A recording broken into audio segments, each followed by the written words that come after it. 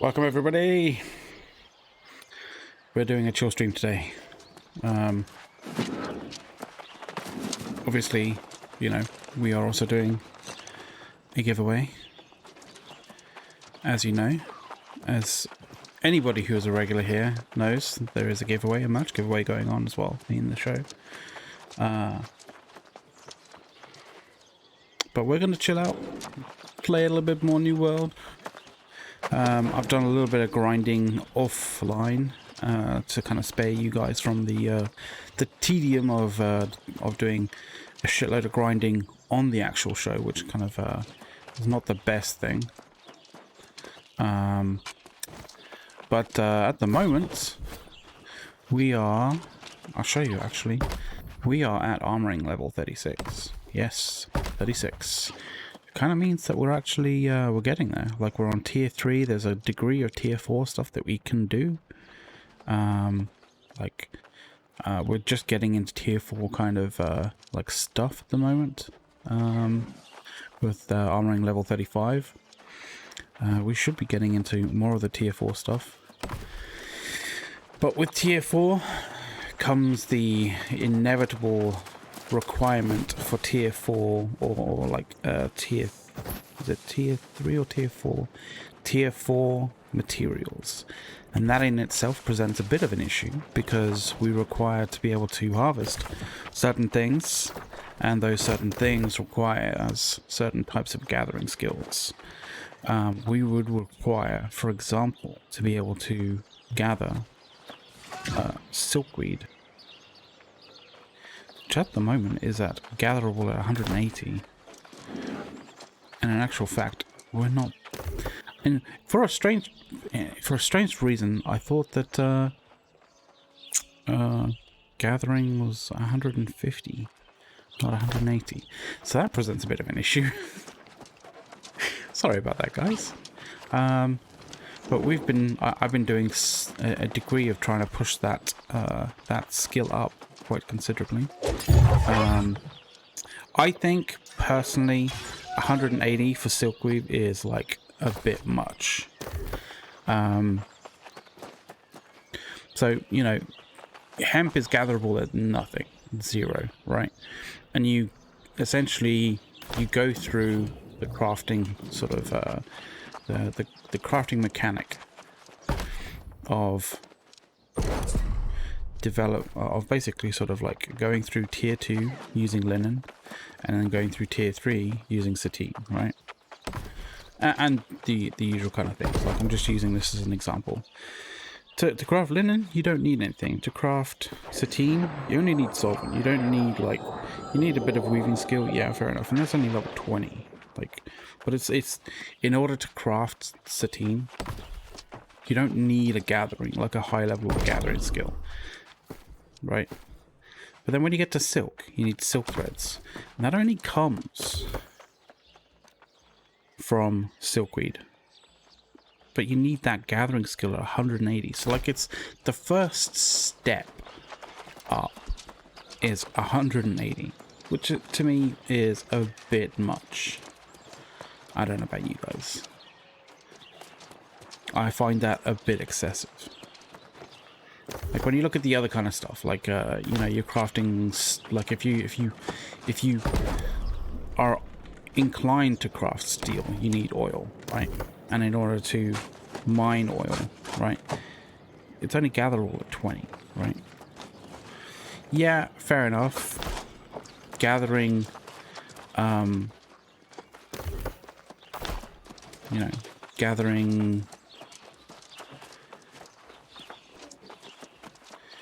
things that, you know, for you to use to create T4 stuff, right? Tier 4 stuff. You need star metal ingots, right? Star metal ingots and layered leather, right? But when you come to doing that, yeah, you require star metal ore to make star metal ingots, obviously, and steel ingots. And when you go into mining, obviously, when you see star metal is gatherable at 180, right? So you kind of sort of may want to sort of consider like, oh, you know, well, gathering silkweed requires like, you know, your gathering skill to be at 180, right? Same as your gathering of star metal requires you to be gathering stuff, or sorry, you know, mining things at 180. That's all fair and well, but like, there's no real true there's no massive incentive to be gathering a shit ton of stuff with you know, with your harvesting skill versus your you know, your mining skill. And the issue there is you have these other things: silver, gold. I mean, there's alchemy stone there, lodestone, but platinum and stuff like that, right? Gold, platinum, silver, you know, these are all kind of materials that you'll get precious stones from, right? And what I mean by that is, you know, you'll get precious stones in order to cut them, gemstones, that sort of thing, right? You'll get like your rubies and your like sapphires and emeralds and all that kind of stuff, which in itself is a reason to you know, to go around just smashing rocks, right? Because you want to get those, you want to get those rubies, you want to get those sapphires, because they increase your capability as a you know, as a player in various different ways. You know, they add to your attributes. So I don't know whether it's whether AGS needs to basically put together something or some more reason to kind of push that harvesting skill, because like, I mean, there's understandably, yes, there is fungi which gives you various different pigments that allows you to basically craft where are my pigment? I think I left them somewhere else. But basically, you know, they allow you to craft dyes, right, which allow you to dye various different things. But you don't need tons of them, right? You don't need an absolute boatload of pigments in order to do it. Definitely not enough to warrant grinding, harvesting from 0 to 100, or crafting like, or grinding like, you know, your hemp skill, which may be sitting around the 50-60 mark, to 180, right? Yes, there's magical plants, magical creatures. In actual fact, I haven't seen that many magical creatures, interestingly enough.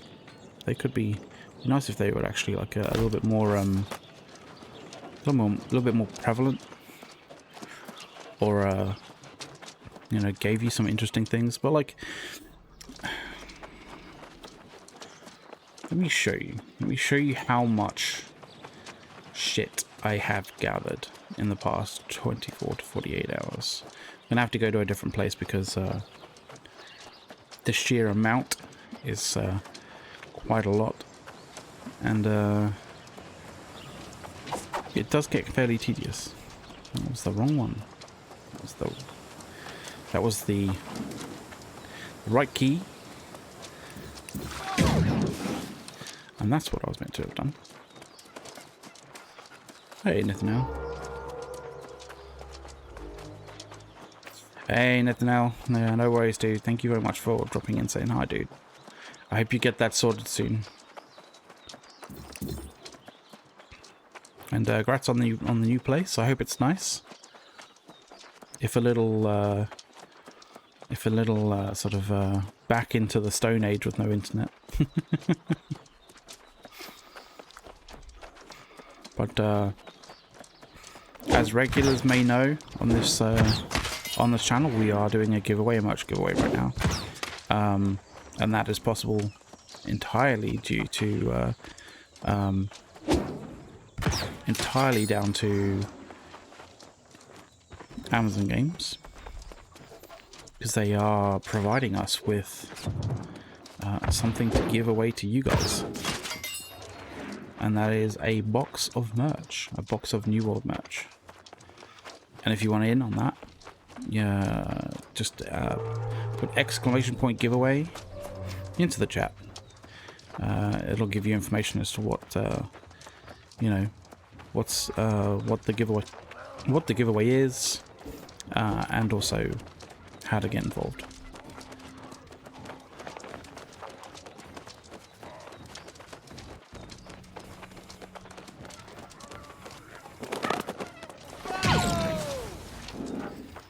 At this particular point, I literally do not give a fuck about those, so they can go back to where they were positioned previously.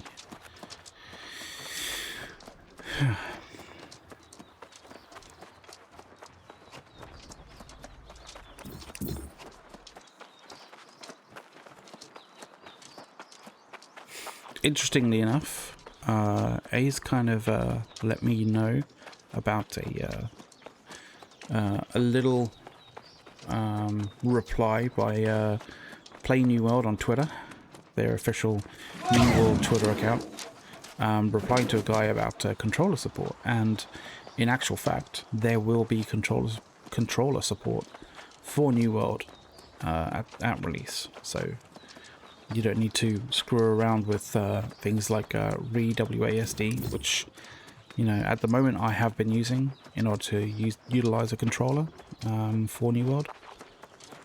But you won't have to rely on that kind of that kind of solution when the game comes out fully. Hey, Shin Magnus. Shin Magnus. My bad.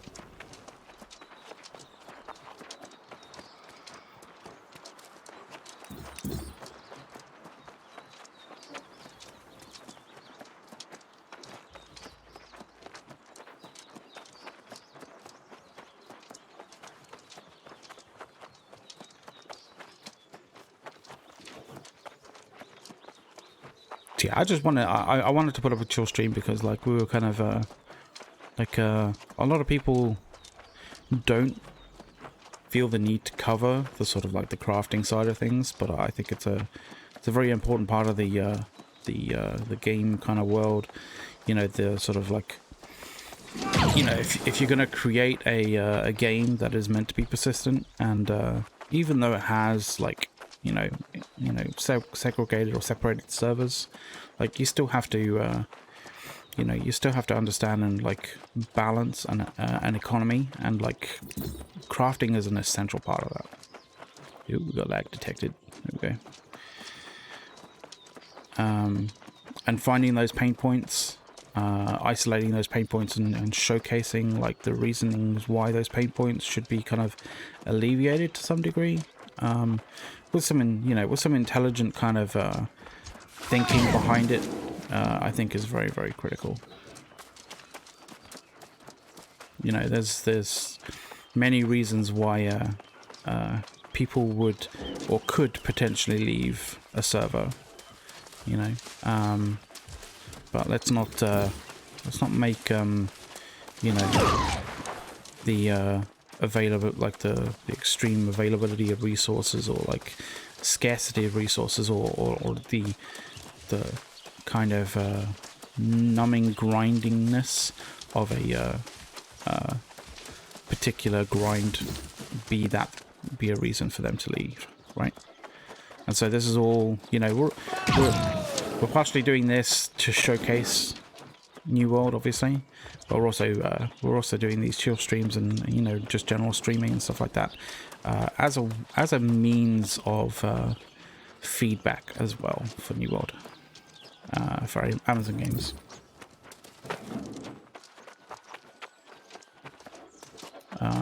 Where was I going? I was trying to find. Oh yes, I was trying to find the. There we are, the storage. So I spent a little bit of time basically going around grinding magical plants and fungi, because they, strangely enough, they give you a lot more experience when you actually when you gather them than hemp, right? So, you know, you could go around gathering a shit ton of hemp, you know, it doesn't really push your level up fast. Sure, there's plenty about, so you could kind of consider like that would be worthwhile. Just, you know, just smash the volume rather than the higher levels with more sort of with sort of more experience per kind of per plant. So I decided to go that route, and so as you can see, 239 life motes, 86 life wisps, you know, 72, like, there's a fair number of stuff that I actually went around and gathered. It took me quite a while, but it did push my my level up. And this, none of this is like broken down, like this is just raw, like this is what I got in that kind of sense. So, you know, like we've got life quintessence, we've got water quintessence, we've got earth quintessence. These are like high level 5 stuff, and I didn't find these up north. I didn't go all the way up here to sort of find those sort of things. Like I literally went down here. I just went down south and around kind of this area, and kind of around this area as well. And the thing is, it very much seems like most plants have a possibility, at least, to drop these life quintessence, like the quintessence stuff, which are tier 5 things. So you can get tier 5 stuff like from plant, you know, from not high level resources, which is pretty cool. All right, Nathaniel, thank you very much for jumping on the stream and saying some kind words.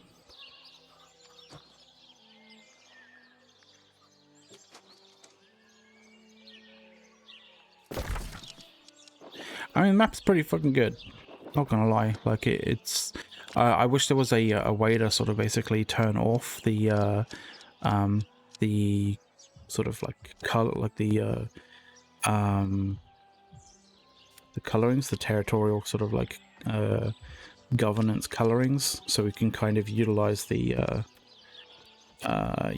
resource locator a little bit better, like, because these are all color coded, and obviously, you know, when you put the colorings of, you know, the territories and the ownership of those territories over, they don't match up anymore. So I can understand that people might be a little bit sort of not too sure, like what certain things are meant to be, like considering I sort of know what these look like prior to sort of the colorings. Like I know that like the marshland, right? That's the marshland. So the marshland should look like that. Kind of does, kind of doesn't. You know, highlands. These are kind of the highland areas. It doesn't match with colorings. Obviously, grassland. You can kind of see the grassland as like the sort of like the lighter colored to this sort of dark colored here, and that's the difference between the grassland and the forest, for example. And Nullock, if you did not realize, there is Amazon Games made a bit of an oopsie when it came to the map, because there's certain parts of the map that show up under certain zoom levels. So as you can see, like for example there's a piece of the map that's that appears that we didn't know about there. So that's definitely coastline. So we can tell that there is still some coastline that comes along like up here and then round like that. But even more so, this area, you can see, so you can see here, right? There we go, you can kind of see a little bit there. You can see here that there's a bit of coastline, stuff like that, but it comes up here, but there is clearly marshland here, right? And the map kind of disappears and fades out like here, but under certain view, like certain zoom levels, bits of map show up. So we know that there is a bit of map here. Potentially, I imagine, considering that this is shoreline, that this will actually like drop very close. And you can see that there is kind of like passable area here, so you can kind of see that there you go. There's definitely a kind of like a headland there, which allows like passable movement from there. And you can see that there's shoreline there, and that leads all the way up here. And as you can see, there is marshland here, and the shoreline moves that direction, which means that at some point it connects up to this here. And this is all marshland, as you can see. So the possibility of there being oil, or a large amount of oil, maybe here, may be indicative of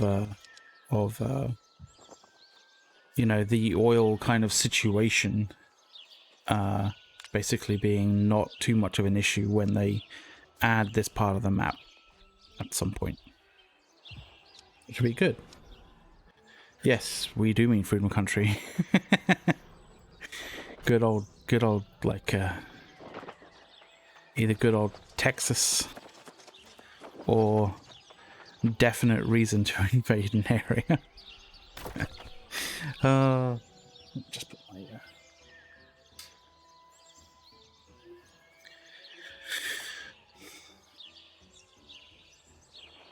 right, there we go. Hopefully you guys can't hear the fan too badly in the background. I am using RTX voice, so you know, RTX voice. The good fellas at Nvidia should be doing sterling job getting rid of the sound of any kind of fan in the background, which is good. But as I said, a lot of grinding to get that level 143 at the moment, and I'm kind of working my way to be able to gather that silkweed. We can carry on with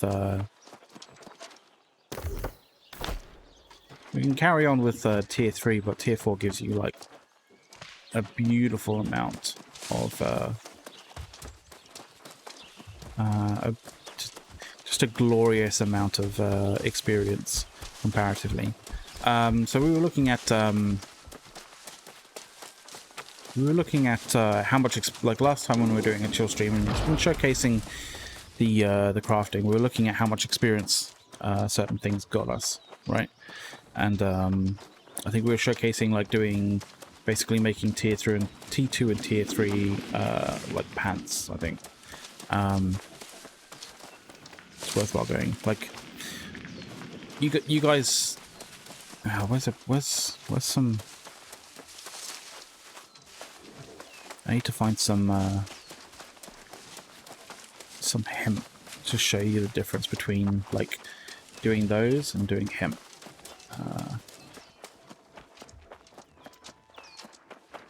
See if I can find some hemp somewhere. Showcase the difference. Should be some hemp somewhere here.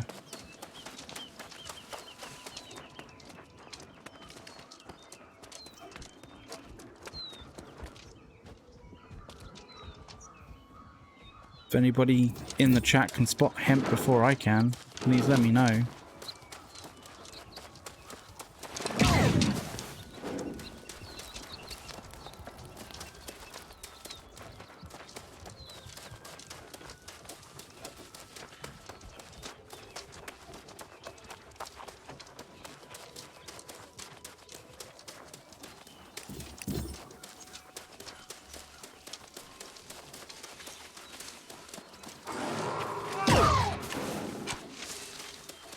Ah, there we go. There's some hemp.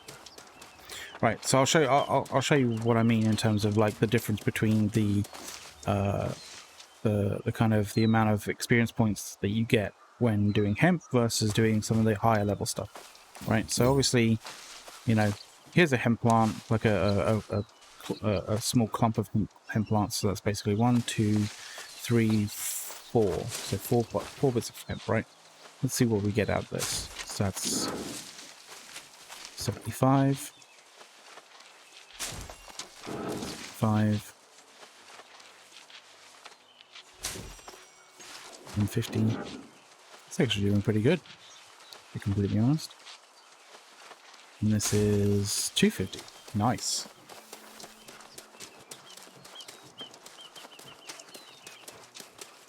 So when you're doing the orange funguses and stuff like that, you're getting 75. These plant, like, I'm fairly certain this has actually changed, strangely enough. Maybe they stealth patched this. But you get 150 for those, which is the equivalent to like the mid to large level hemp plants. Oddly enough, I'm fairly certain that wasn't like that a couple of days ago, or at least yesterday.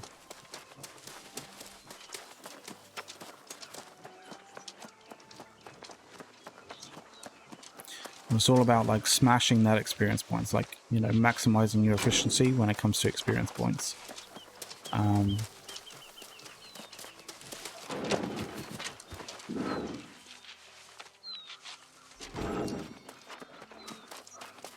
so essentially what you want to do is you just want to you want to,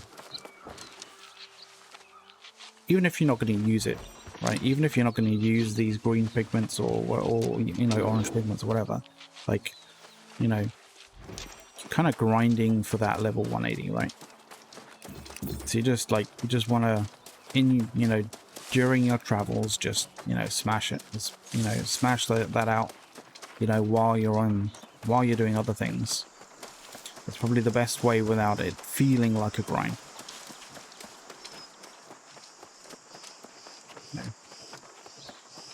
I used to bash A's at, like, you know, killing rabbits and, like, you know, like harvesting stuff, you know, while we're sort of, you know, running around doing, you know, you know, things like rifts or like, or those sort of like quests from the towns and stuff. But he has the right idea. He has the right sort of like mentality. Just, you know, experience always adds up.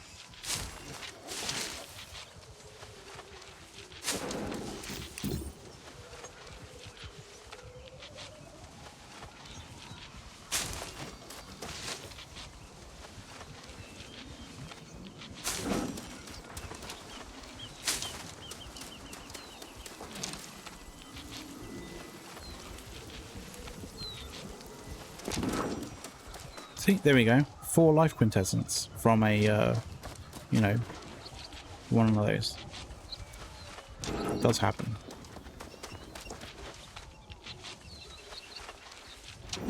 And you may be wondering to yourself, like, oh, well, what's the deal with life quintessence?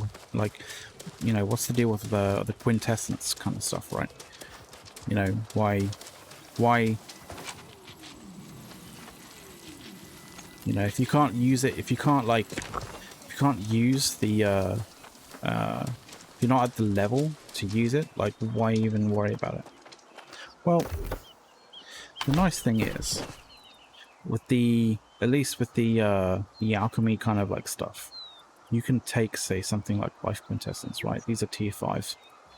So that life quintessence is the quintessences are the tier 5s. The essences are the tier 4s. The wisps are the tier 3s, and I think the motes are the tier 2s, right? So we've got 5 at the moment. We've got 4, 5, 6, right? What you can do is you can salvage these. So you can salvage, and it gives you more of the previous tier. So this will actually give us between 1 and 15 life essences. So if we salvage all of them, right? So salvaging 4 of these items will return 4 to 60 life essences. So there we go. We got 24 out of that. And so we can, if we're not at the level of doing T4 stuff, we can like take these 29 and salvage these into life wisps, and that will return 29 to 4, between 29 and 439, 435 life wisps. So now we have 201 life wisps that we can use to grind up and use in crafting, say, life stars, or, you know, sort of healing potions, that kind of thing. So it's a very useful thing to be able to basically salvage those things down the tiers, which I kind of feel like you should be able to do to some degree, you know, with some of the materials.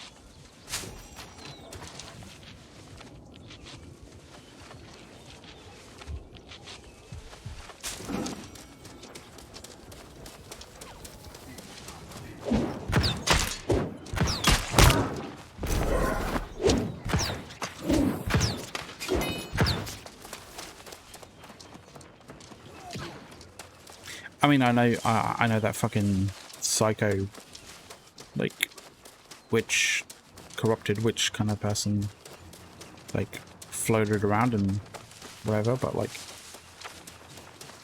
don't hit me with your stuff. Use your fucking magic on me, man.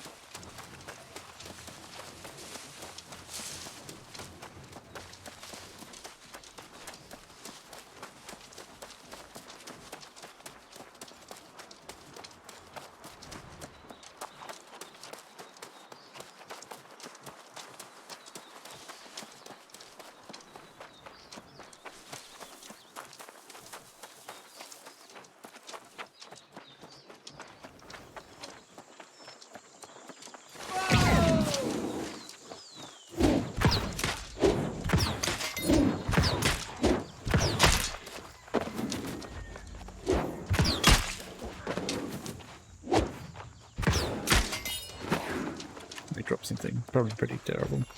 Oh, it's still Distilled Tincture. I don't like that.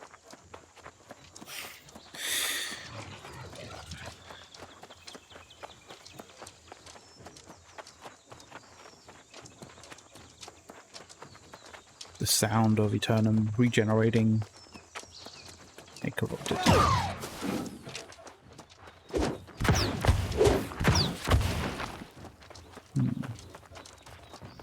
They're all running back to their original spots.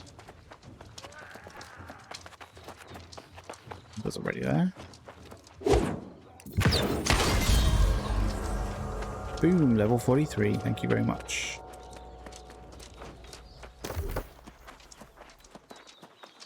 Another one to add to our strength, which is good.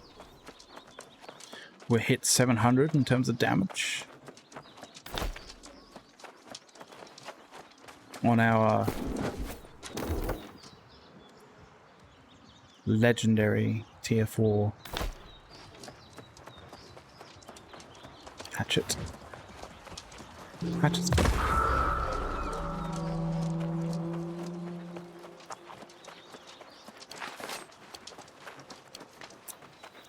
I'm not gonna lie, like mid game, the mid game kind of New World has some, like, there's definitely work to be done mid game, but you know,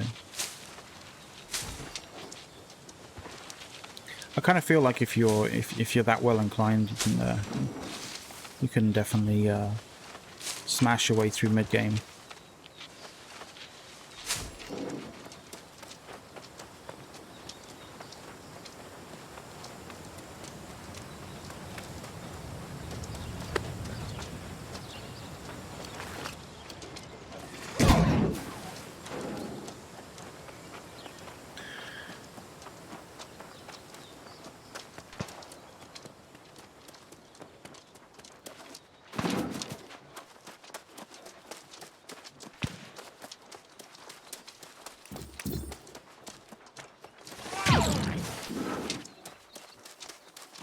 It's one of the things I kind of feel two ways about it, right? You know, obviously people feel strongly, you know, from a PvP perspective about the speed of light perk, and rightly so. It does make gathering a little bit less of a grind. Just being able to get to places faster means that gathering is a little bit less tedious. Not by much, but just a little bit. You know?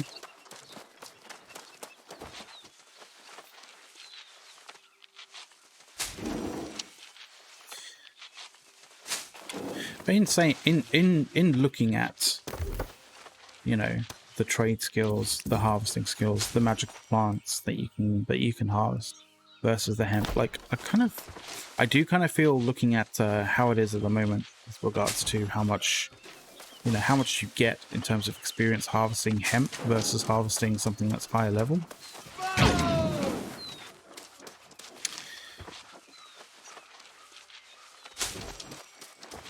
I don't know about you, but I kind of feel like if you're harvesting magical plants, things that are higher level, you should get more experience than that. Like, I mean, you know, when you're harvesting hemp, like, you know, a decent full set here, right? Let's just calculate this, right? So that's 75.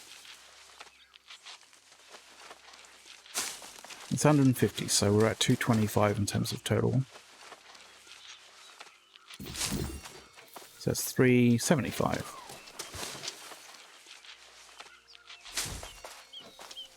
$450.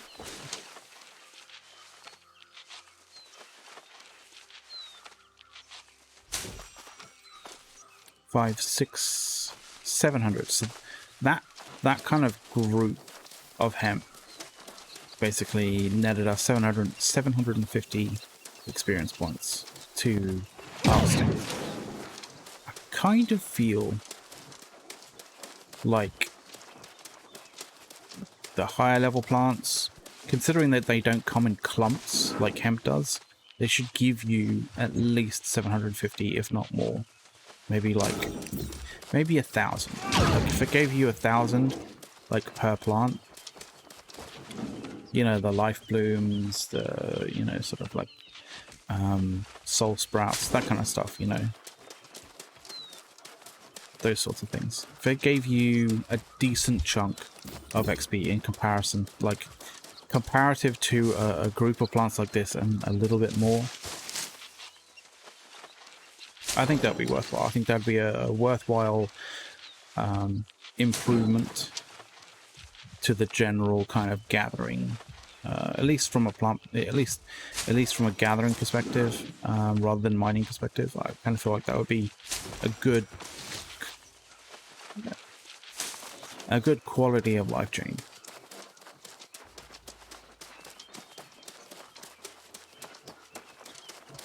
Just to make the grinding of these levels a little less sucky.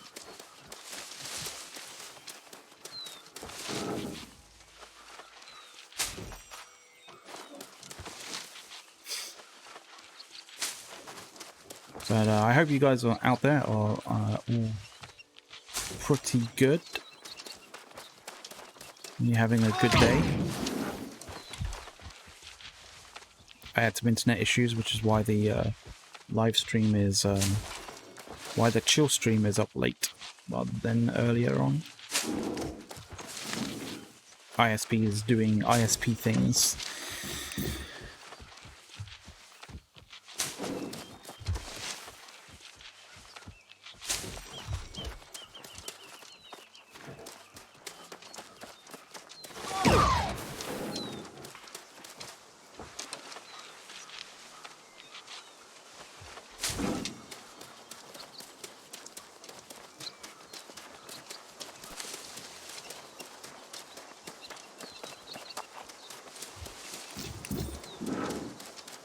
Ah, yes, there is one, yeah.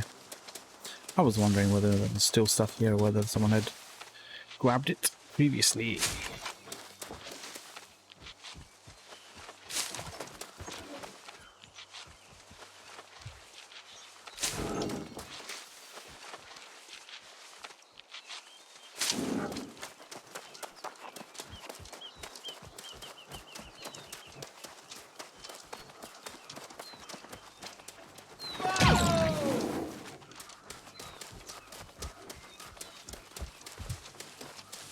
mean, this is a good place for hemp for sure, but like, I imagine if it gets overrun by people wanting to get hemp from this location, it'll be pretty terrible.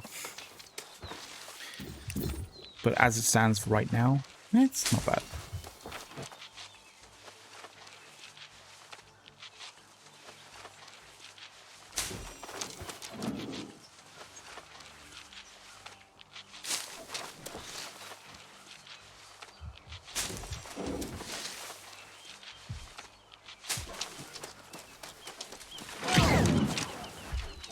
See hemp in front of me.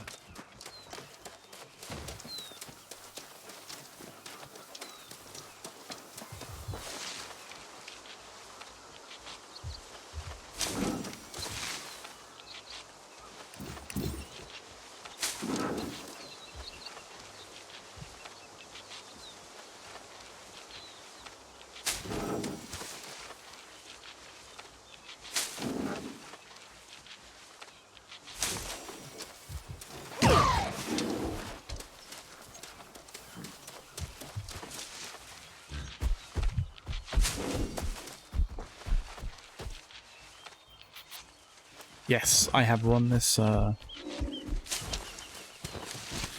know, enough times to sort of know where the plants are.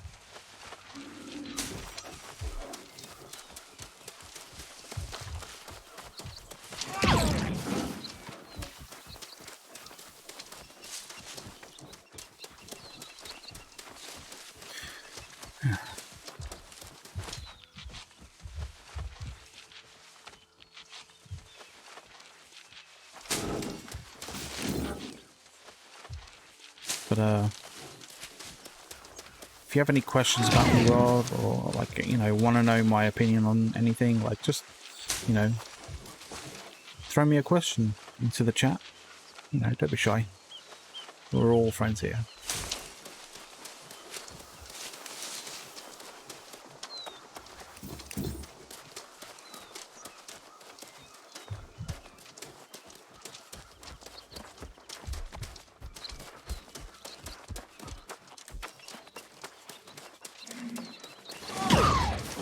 I see hemp.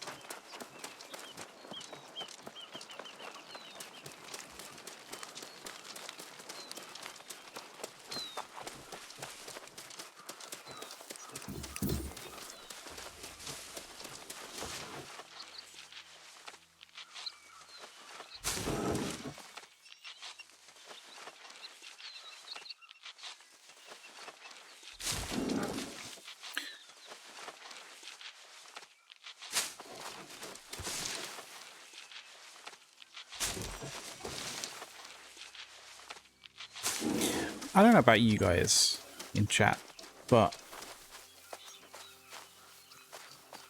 it really intrigues me. Fucking exploded and, like, stuck in time pillar. It's just like that. I hope that there's... Oh, sorry. I hope that there's like a bit more of a story, arc, and a bit more involvement in, like, what that's all about, as well as, you know, up here, Shattered Mountain, like what that's all about. I feel like, you know, those sorts of things could be very intriguing and interesting from a story and plotline perspective.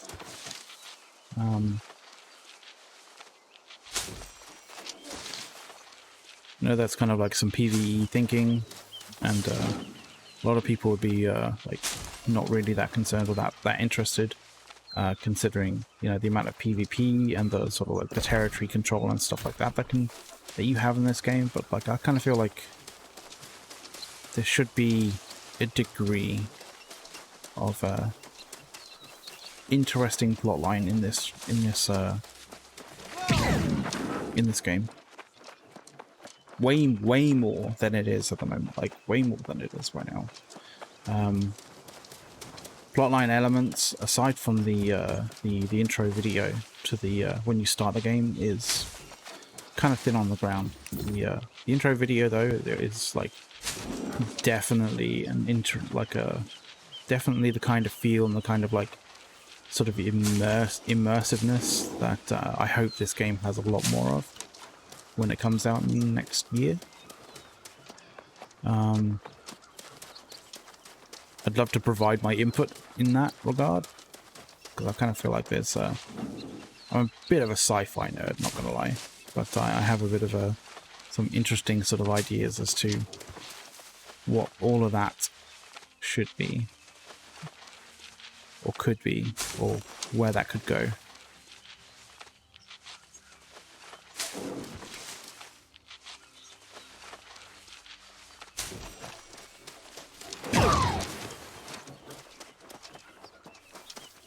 So we're close to 150. Got 30 more levels to go in that regard, which kind of sucks. Still a fair amount.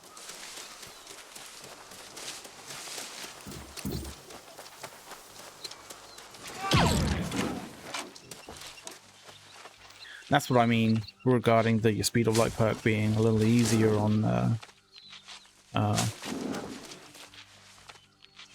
gathering. It's just like, oh, I see hemp. Oh, I'm there. I'm at the hemp already.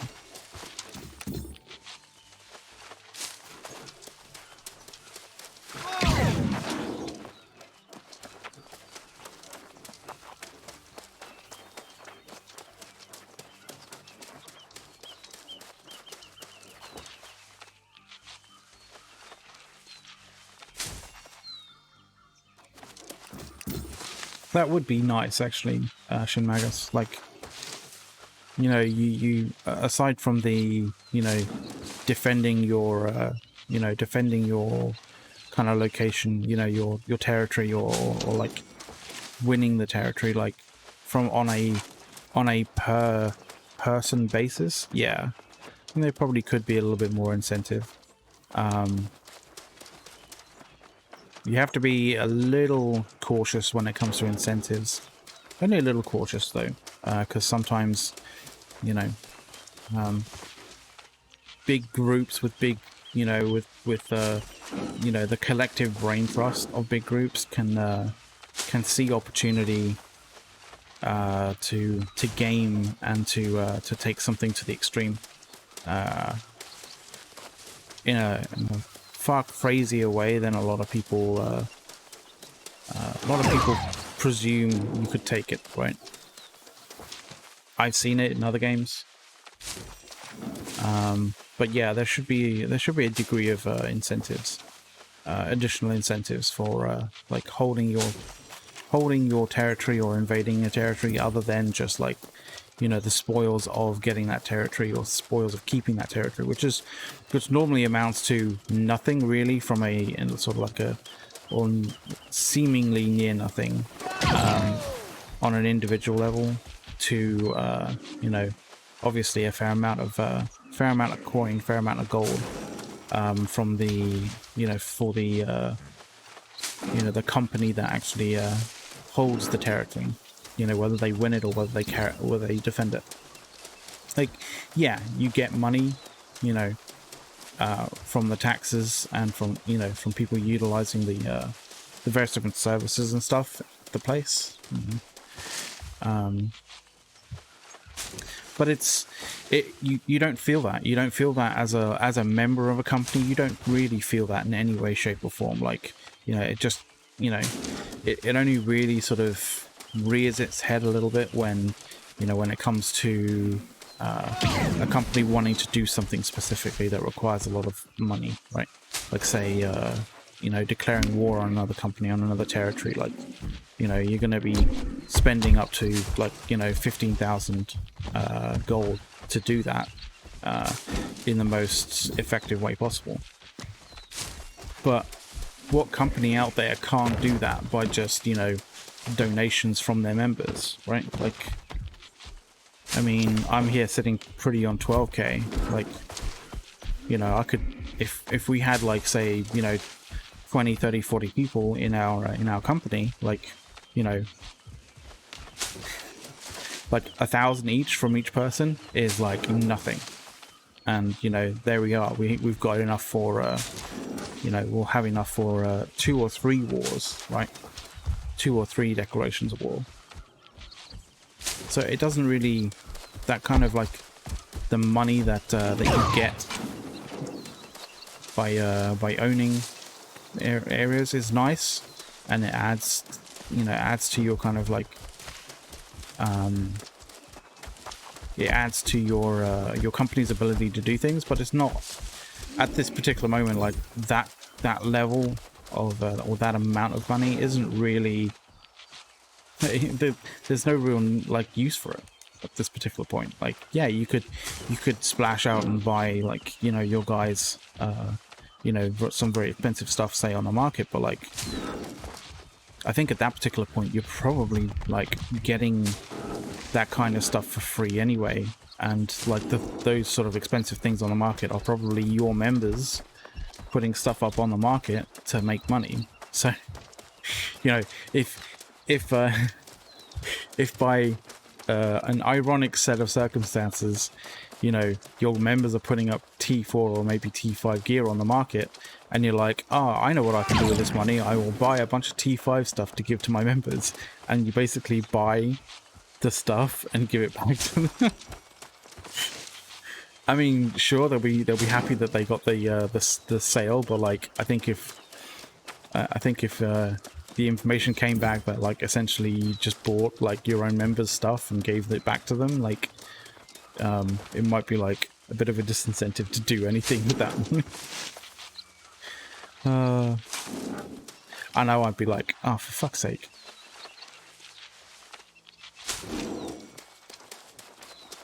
Well, I guess you could pay out your members. You know, you could pay out your guys with a bunch of gold, right? You can be like, you know, we made a good deal this week. You know, in terms of all the sales and all the taxes and stuff like that from our settlements. Like, you know, here's 10 grand each, right?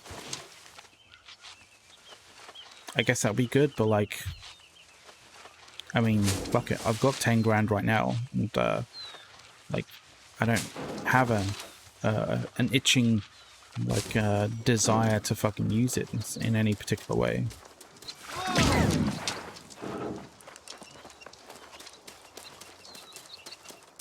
You know, I can't use gold to like level up my character and use T5 gear, can I? Like that requires just experience. And I'm not saying that you should be able to. I'm just saying that that's, you know, that is clearly something that like players would want to do in terms of like, you know, like in general in the game, is advance in their level.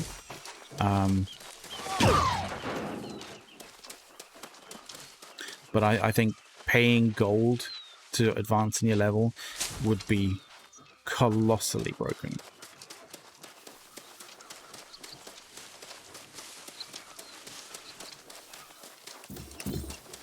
So if that ever came up as a thing in, say, the next alphas, I would be vetoing that shit like it's going out of fashion. Just, you know, that's my stance on it anyway.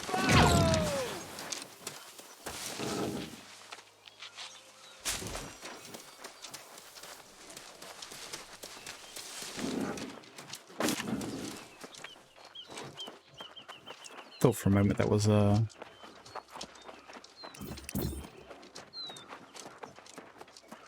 one of those plants.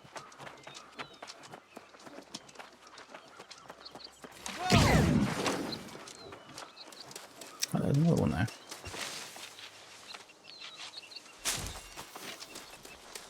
Oh, we hit 152. So we're at 152 already. So that's good.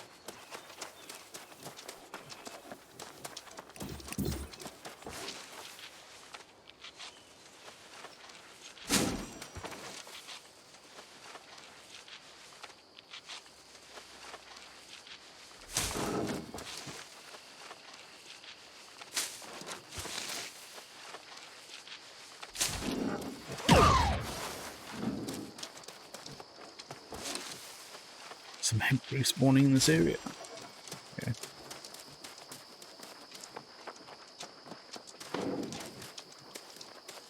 You can almost do a kind of like a circuit in certain areas. It just requires a little bit more.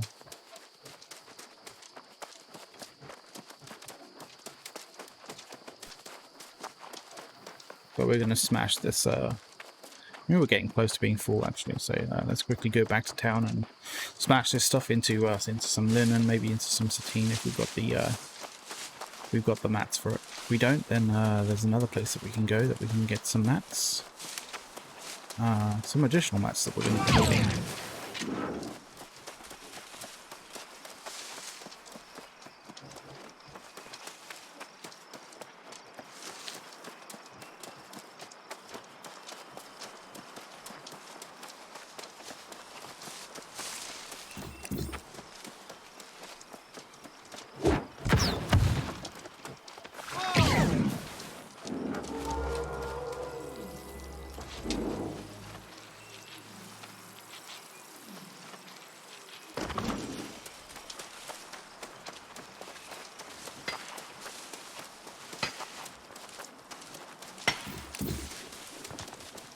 Thought it was like fucking mining a tree there. I was like, that's the wrong fucking sound. Oh, just stone. Yeah, it was mining a stone that was next to the tree.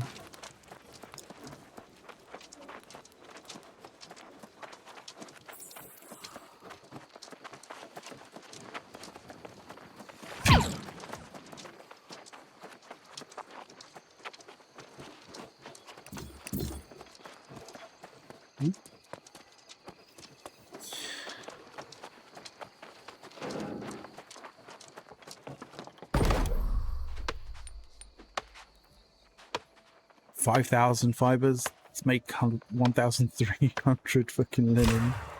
Some big ass numbers. Yeah, we got from our level we've got 25 extra linen on that one. Hopefully turn that linen into sateen. We don't have enough solvent. I thought that might be the issue. That's going to become a bit of a problem.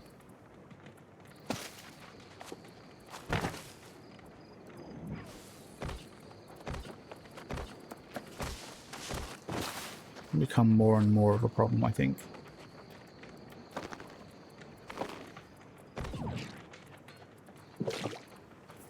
So we're low. Actually, fuck, we have 374 salt to talk about. There was a bit of a glaring issue, I think. Decided that we didn't have any solvent, probably because it was going from my bag. So let's make 374 linen. I think we're probably going to run out of solvent. I'm not going to lie. We might have to go and find solvent, which is okay. We get 380 out of that, which is good.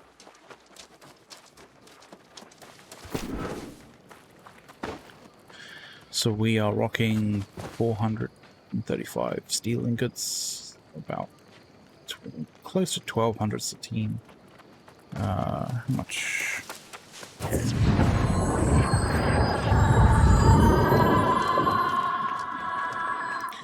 If we're going to do some tier 3 stuff, we're going to need some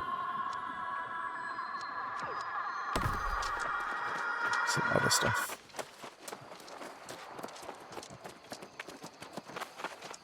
I wonder whether our tracking and scanning needs to be past a certain level to see.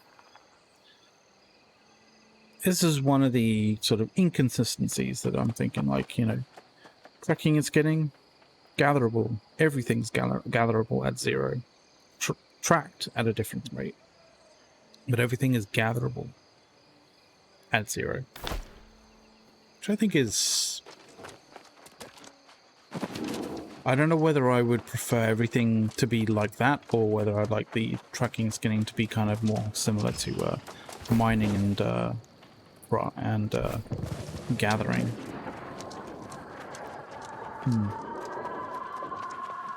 I think I'd like midway between. I think I'd like it to be a little bit less grindy. But I think a degree of fracking is going to be a little bit more... Oh, damn. Some people had some legendaries.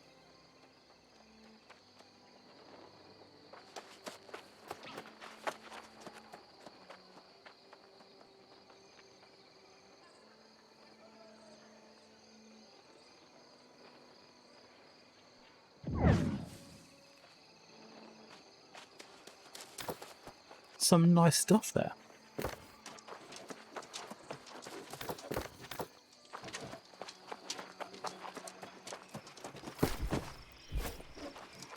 Okay. I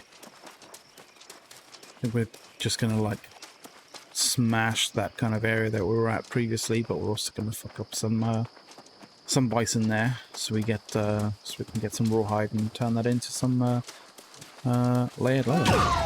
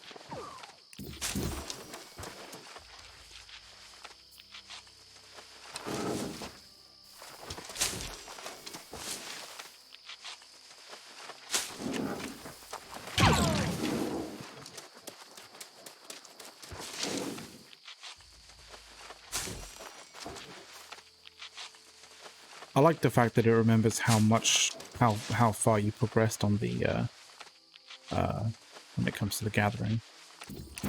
You can kind of do that. Back. Okay. If it cancelled all your progress on that, like if you had to dodge or whatever, like that would be really, really aggravating. Or if you had to hold it down, like hold the actual, like, you know, the actual button down while you did it, like that would be really annoying as well. But you don't have to, which is cool.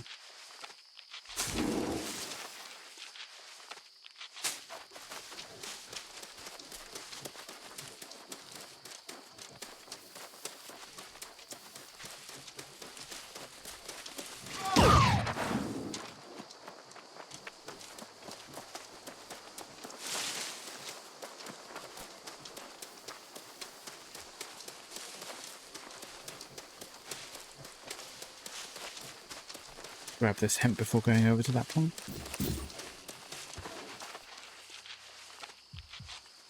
It's totally in range. Okay.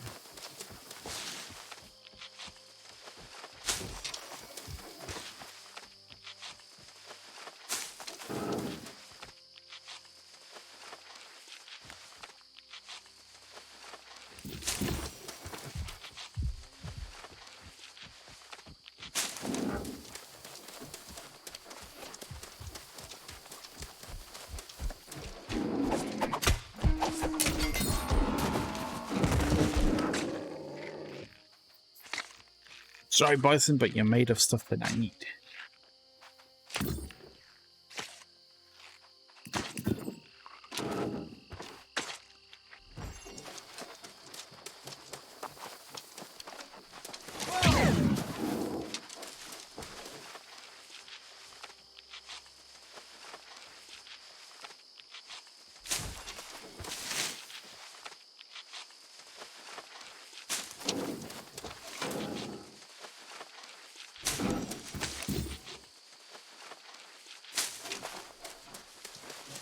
Honestly, if you guys have advice as to how to play the game like a little bit more efficiently, then like I'm all for it. I'm all for getting new information, getting new techniques, all that kind of stuff. So if you guys have tips and tricks out there, then you know, feel free to share it if you fancy.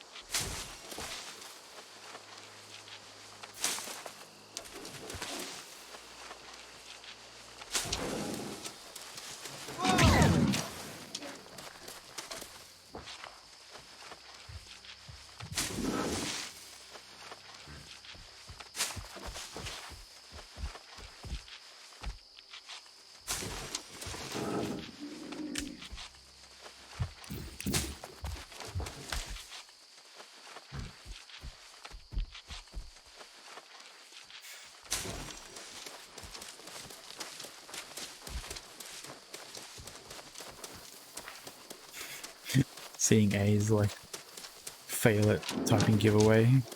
Lol. Although to be fair, I can't exactly talk. I fucking fail at typing words correctly all the fucking time.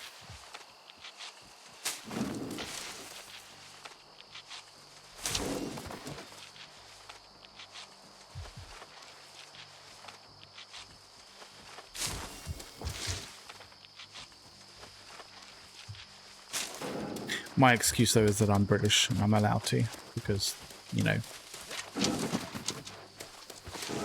them's the rules.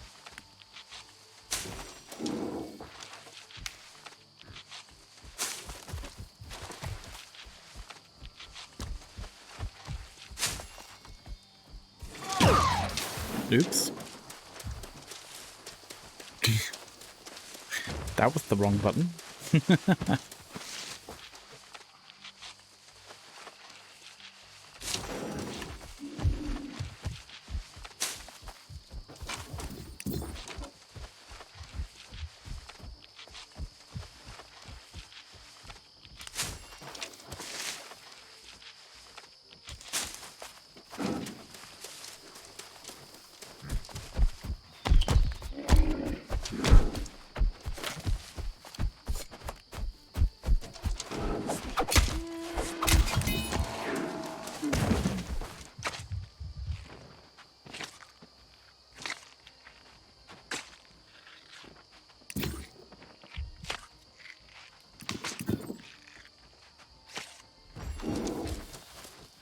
By the way, I'd just like to say that, like, Amazon games, facial hair on, like, probably one of the most, like, purchased and used, like, helmet kind of styles. Please fix it so we actually have our facial hair on it, so we don't have to be clean shaven all the fucking time. So that really sucks.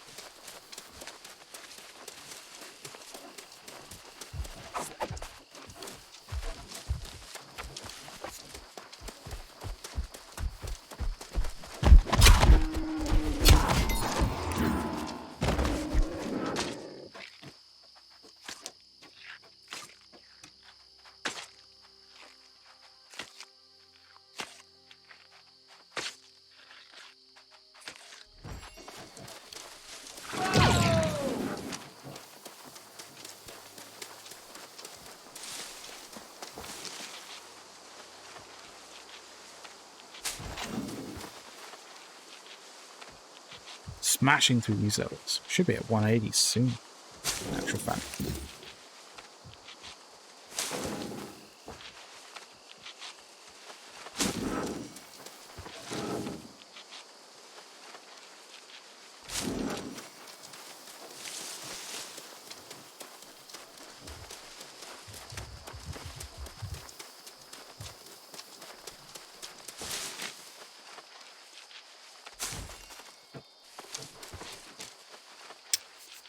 So one of the other things about, like, you know, making sure that the higher level plants are actually worthwhile, like going around and smashing, compared to hemp, is a lot of people would be looking at, you know, leveling up as well.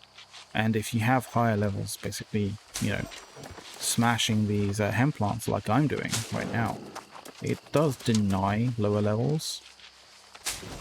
Because higher level, you know, if you're a higher level character, you chances are you've got like higher level tools.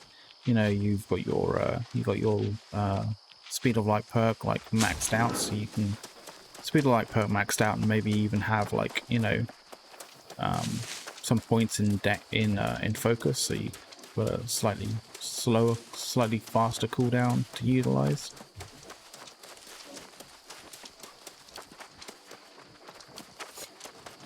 The net result is essentially, you know, lower level players can potentially get, like, can get locked out of actually being able to grind their kind of respective level comparatively.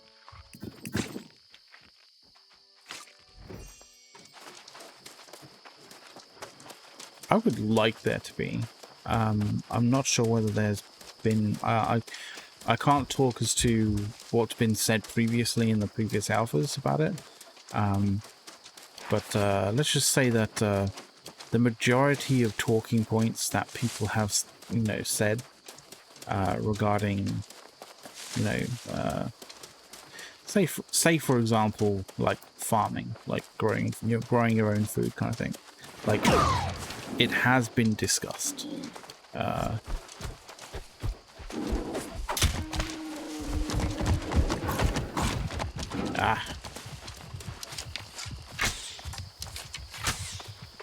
God damn it, that was such a fail. There he is.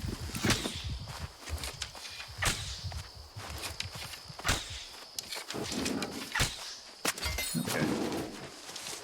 That took far too many. But yeah, I'm not saying specifically about farming as such, but like the majority of like talking points and you know, that sort of thing, you know, you can imagine have probably been discussed on, you know, with regards to you know, the alpha forums and that sort of thing. So they definitely know about it. The thing is, I would recommend you still sort of like say something on the you know, the preview sort of feedback forums, because a lot of the time game development, like developers, you know, their kind of team and stuff, and they want to see that the feedback that they're getting from, that they had previously been getting from their alpha players is not just, you know, alpha players basically being alpha players and sort of trying to get something that's not worthwhile, or something that's not really a thing that the sort of like potential players at large would want. So seeing that kind of vindication from players, you know, on the preview event, sort of saying the same sort of thing, would basically be able to reinforce something that maybe they already know. And that is important. That is actually a very important aspect of the feedback. Is don't worry about whether it's already been said. Add your voice to it. Because if you add your voice to it, then you add validity to it, to what's been said previously, and you know, you add validity to you know, you add your voice to the growing crowd of people who would want that thing, and the more people, you know, voice up about it, speak up about it, the more likely it is to be considered, let's put it that way. That said, you know, you can have you can clearly have situations where, like, you know, a group will rally together to push a narrative or to push an agenda to get something changed in certain ways or shapes of, you know, to get something changed in some way, shape or form. Normally you can spot that kind of thing. So normally, you know, normally with those sorts of efforts, the kind of the rhetoric coming from people starts to sound the same, or starts to feel the same. You know, the same reasons put in the same way. You know, look, or you know, the same perspective on a problem, you know, being offered by the same by you know, people in the sort of like a sort of a small time frame. Like that is definitely has ways of like those situations definitely, like, you know, make game developers and developers in general, like for lots of different things, make them kind of sort of think like, what's going on here, right?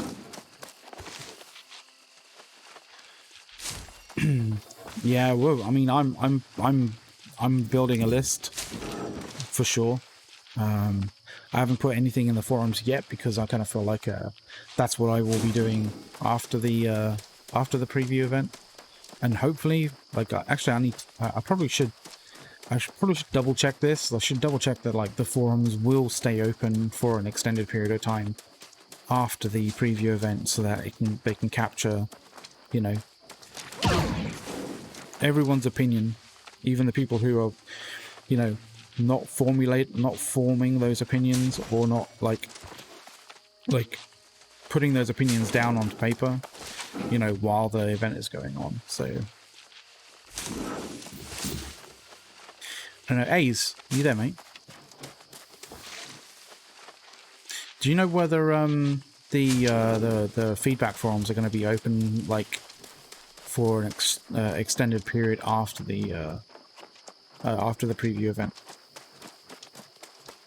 Because I don't think I've actually, yeah, because I don't think I've seen anything that explicitly says that, but like, I kind of feel like, you know, a lot of people playing the preview event, like, may have ideas, like, as to what they want to, you know, what kind of feedback they want to give, but, you know, want to maximize the amount of time and you know, the amount of experience they have in the preview event before they actually put down, you know, their sort of like their thoughts, their sort of feedback.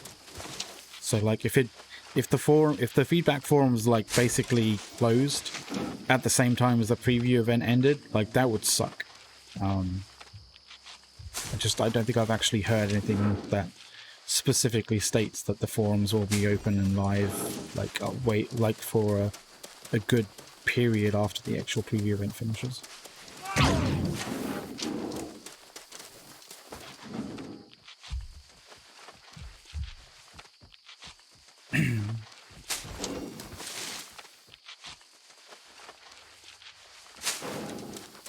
I kind of thought that maybe you might be able to find out.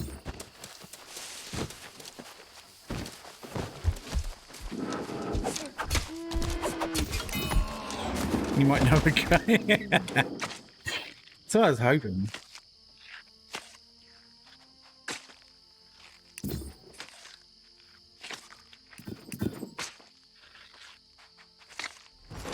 Them their forums, yeah.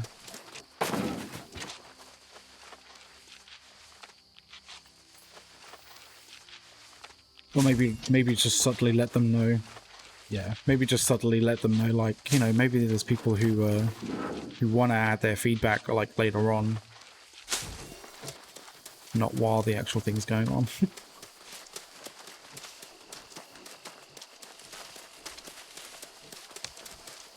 Because I know I'll be digging through like so many hours of like, you know, streaming and recorded stuff to sort of find examples of like, you know, pain points and stuff. And I know that's going to take a little bit of time to do. So if it was like, you know, preview event is over, you have 36 hours to put down your, you know, feedback before the forums close, I'd be like, holy fuck.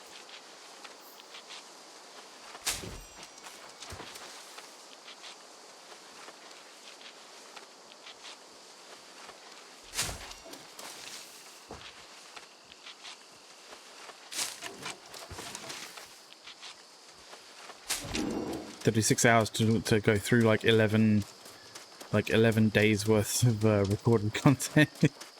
I mean, I'd have to hire an army of people to sort of scrub through everything. 50 days. Oh, a few days. I thought you said 50 days. I was like, oh, that's definitely a lot of time. A few days. I mean, at least it's 48 hours, but...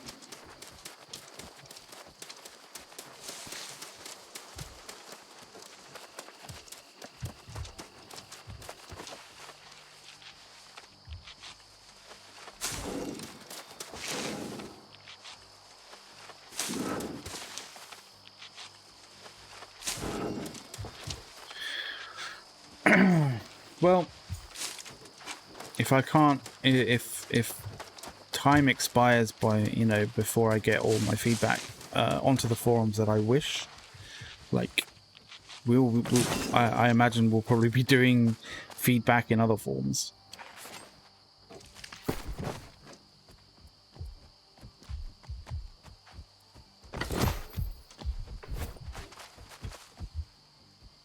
I mean, I get that, but you know.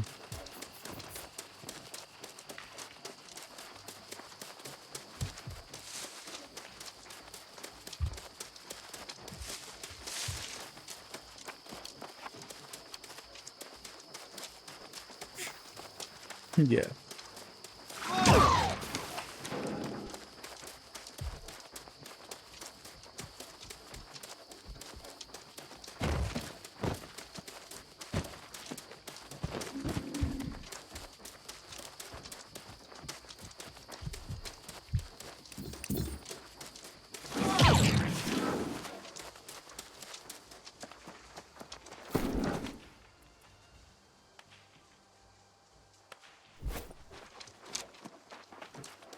Do you actually know what Weaver's Luck actually gives you? Or is it just like sort of like, because I'm collecting a shitload of those, like the stuff required for like Weaver's Luck. I'm there kind of like, I'm partly curious, but also partly like, would that just be a fucking waste of time? Is it just like bonus, like when you're like, you know, when you're like refining stuff?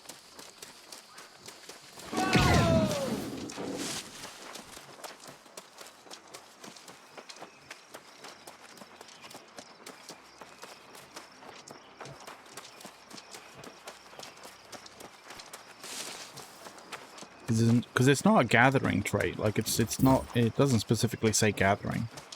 It specifically says weaving. So like I imagine it's literally just bonuses when weaving. You know, when refining stuff at the loom.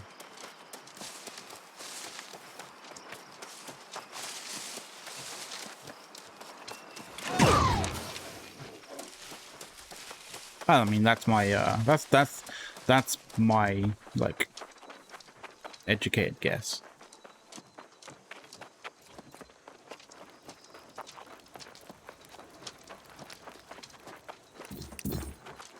Oh, cheers, Invis. Yeah, it's for bonuses. So yeah, guy in chess, Invis just saying yeah, it's for bonuses.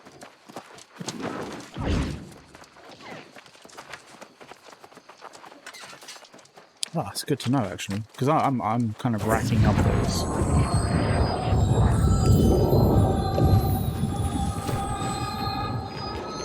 I'm kind of racking them up.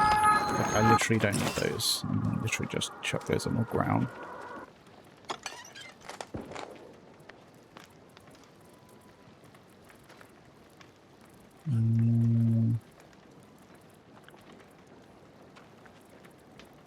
Don't need that. Don't need 116 of those.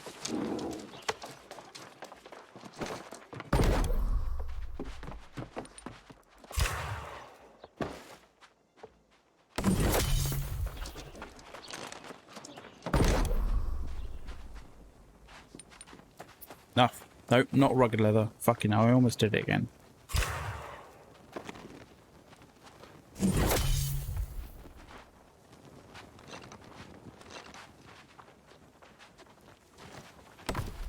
That's pretty fucking cool.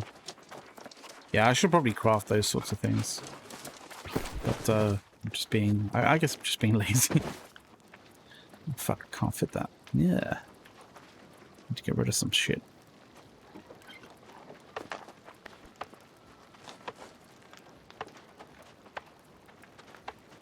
Non-crafting items. Get rid of non-crafting items. I mean... I say non-crafting items, like I'm gonna be crafting that shit.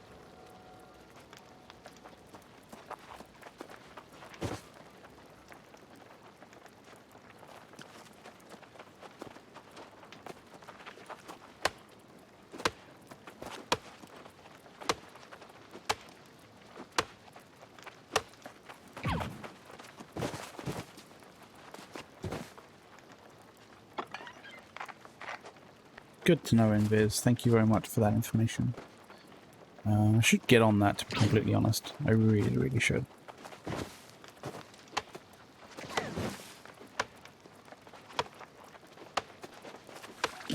I'll keep that in there.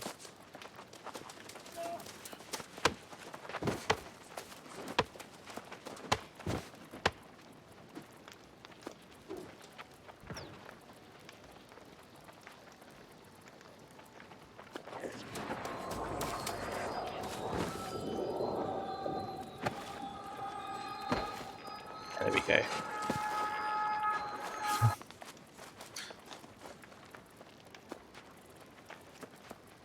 So not gonna lie, I should probably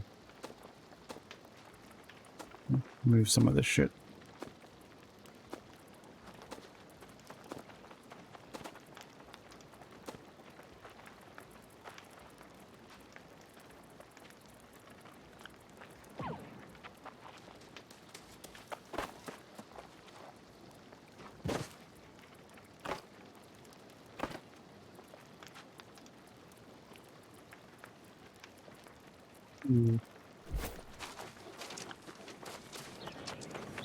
Oh, welcome to the... By the way, welcome to everyone in chat, by the way. If you do not know, or if it's not readily apparent, we do have a giveaway going on. So, you guys should get onto that for sure. And thanks for the follows.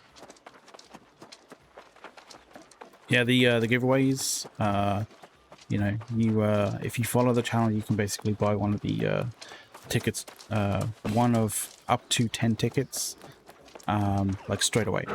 So it'll give you the prerequisite amount of points to buy a ticket straight away if you follow the channel.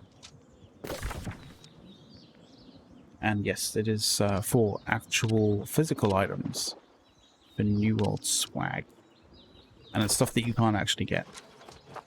Like, you can't buy the swag that we're giving away on Amazon. Yeah. So it's worthwhile. It's definitely worthwhile.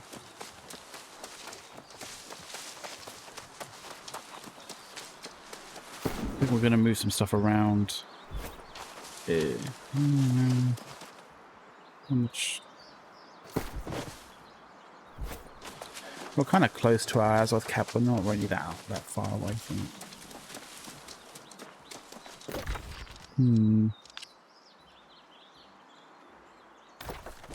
Yeah.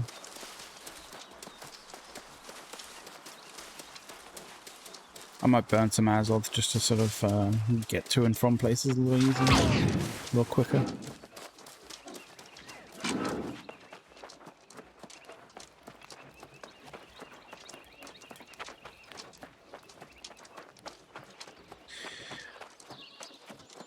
Well, it gives you X, like, it doesn't give you XP as in, like, XP to go to sort of, like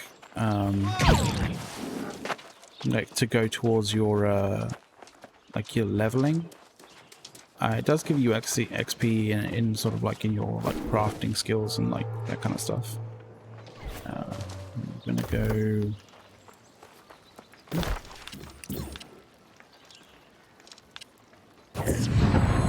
It's only 115.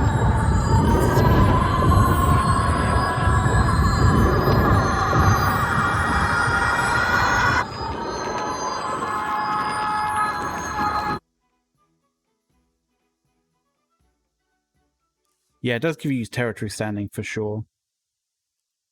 Most definitely. I've done a fair amount of crafting. Like I've done a degree of like it's kind of interesting when you do a bunch of crafting at a table and like you literally just step back from it and it's like, oh, you get territory standing. That's nice. Just dump all of this in here. Like at a particular point, like you just start using other settlement storage as like places to dump stuff. You're gonna want that. Keep my blight stuff just in case. We can go randomly into random ass places.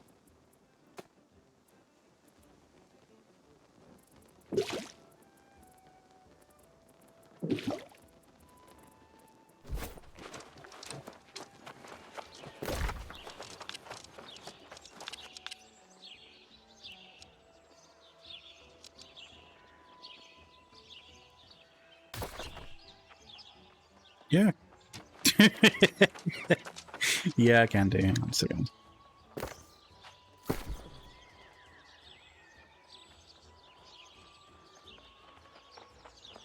And then salvage it.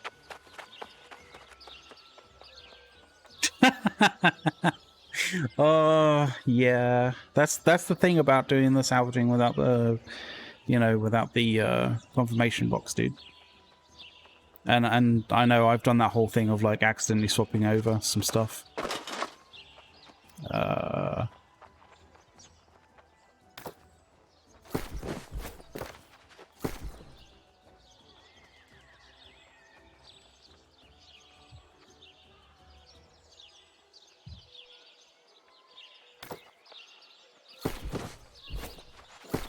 yeah, it's give coin.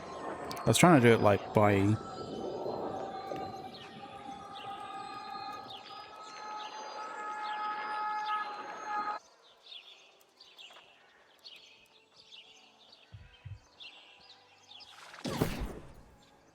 Get that?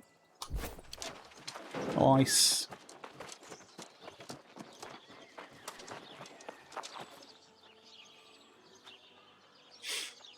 I think Juvia, I think dungeons could potentially become a thing. Like if you do you mean like instance dungeons, right?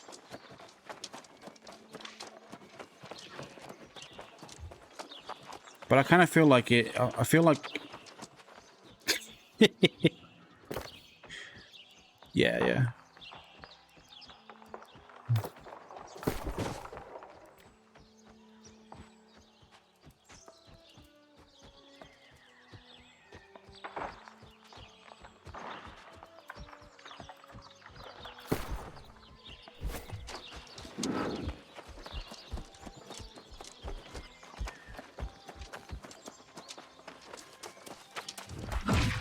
Yeah. In Viz, I know all about that. Like at one point in the alpha, sorry, at one point in the preview, we were we tagged onto a bunch of people doing some serious leveling and stuff up here in Morningvale, and I haven't done anything in Morningdale except that, right? And we did that for a few hours. Like we did it, I think maybe 3 or 4 hours, right? And I haven't done anything else. I haven't crafted anything, gone over there and like, you know, sort of done all sorts of other things in there, like, you know, like rifts or anything of that form. Literally just going to sort of this area and like, you know, smashing a bunch of like things for a few hours for a while, right? And where is it? My territory like my highest territory standings at the moment is Morningdale with 18. Yeah, so you can get a lot of levels smashing things AoE, but you have to be in a group and you have to make sure that, like, you know, you're doing it correctly and that people are actually like picking other people up when they get knocked down. Middle of the Great Cleave, like you're talking like where are we talking? Like we're talking one of these like one of these sort of places. A farm. It's kind of Slumbering Echoes. There. I'd be interested to check that out, but like I don't know, the it's kind of like this particular spot over here in Warningdale is pretty terrific. It's called Scorpius.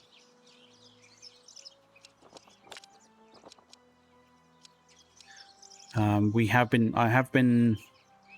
been part of groups that have been running like rifts and stuff in these areas, like the kind of Fallen Frontiers area, as well as down in the Icy Wilds area, and as well as Glass Lake, aka fucking Psycho Tiggerland. Referring specifically, of course, to the wolves there that fucking jump around like fucking jackrabbits.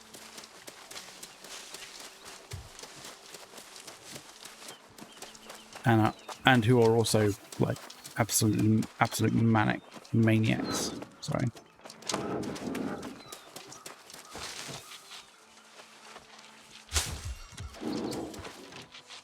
In Viz, I wouldn't recommend talking about alpha stuff. Just a little recommendation there, but I know you mean, like, you know.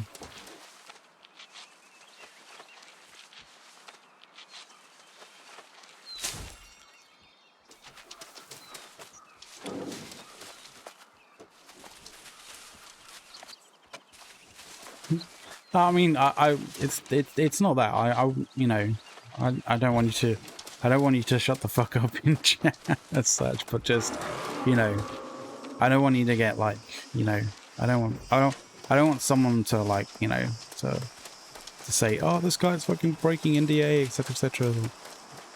Yeah, that's all.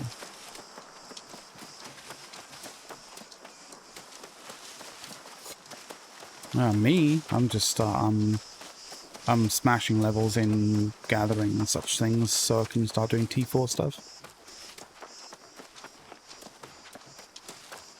Because I'm on the verge, I'm on the like the cusp of it, except the issue is I can't gather certain things because like I don't quite have the level.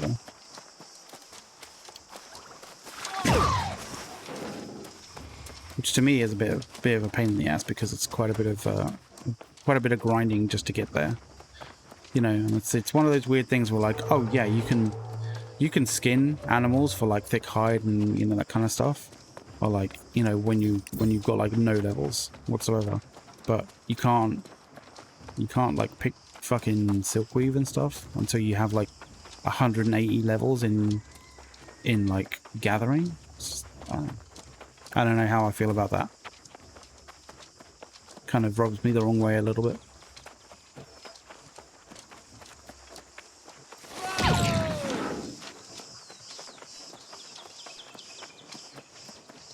Invis, no, I don't. I've got steel tools at the moment. Like,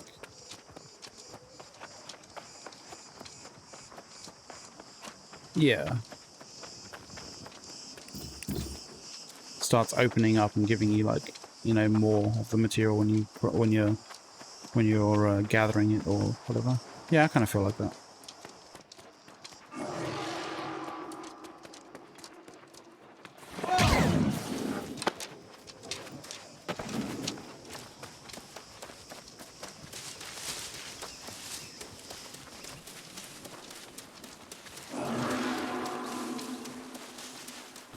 Well,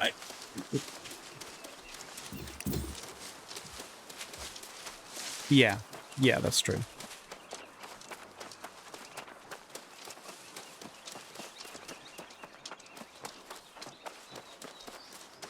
Yeah, the idea is like, should we be able to do this in 2 weeks, or is this like, or is this how, or is this like, you know, like a sped up progression, right?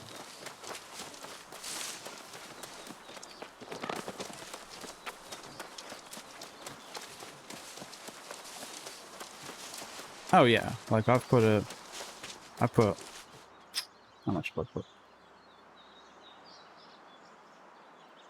I'm on, oh wait, no, that's the wrong one. I was like, that's the wrong one to drag into, to chat. I have 119, almost 120 hours.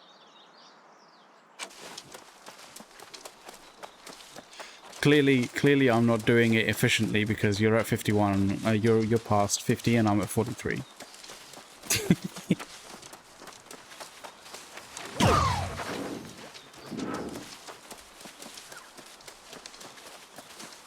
Yeah.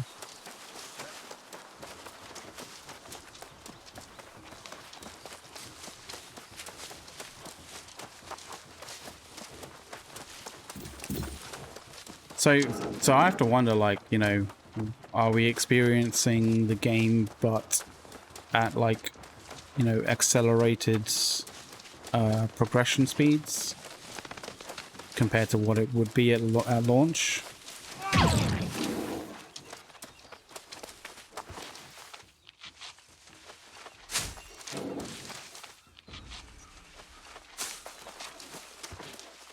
Yeah.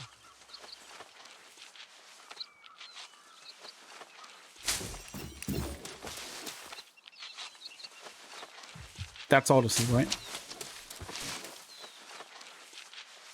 Oh, okay.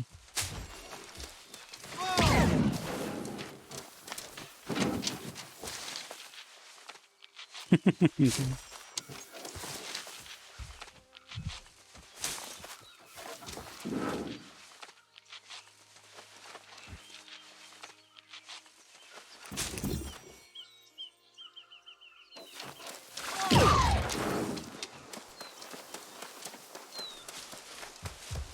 Invis, I kind of hope that like someone's like clued up the devs about that the method or the means as to how people exploit it to 35 really quickly.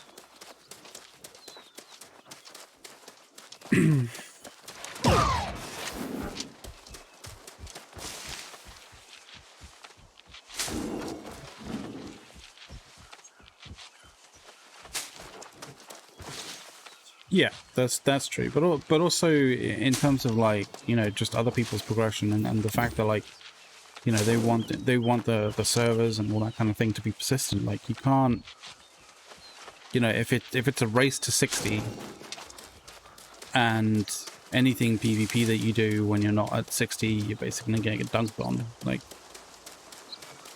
there's a bit of an issue there, because people can't just take their time if they want to be, like, you know, participating or doing PvP, which is, you know, I mean, it's a fun part of the game. Like, you shouldn't just be, you know, deny people from doing it, like, unless you're at level 60 with, like, T5 gear with gems and everything.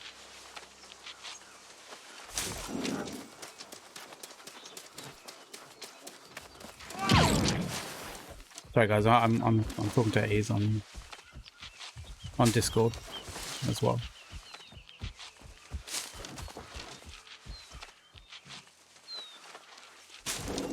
Yeah, it needs to be a degree of comparability between, like, you know.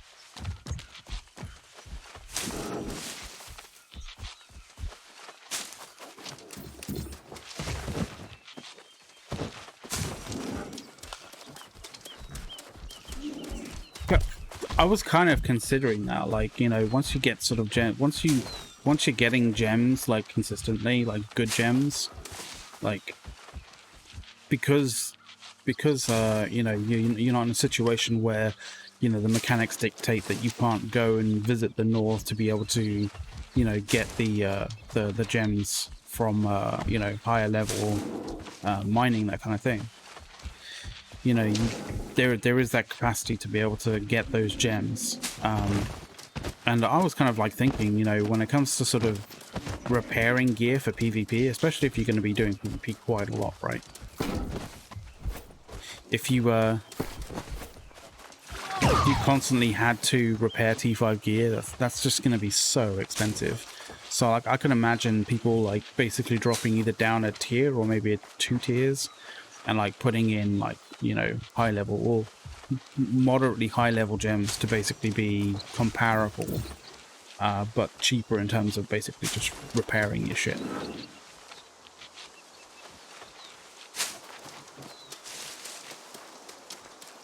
I haven't. Yeah. I'd love to see 3k like damage on somebody by not using T5 gear, but, you know, on somebody who is using T5 gear, but like,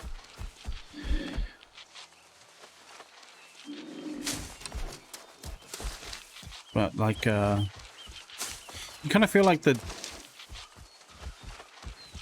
well, are they broken for PvP, or do they?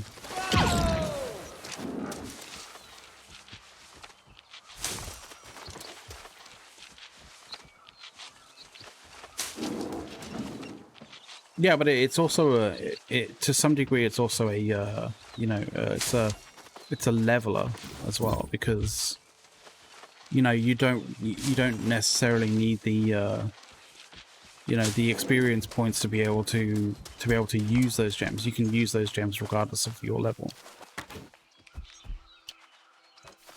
You know what I mean?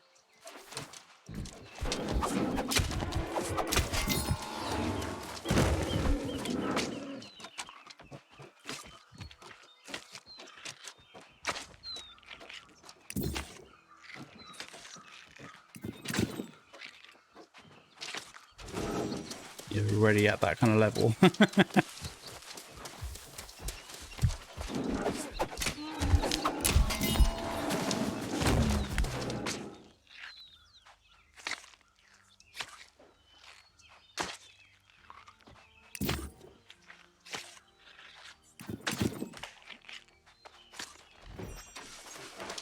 Oh, hello. I see you there.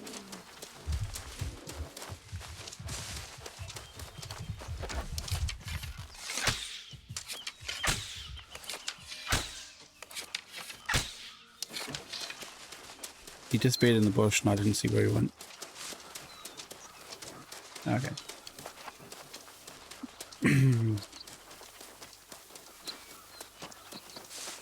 What, my stream? Damn. Is it a little choppy for you guys out there as well?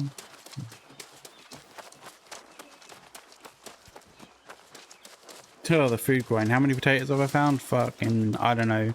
I haven't been keeping track of how many potatoes specifically I've been looking for. I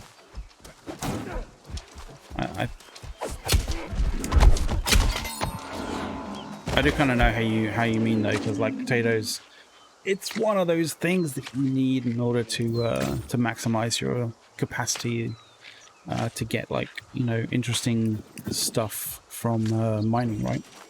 I think it's potatoes, like some potato-based food,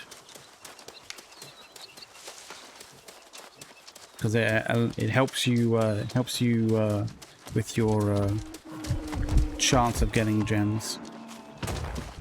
Yeah, mining and corruption. Like, I mean, if you're using potatoes and that kind of thing, like in terms of food crafting for corruption warding, like, I don't know. I kind of feel like it's a bit of a waste, especially when you consider like how much more you'll get out of it by you know, finding fucking, like, you know, T5 gems.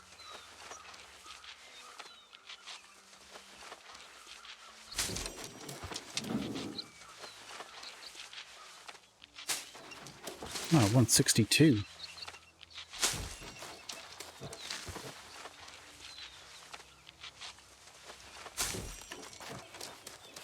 Yeah, I know. I kind of hope they do. I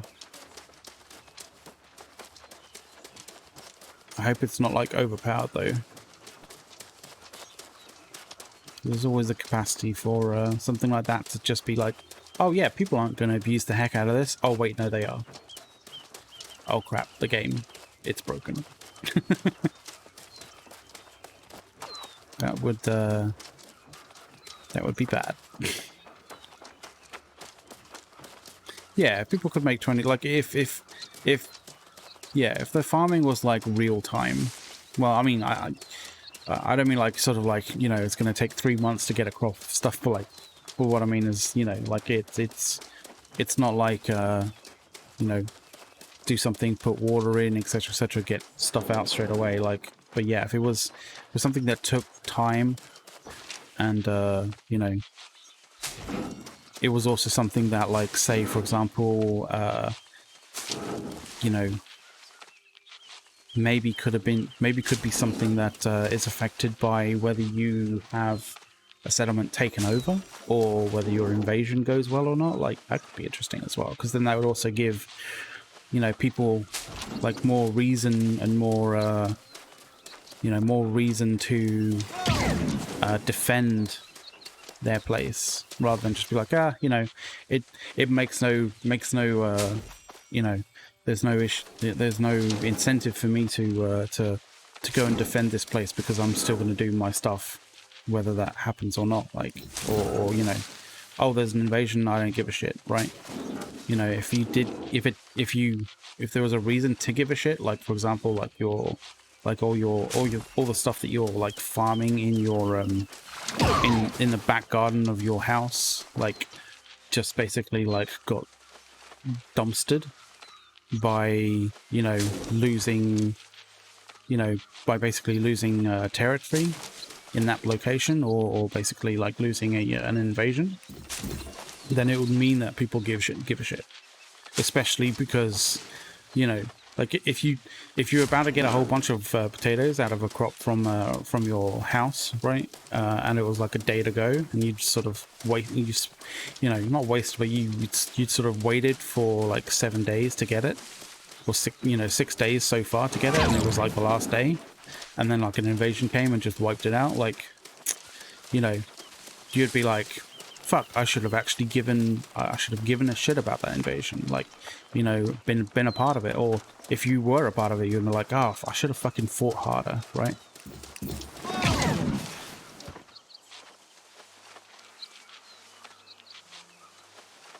Maybe, you know, there's a, I mean, but I kind of feel like that would be like, it would be, what bonuses to what crops we do? Potatoes, yes. Like, you know, it would just be like, but, you know, bonus to potato farming, yes, of course. Like,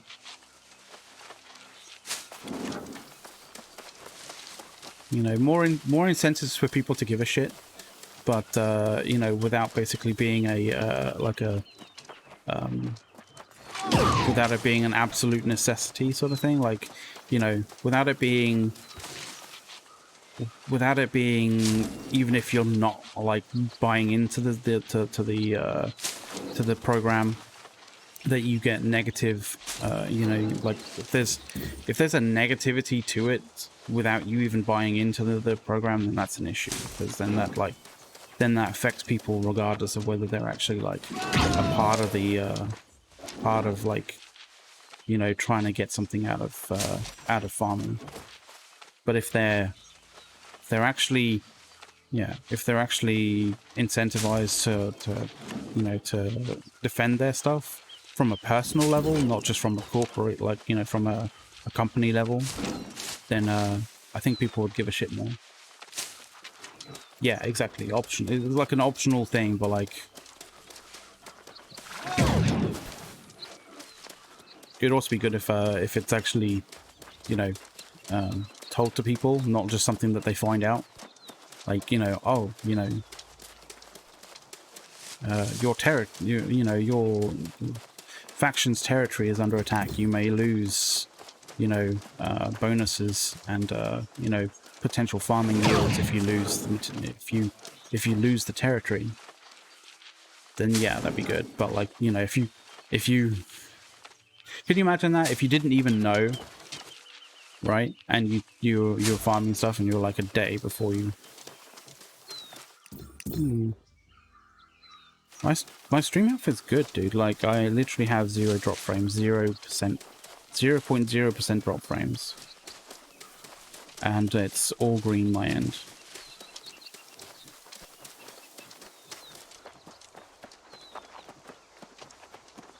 Yeah, it's 864p for a reason. It's not 740p. It's 864 because I wanted, because I'm not running 60 FPS. I'm running 30 FPS because my game is like, I literally like frame rate capped my game at 30 FPS. So there's no point of my stream being 60 FPS because there's no additional, like, additional stuff that we get out of it. So instead of 720p, I'm upscaling a little bit more for more fidelity, because I'm not pushing, you know, 60 frames for camera fidelity. Yeah. Harry's like, yeah, you should push 60 frames for camera fidelity. It's like, nah.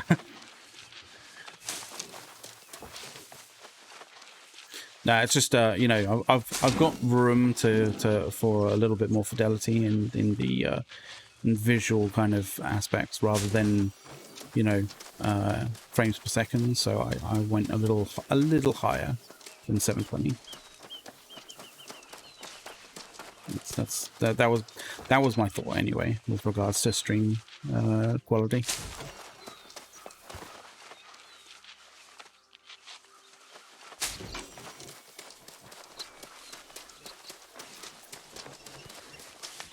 Bitrate real estate.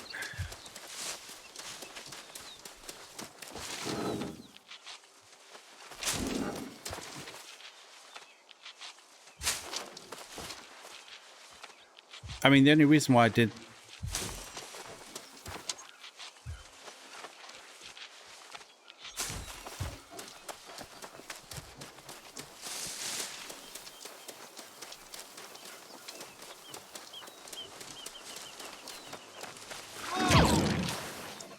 Well, the first thing, dude, that you want to do is you want to like take the CPU that you're going to be using for streaming, right? That you're going to be using on the stream PC, and literally just like don't worry about like, you know, fucking you know, copyright issues or anything of that form. Just basically set up a stream, put on a like a video, right? Like a movie or something of that form, right? And then just, so something that doesn't require your computer to basically work hard in terms of like creating, you know, sort of rendering scenes like in a game, right? Like just set up a movie and just, you know, set the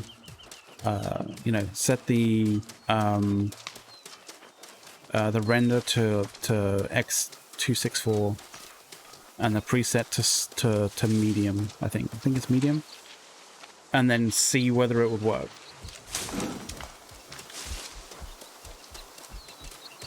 It's got nothing to do with the 3090, dude. Like, because your stream PC won't have it. Yeah, so at some point, just use your personal channel, like just set up your PC to see if the Radeon 7 will do, like, you know, that preset at 1080p 60 FPS without any issue, without any problems with drop frames or anything of that form. Because if it does, then you're fine. Then you're away to the races. You know that PC will run whatever it gives, whatever you give it, without any issue.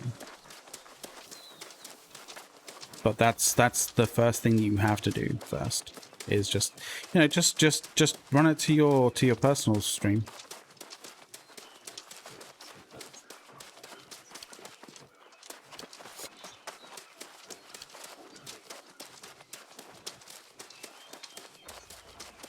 Okay.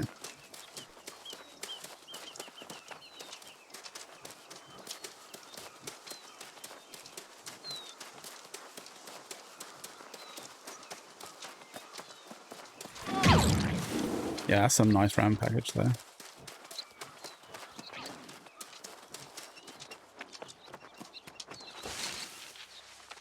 No, you don't.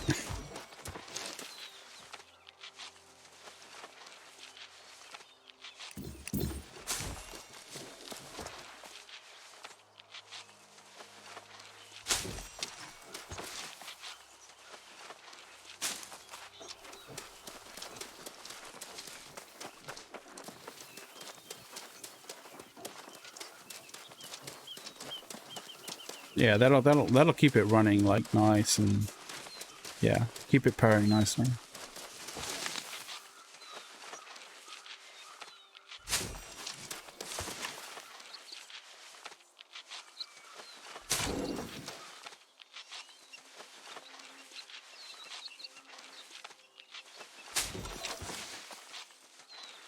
Yeah, that'll be lovely.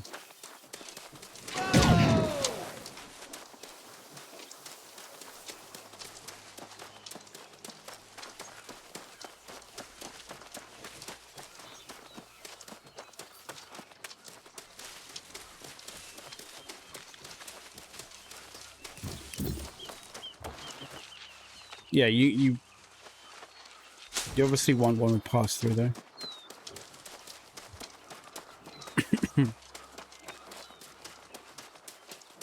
Oh, cheers, Invis.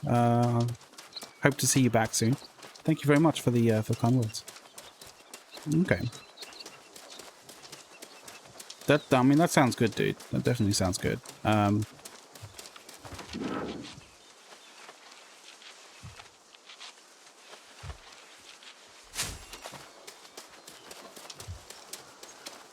Yeah.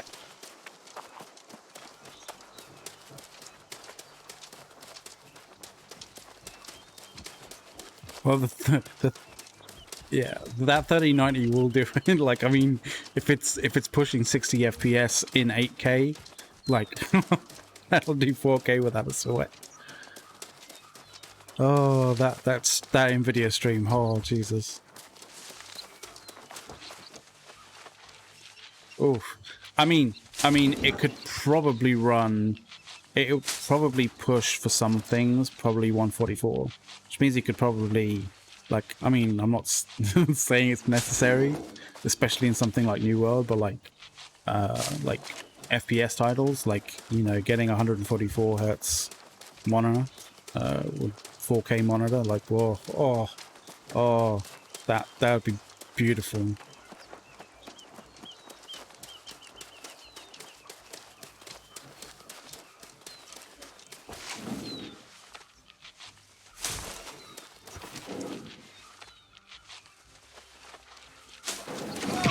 No.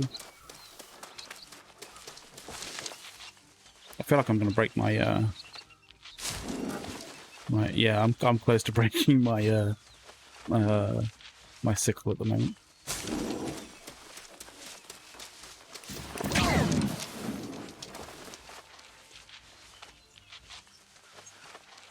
Yeah, I mean, Zesty, the new NVEC, like, is pretty good, but like I've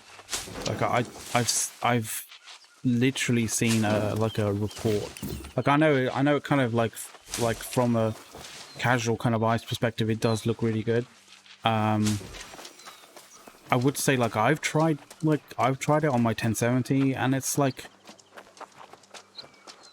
I don't know, 10 like at the bit rate that that Twitch kind of like, you know, essentially limits you at, like 1080 60 FPS. Like, I don't know, it doesn't look right. Like, I can run 1080p 60 FPS, like, you know, on NVENC new, like, definitely without issue, but it doesn't look as good as other streamers, for example, running the same, like, potentially running the same thing. Sorry, how many hertz? Oh, it is 144. Nice, okay. So yeah, you'll be able to max that out. It would look fucking butter. It would look beautiful.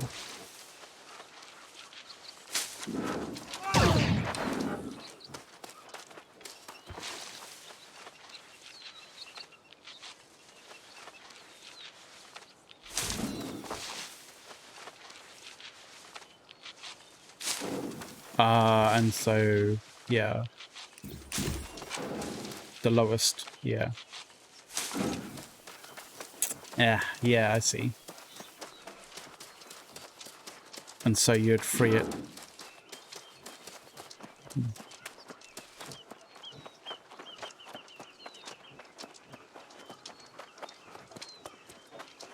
I mean, all you'd really need after that is like, what is it?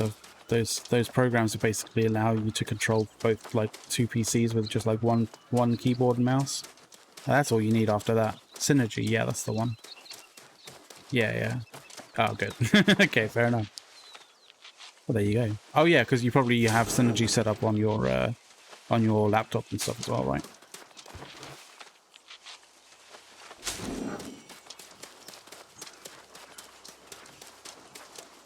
Running it and stuff.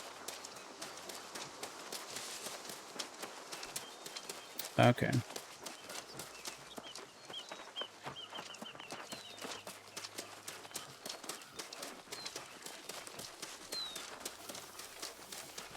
Oh, very nice. I didn't know about that. That's pretty cool. Oh, yeah.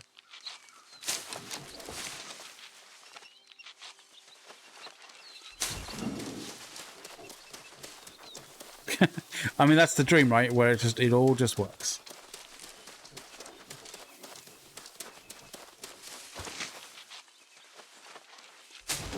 I imagine so, yeah. It has its issues. Mm-hmm. It works great up. It's great up until it doesn't work, and then you're like, ah, this is so aggravating.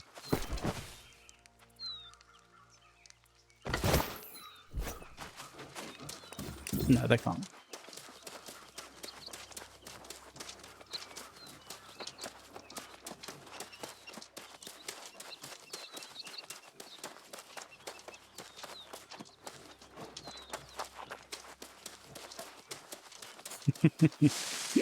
Yeah, it's that pretty bonkers setup.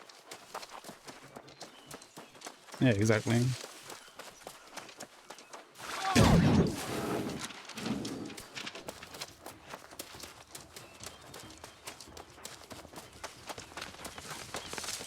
Yeah.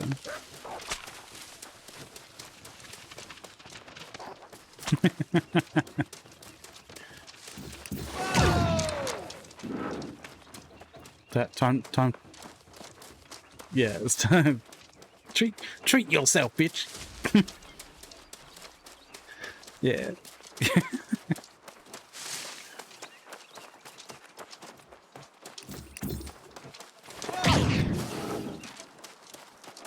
It's like, yeah, 2020 might have been a bitch, but it's gonna fucking pay out for me one way or another.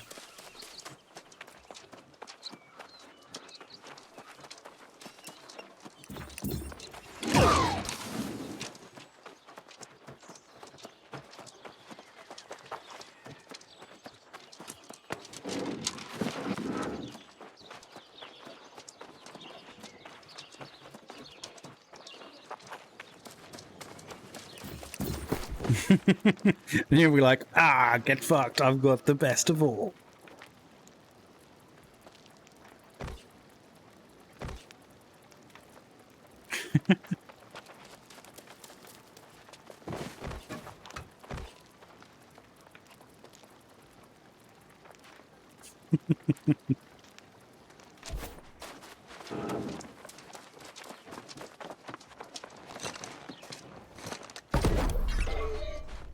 Ah.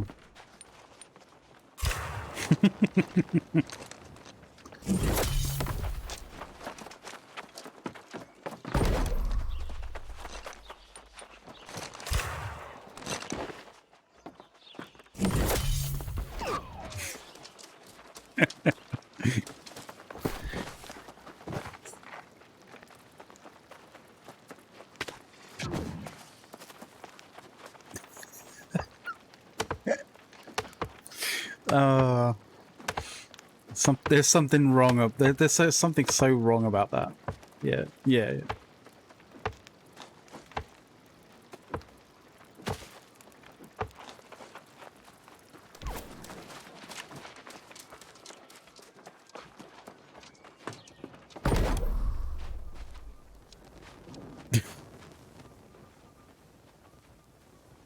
It's like, oh, it's category 5 hurricane. That's time and a half for me.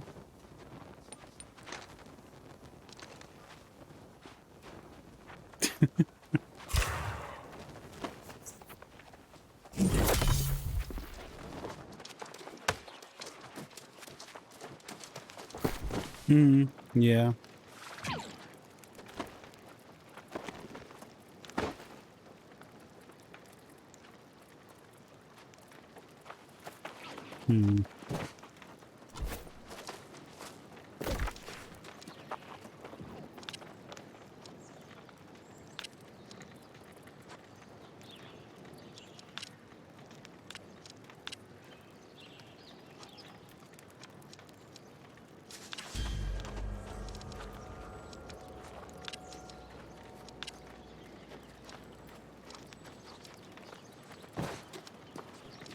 Oh, yeah.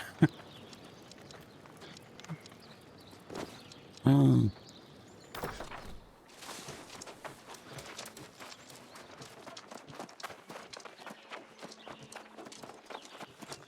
Yeah, was it, what, the Dyson, is that the Dyson fan, right?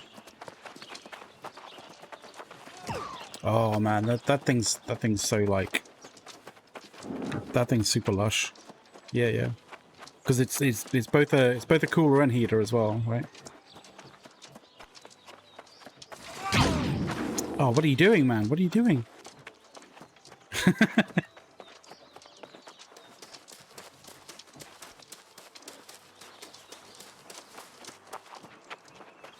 I guess.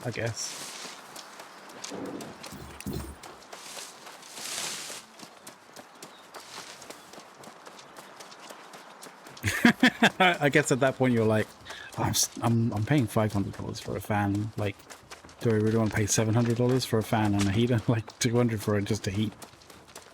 Yeah. Yeah, I get where you come from.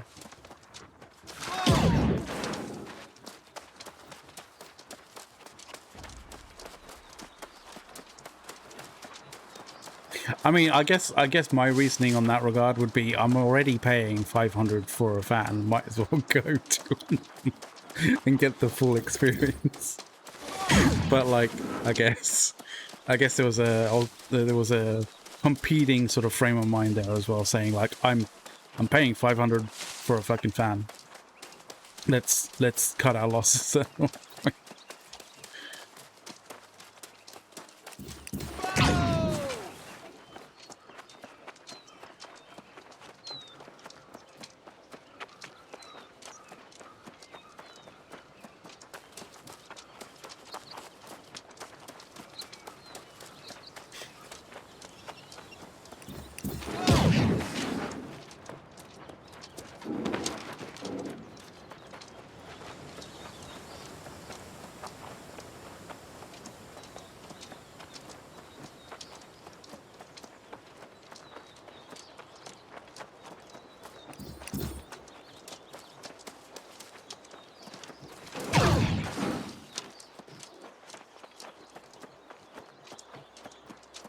Yeah.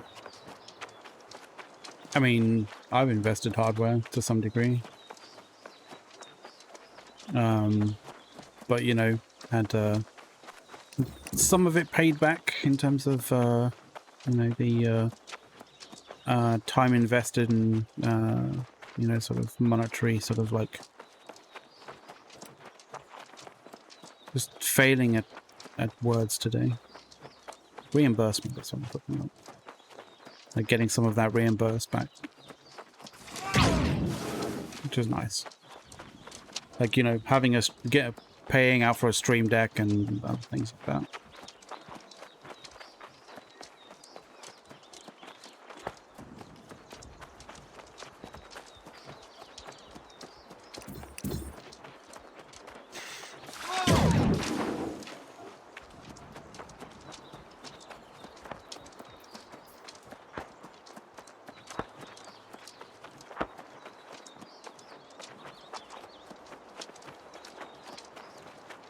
You don't have to worry about it limiting you in any way, shape, or form.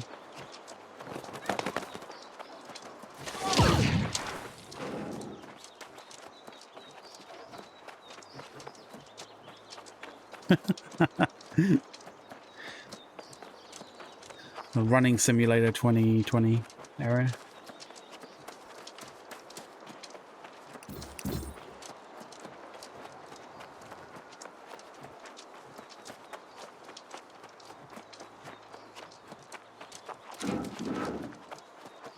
No, that's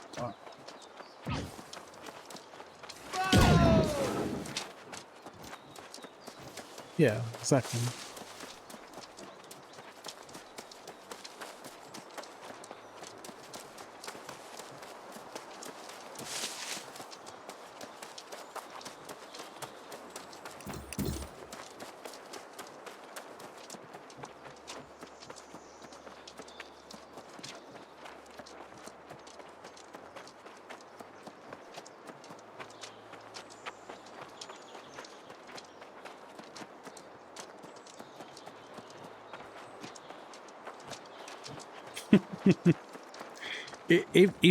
Eventually, after we slowly accrue a good following, like, you know, we can look to like that kind of thing.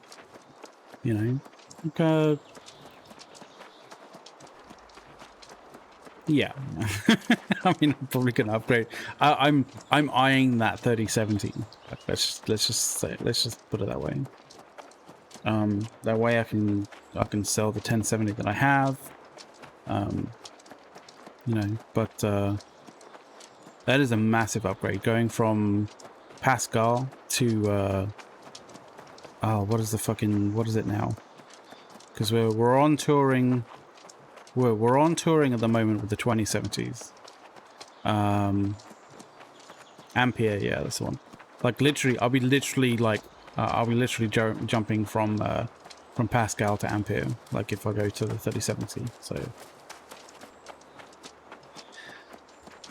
yeah, I know, Aria. Like one of the things that we kind of said with regards to Discord comms is because we're not actually in a channel specifically about streaming, that we didn't want to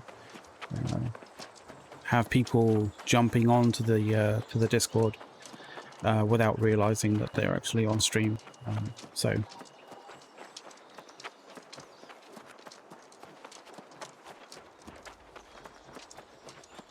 So apologies that you can only just hear one side of the conversation. Yeah.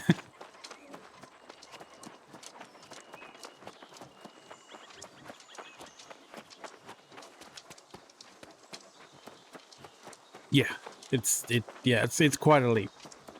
Quite a leap going from the 1070 that I have at the moment to a 3070. Like, I'm. You sure? You sure that's all right? All right. Well, Aza said that he's okay with it, so like, I'll.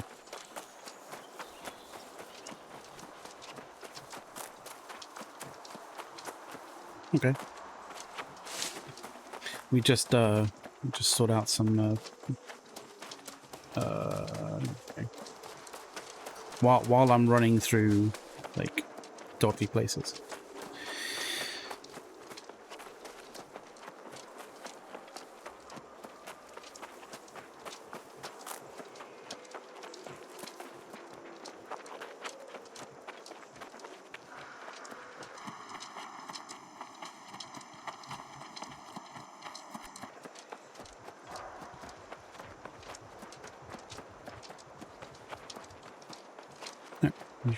You should be in. All right.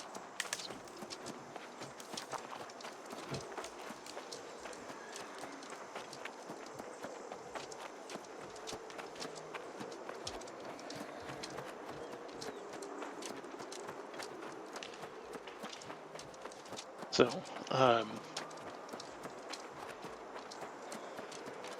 simply put, like I looked. So I looked at I looked at the performance metrics for all of this stuff, and I just can't not do it. Like, I'm in the same ballpark, dude. I'm literally there looking at it going, I can't not upgrade. It's just too good. yeah.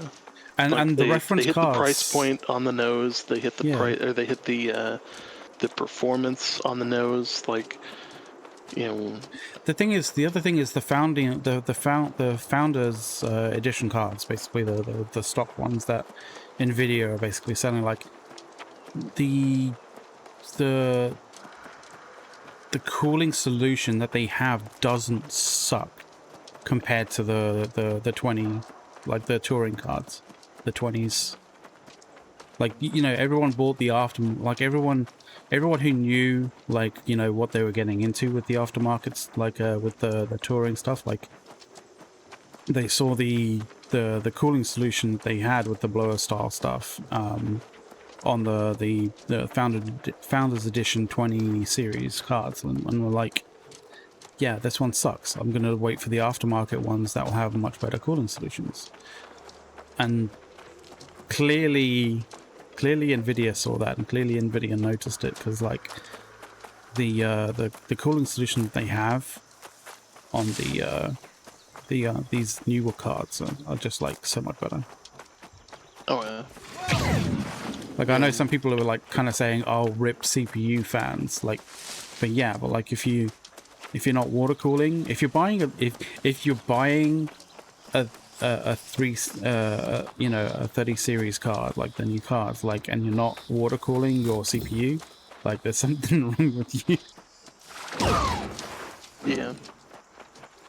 Like even I'm at the point where I'm like, okay, you know, I'm probably gonna get that, or I know I'm gonna get the Ryzen 9 XT. So Yeah. that's gonna be the heart of my computer. That said, that thing's gonna get a water block on it, because, you know, not that I need water cooling, but that I don't know that I can get enough air through that computer to cool everything. You know, and I would rather, you know, Just I honestly, part of the reason why I actually like really like water cooling solutions is like, it's not just the capacity for it to cool a CPU, but it's also like, you don't have to fucking, like, you don't have this massive issue of like having to like deal with, you know, the fucking size and weight of like an air cooler, like on your board. Like, you just, you know, and it's so much easier to just deal with. At least I find, anyway. oh yeah. Well, that's all my solvent gone. And now that they've like, now that they've made it a little bit, like, I don't want to say easier because that's not the right word, but they've made it safer. Yeah. You know, like the original water cooling solutions, like, were honestly a little bit like frightening. Yeah, because you were always super concerned about, like, you know, it leaking and then just like fucking your computer up, like literally. Yeah, just entirely. But now they've got that down to a science. I'm not very worried about it. But much more comfortable with that. Should probably drop the sound of the game down a bit when that happens. Okay, -6. Okay. Sorry, my recalling to an inn was challenging the power of your voice there for a minute. It's all good now. Nice. Yeah. What's 2000 Satine now? So, but I suppose the chat only got the first half of that, or half of the first half of that conversation. Yeah, yeah, essentially. The big thing, the big thing that I talked about on the first half of the conversation there is that I effectively don't want to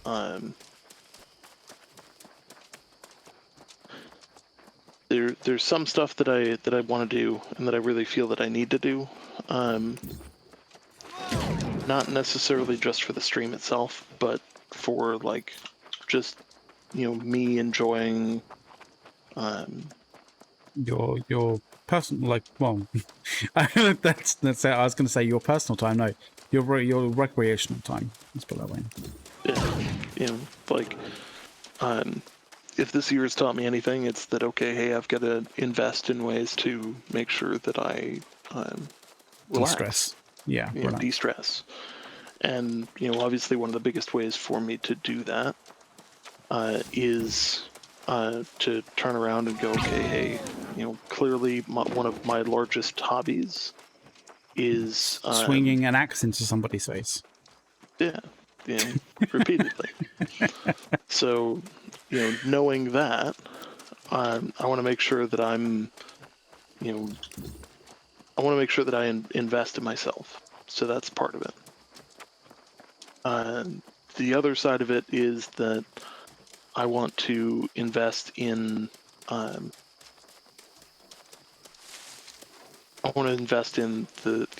potential success of the channel. Like obviously, like we've had a big boom in viewership. We've had some awesome support from AGS and all of that I can't like. I don't want to sit here and be like, oh, we're gonna I'm gonna drop 3K in computer parts just because I'm getting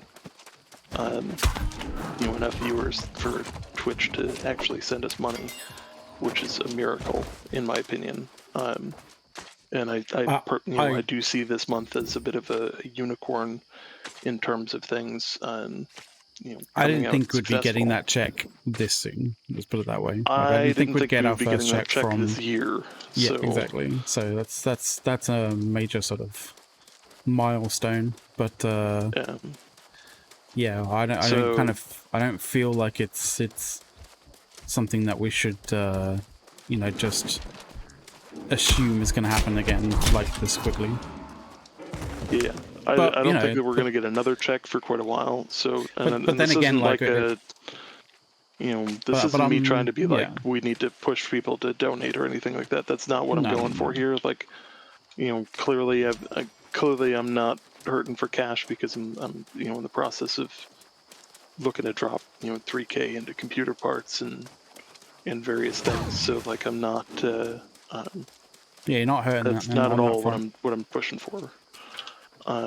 But what I do want is I want to be able to sit and turn around and go, okay, hey, how do I do both while making myself happy in the process? Because I've got a center monitor that's capable of 144 hertz that is currently locked at 60 hertz, which that's because I'm running 3 4K monitors across. Great, but I don't need that kind of horsepower.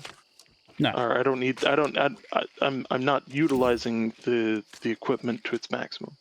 So being able to cut two computers or two of the monitors off and give them to, another part or another process, basically, is going to be beneficial in lightening the load and allowing my computer to do what it needs to do to allow me to play the game the way that I would like to play the game in truly max settings at, peak performance. Which, hey, great. For sure. Like, that's my goal, is I want to be able to play and enjoy it, and be able to turn around and stream it. So, upgrading to the 3090 just makes sense. Putting in, totally. Building out basically a second PC that is going to be entirely future-proof is just like, that's the dream right there. I mean, so... I may actually try, like, have a go at sort of seeing whether my my 6-core fucking 10-year-old CPU will actually do like do that stream PC sort of like X264 medium preset like on its own as well. Because if that's the case, then I might actually keep my my Xeon and use it for the same sort of thing. But and it doesn't take I don't think I could actually. Yeah, I don't. I'm I'm kind of skeptical that it will be able to do it. Like, but you never know. Maybe with not rendering the game, like any kind of like game that I'm running, like it might be able to do that kind of thing. But yeah, like I don't expect it to do it. Oh, cheers, guys! Cheers for the follows. Yeah, you guys. If you guys are following, like, oh, sorry, hang on. You guys are following, like, you should really, you should check out the giveaway and like definitely like get yourself a ticket for the merch, because like it's good quality merch, dudes. Sorry about that, dude. It's so good. But yeah, like I do want to I do ideally want to run streams at 60 1080p 16, right? But the thing is, I can run this stream at 1080p 60 fps, but it's just with the new like NVENC codec, right? But it doesn't look like, honestly, I've literally looked at other streamers running the same sort of content, and it doesn't look as sharp. So I know that those streamers are running a dual PC setup, with X264, not NVENC, running at medium preset. And I showed you that that article where they literally went like almost statistically looking at the quality of a stream, not subjectively, right? And literally looked at it and was like, okay, well, this is the reason why. This is what the actual, this is what the kind of like the image quality is like if you run it at this frame rate with this preset at this, with this kind of bit rate. And I know that I can't run it and play the game at the same time at that preset. Like, there's not actually that many PCs that can do that. Like, maybe if you have a 64 core, Threadripper Ryzen with a 3080 or 3090, like, you might be able to do it with just one PC, but like, for most people, it's more economical. Yeah, for most people, it's way more economical to have a 2 PC setup. Yeah. It just is. Like, are you gonna spend $2 to $3 grand on a 64 core a 64 core Threadripper, right? And another $1.5 to $2 grand on 3090, and then all of the rest of the PC that goes along with that. Just to do that, or can you basically take the PC that you have already, use that as the stream PC, so long as it can do the preset without any issue, and then just buy a PC that can run the games that you want to play you know, at the frame rate that you want.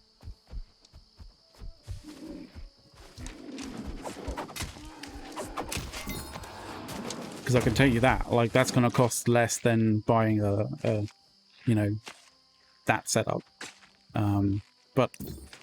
But in saying that, like, you know, if you want to be running, you know, 144 hertz at 4K, like, you're probably going to be wanting a 3090 anyway.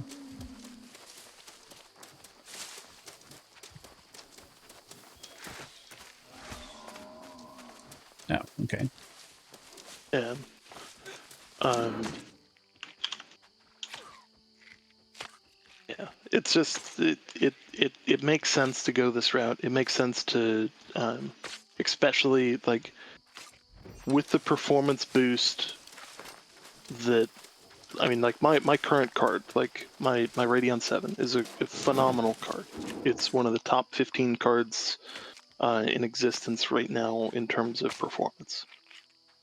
That said, turning around and going for it's not as good as it's about even with the 2080, not even with the 2080 Ti. So it's Yeah. if I can get double the performance of that card, I can't complain. Like, I mean, that's a huge jump. That is just colossal. Like, I mean, the jump might very well be almost sort of like for me going from a 1070 to a 3070. Like, you never know. Yeah. Yeah. And you know, Especially, knowing that, yeah, it's a big investment. It's still worth it to me because yeah, one, I'll be sure. able to play the games in the resolution that I want to play them in on a screen that I already have. Unlock that 144 hertz capability to its full potential, and be able to throw a capture card into basically my current rig and be able to capture the stream for you guys in a much higher quality. It just makes sense.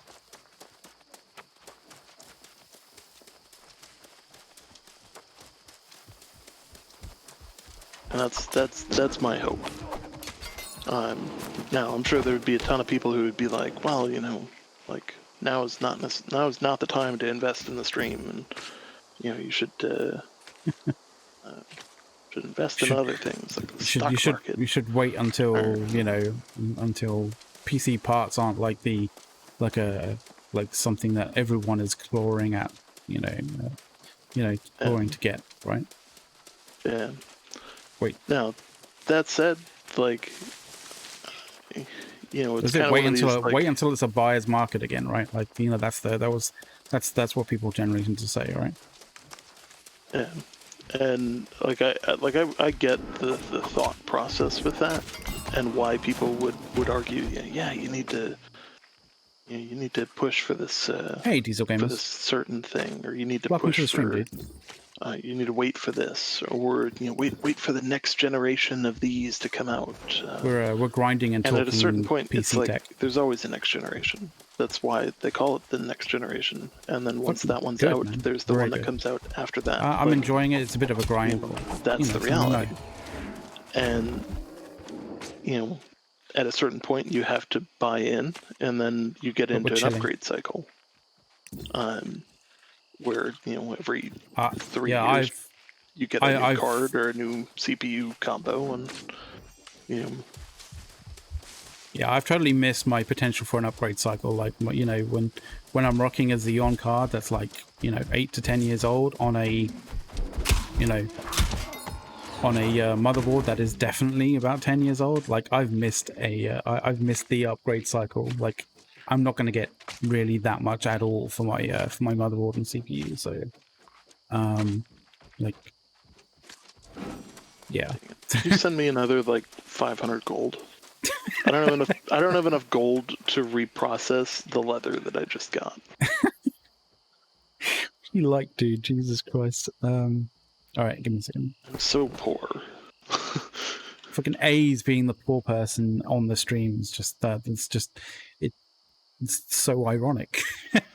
Like I don't have the 37 gold required to use the tannery to sell to make coarse leather. Jesus. Thank you. Oh God, it's a rough life This, right the, now. this, Uh, this is unprecedented times in New yeah. World when A's doesn't have the gold to fucking just reprocess shit. This is what happens when you get the mentality of it's okay. There's only a couple of days left. Well, then you go and buy a bunch of stuff that you don't necessarily need. Yeah. And then go, oh crap. Yeah. Probably shouldn't have done that.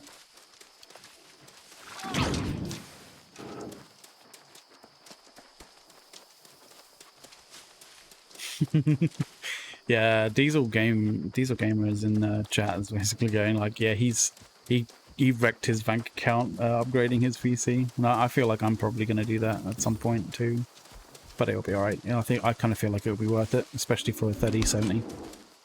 And so I do think there needs to be a moment of silence for anybody who recently bought like a 2080. Oh Jesus! Just rest in peace. I apologize to your wallets. Like knowing that a card is coming out that costs half as much as that and has double the processing capability. That's painful. The only thing worse than that is like, you know, when they did the supers, right? Yeah. Like buying a regular 2080 and then like those supers coming out, or was it the 1080s and then they did the 1080 supers or something like that. Like people bought into the regular cards thinking it was okay, and then like, you know, thinking like this is the top of the line sort of thing, and then they brought out the supers and it was just like, you motherfucker, could you have just waited like a year or two before, like, or like a year before bringing those out, like, so I could at least have my time in the sun. My I think I said this earlier, but I was muted. My brother and I have always had this competition over like who's got the best computer, and he very recently upgraded to a Ryzen 9. You know, the Ryzen 9, you know, 3700 chip, which, okay, hey, great, that's a 12-core CPU. Oh, Diesel, oh no. Ouch. Don't tell me you need more money. I'm sorry for your wallet. Oh yeah. Oh. Those are painful. Like I was looking at buying one like last week, and then I was like, I should wait until the new ones come out, and I hemmed and hawed, and then I was like, oh, the announcement's this week, so let's see what they come out with. Then they came out with that announcement, and I was like, you know, a 2080 Ti is going to be about the comparatively to the 3080. The 3080 is about 180% the card that the 2080 is. Which, like, that's a holy shit moment right there. Yeah, I feel for you, Diesel, but like that doesn't happen. You know? Yeah, but I mean, the thing is, like, yeah, like, you know, you're the 30, you know, the 3000 series cards are going to be like, are ridiculous, but it's not like, you know, SLI 2080 Tis are going to be like obsolete, right? Like, I mean, I'm still rocking a 1070. I'm still relatively okay. Like, you know, I can still game, I can still stream, and you know, and you know, and record all at the same time, like on title that isn't even out yet, right? So it's not like it's not like, you know, dual 2080 Tis are going to be obsolete like as soon as the 3000 series cards are coming out. Like, it's just like Now, you're not so I was king watching of the the hill. MSI stream earlier today, and MSI was saying that their cards are going to be about 2.7 slots wide. So they're not going to be Jesus. compatible with SLI. And it's not that they're not that they don't want to be compatible with this SLI. It's that they're going hog wild on getting the extra performance out of the card, which, okay, great, but like in order to get that extra performance, it's going to generate a shitload of heat. Yeah. So they need a heat sink that is literally, you know, like everybody's been trying to stay to the form factor of, okay, you've got a 2-slot card that is as much space as you are allowed to take up in a computer, and now it's, yeah, actually, you have a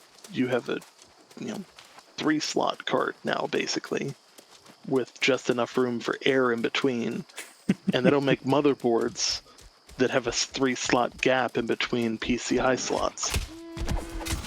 So Yeah, exactly. So you have to miss out a big PCI slot, and like, good luck finding a computer that has like was it like what are we up in PCI? Is it PCI 3? Gen 4. Gen 4 now, yeah. So like, do you have Gen 4? Like, is there a card out there that has like, like 2x14 Gen 4 PCI Express slots, but like separated with another PCI Express slot? I'm not I sure don't whether think there there is. I don't Like, think so there is. you're kind of fucked. Yeah. Like, I think motherboard manufacturers are gonna have to turn around and be like, how do we make this a viable, like, is this gonna be the new form factor? Are we gonna need to start building building motherboards that have 3-slot layouts for SLI'd cards that take up one in every three, like, It just that's sounds such a weird ridiculous. thing. Like, It sounds ridiculous. it's not at all what you would expect, because like the industry standard has always been, well, not always, but like for the last 10 years, you get a 2-slot card and you make your card fit in that 2 slots. Yeah. Now Yeah, it's, exactly. okay, hey, the reality is you can only fit so many processing cores in so much space. Like, that's just how math works. Like, physics is a thing. So, effectively what you're doing is you're taking so here's Nvidia's strategy with this new card. Like, hey, AMD is kicking our butts Yeah. in the CPU market. We need something to stay relevant here. So what do? We take the 2080 and we go, all right, what do we do if we can just double everything on that card? Like, just double the processing cores across the board and call it a day. Like, is that enough? Drop to a 10 nanometer chipset, and then let's the 10 nanometer chipset is going to make things infinitely easier for people in terms of cost, because jumping down from the 14 nanometer set, you get a wafer that has so many chips on it. The smaller the chip, Yeah. the more fits on one wafer, which lowers the cost. Same material value. The end value is then transferred over to the purchaser. So, now you're sitting there going, okay, we can make a lot more cards with the same amount of materials, and make bank in the process. But we can hit a price point that more people are going to buy, which means we'll gain more of the market share, which means, people, when they look at their next purchase, are going to go, well, this is the card that I've got in there. I've had a good time with it. It's been good to me. Do I switch back over to Team Red, or do I stick with NVIDIA? And that becomes a legitimate question at that point. Yeah. But I think the way they're looking at it, it makes sense that you stay. Yeah. Now, AMD has them on the CPU front.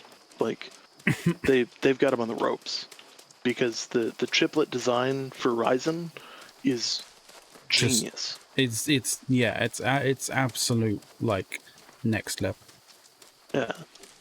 Because I mean, basically, it's taking that same mentality down, except they're down at the 7 nanometer process, and they're turning it and saying, okay, we can make all these chips, and even the ones that are bad, like the 8-core ones that are bad, we can just turn off 4 of the cores and put that chip on there as a 4-core processor. Exactly. Yeah. Like it's so efficient. So Yeah. efficient in terms of like, your output. Like you're not throwing away bad bad variants. You're basically repurposing them in like such an efficient manner. It's fucking next level, man. So, and on top of that, it makes the design of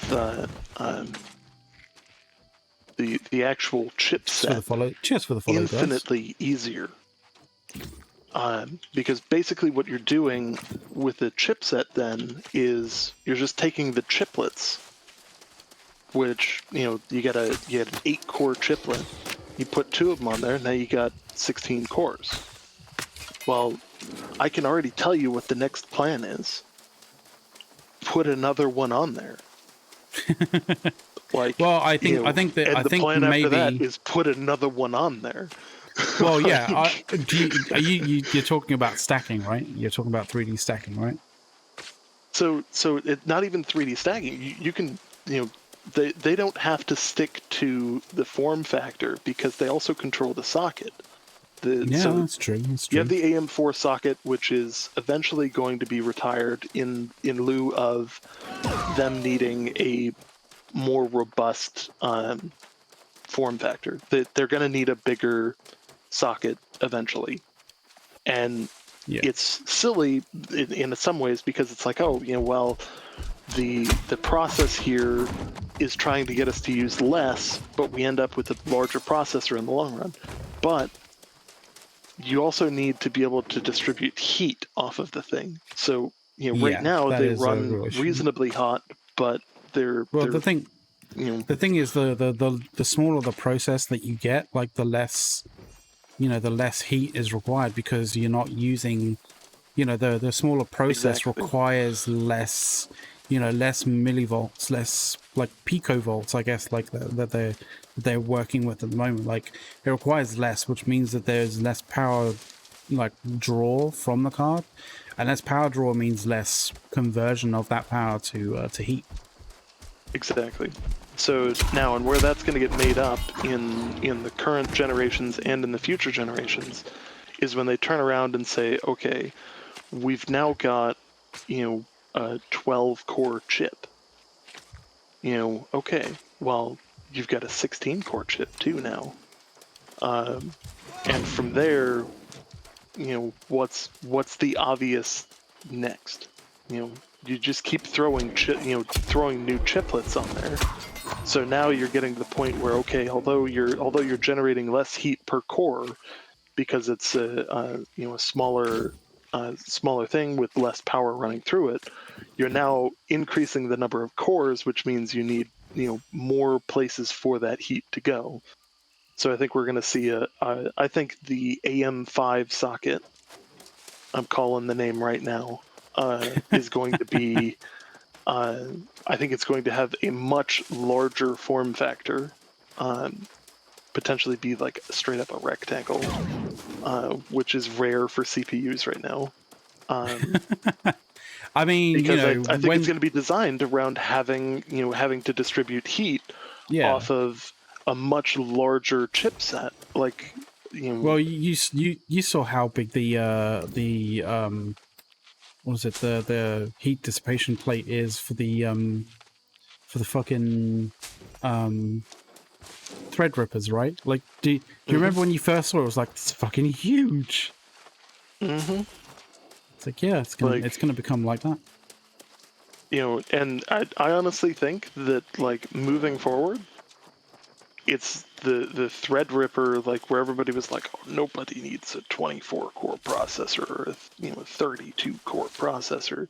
I genuinely want to get onto that. That's the future. Yeah, it is. Yeah. Like that's the reality. Like the future is here.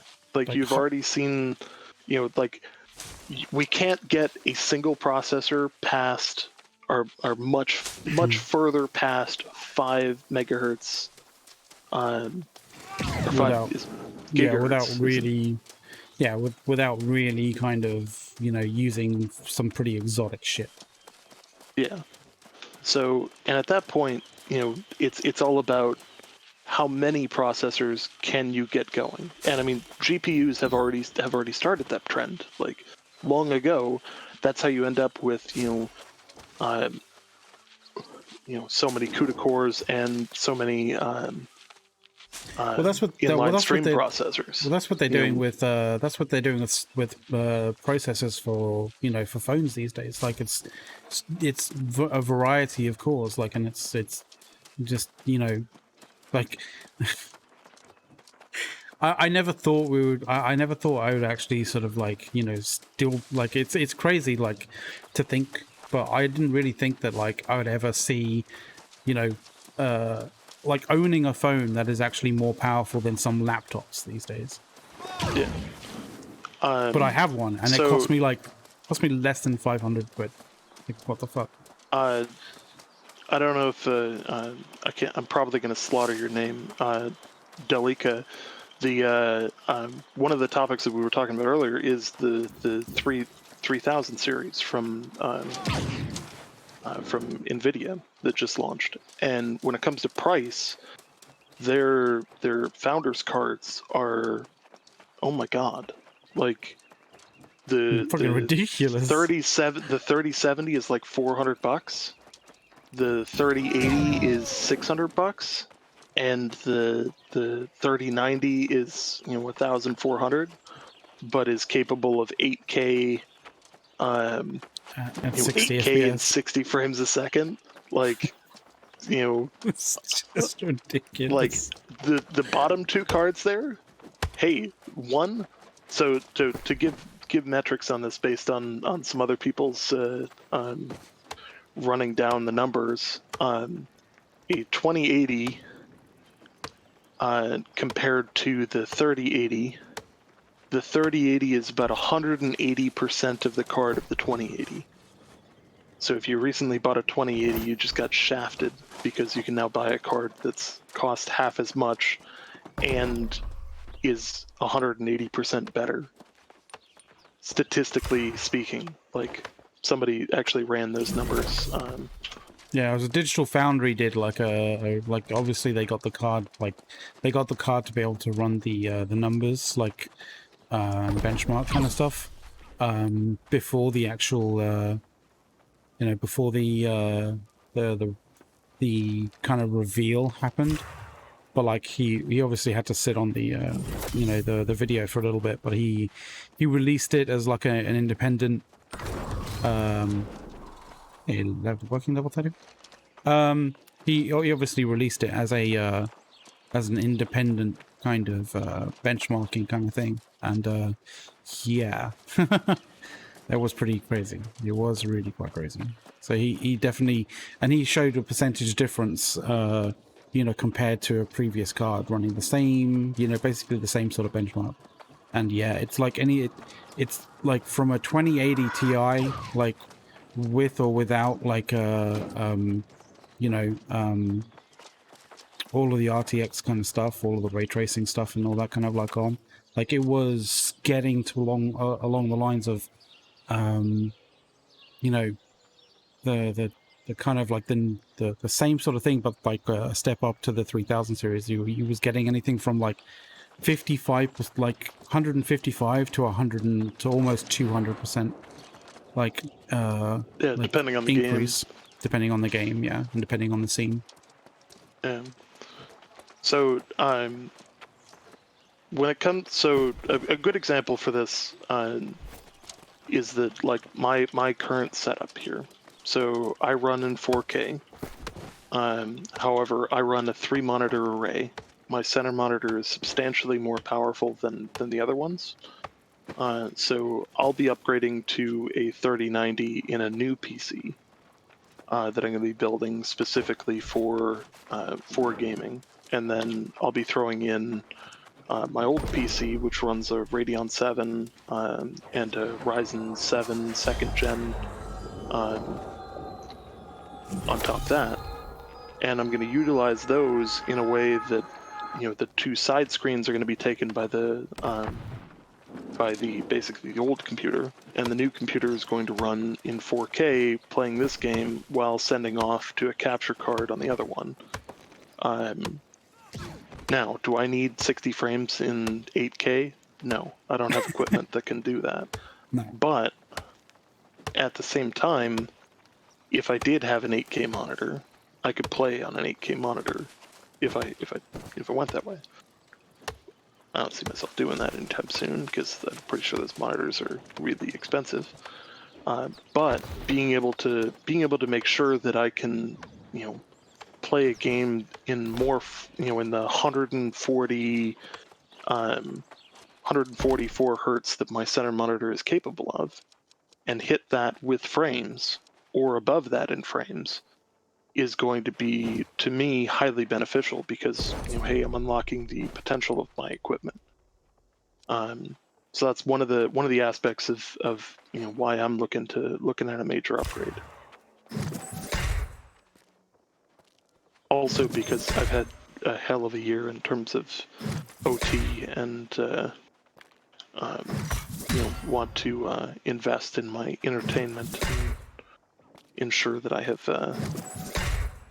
fun doing what I'm doing. Oh yeah. And, you know, maybe I'll even have a computer that can finally run Crysis. The new Crysis, Yeah. maybe. Yeah. That Cry engine. Be the new whatever new Crysis coming out, like, you know, that'll be the next level in terms of benchmarking. Yeah, that's with the DLSS as well. So, like, you could run a game at 8K on a 4K monitor, you know, and get higher resolution, or higher, not resolution, but higher, like, fidelity in your image, and a lot of the, like, the AI stuff that they were talking about, where it's going to fill in and better determine what's supposed to be in any given pixel. cell, which is, like, I'm really looking forward to a lot of that. You know, I know, like, some of the other stuff that they're kind of starting to enable is the broadcast studio stuff. It probably means nothing to most people, and, like, everything from Zoom to everything else has a lot of those capabilities. But I actually really kind of like those. Oh, We ran out of beta access on New World. Can you still reapply for access? How did you run out of access?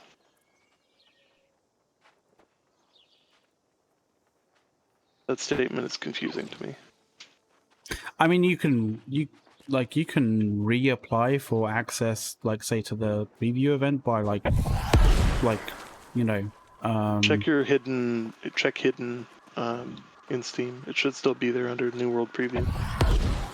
Yeah, normally, like, you should have been invited and given a key, like, via you know, either on Steam or via you know, an email. So you should definitely check your email and definitely check your inboxes and all that kind of stuff.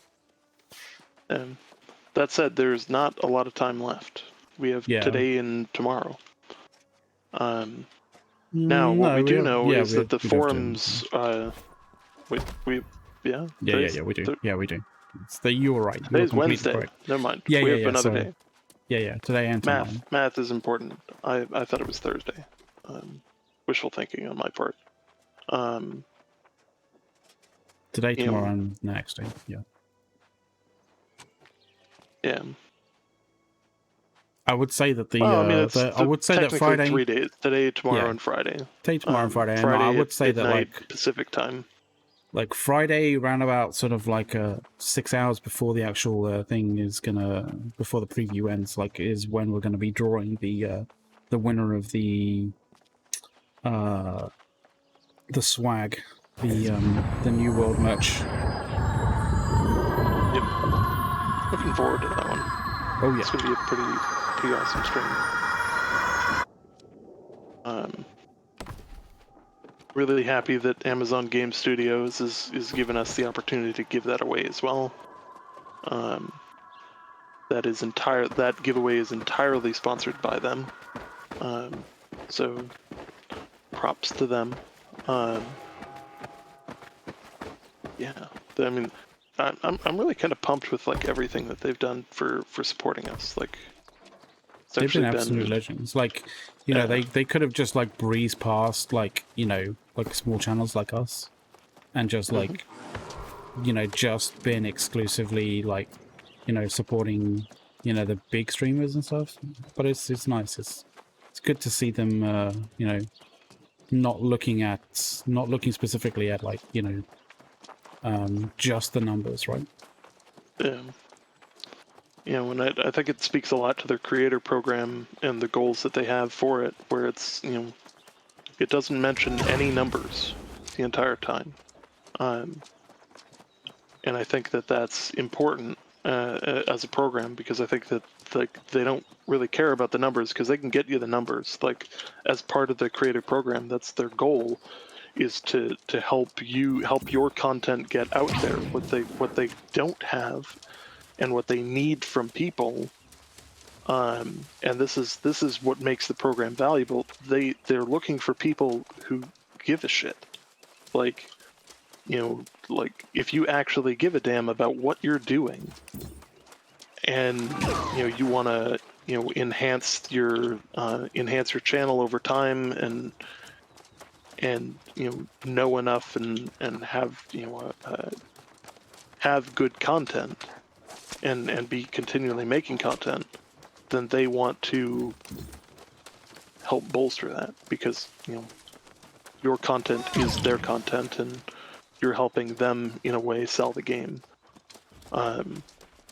So To a degree, but like even if you're a you don't small have to streamer, be. it makes sense to be for them to promote you and build out, you know, help you build your channel's audience, than it is for them to turn to a big streamer and go, hey, you know, let's pay you to come play the game. You know, but they don't know anything, and the only reason they're there is for a paycheck. You know. But saying that, like, you don't have to be like, you know, you don't have to be an absolute advocate of, you know, like a diehard advocate of Amazon Games to be, you know, to be a good streamer or to be a good content generator or creator like that. You know, they would find Yeah. valuable. Like, you don't have, like, you can still be critical of the game and like, you know, be worthwhile to them. Like, I mean, you go back to the streams that we did of just, you know, just talking about Amazon Games, like the news that was coming out about like New World and that kind of thing. Like, you know, there's plenty of times where we're critical about Amazon Games, you know, development and you know, the potential pitfalls of where they're going in terms of developing, you know, New World. That's just, you know, oh no, fuck, I just broke my harvesting tool. Anyway, repair that. But regardless, like, you know, you can be critical without being an absolute dickhead on stream, right? And so you don't need to be like toxic and, you know, and be critical of the game. Like, and that's the difference that I think that I think, you know, Amazon Games kind of like has seen, at least with us, right? Like, we can be critical, but we can also be polite and, you know, and give them feedback without being, you know, assholes about it. On we, you know, I think we, you know, I don't, towing the line is not the right way to put it, because we don't hold any punches. You know, like if I have a problem with the way things are going, I tell them I have a problem with the way things are going. Like, I'm in no way holding back on them to be like, oh well, you know, this would be, you know, this mechanic sucks and here's why. You know, Um, if I'm running into this mechanic sucks, I'm gonna tell them, hey guys, this is rubbing me the Like, wrong way, and this is why it's rubbing me the wrong way. like literally this stream, I was talking previously about the fact that a lot of people, when it comes to playing the game at the moment, like, leveling, it's, a lot of the attention in terms of, progressing this game is about leveling. And, it gets to a point where, when it comes to making money in this game, especially when you own a territory, they're like, companies just make money out of like the taxes, and it doesn't really get funneled back to players, because most of the time those players, they're sitting on money that they don't generally need too much. I mean, unless you go and buy a whole bunch of stuff and you can't actually refine things because you don't actually have enough gold A's. But if your company's just making, like, gold hand over fist, like, you have this surplus of coin, what do you do with it?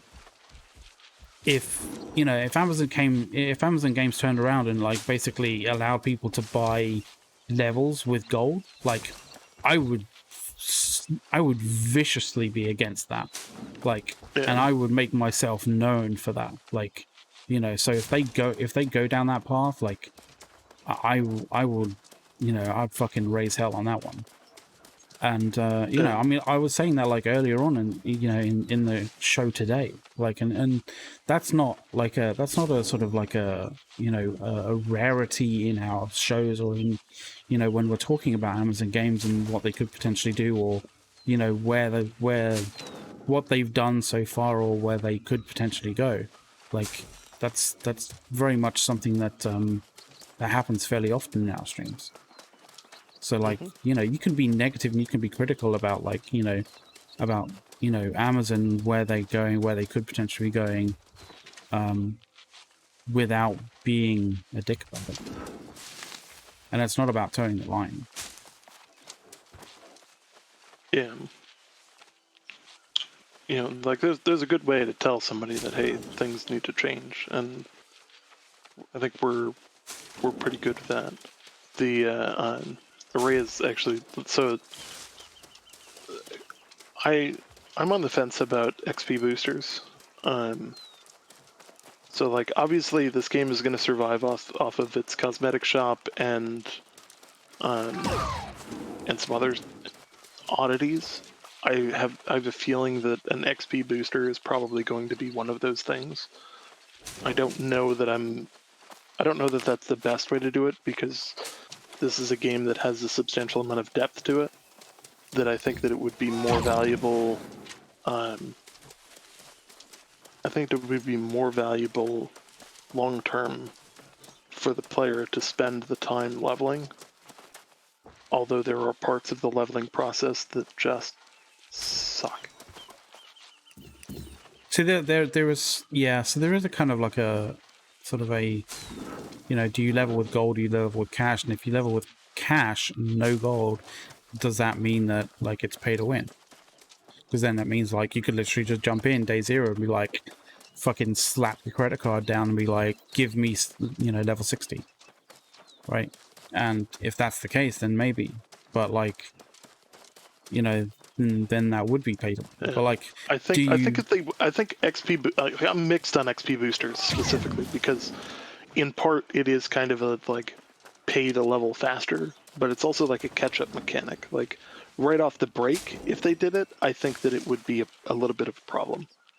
If it was just but like, if they waited I want to do, like 5 months and went, hey, Yeah. we're launching XP boosters, then okay. But like, if they did, like, just literally, like, I don't want to do anything, but I want to be level 60, and just, here's my credit card, take money out, right? I think that would be an issue. Like, if you, like, XP boosting, so, like, you don't have to do as much, but you still have to put some work in, I think is a preferable way of doing it. But like, my concern is if you went the realm of, like, in-game currency to just give you levels without any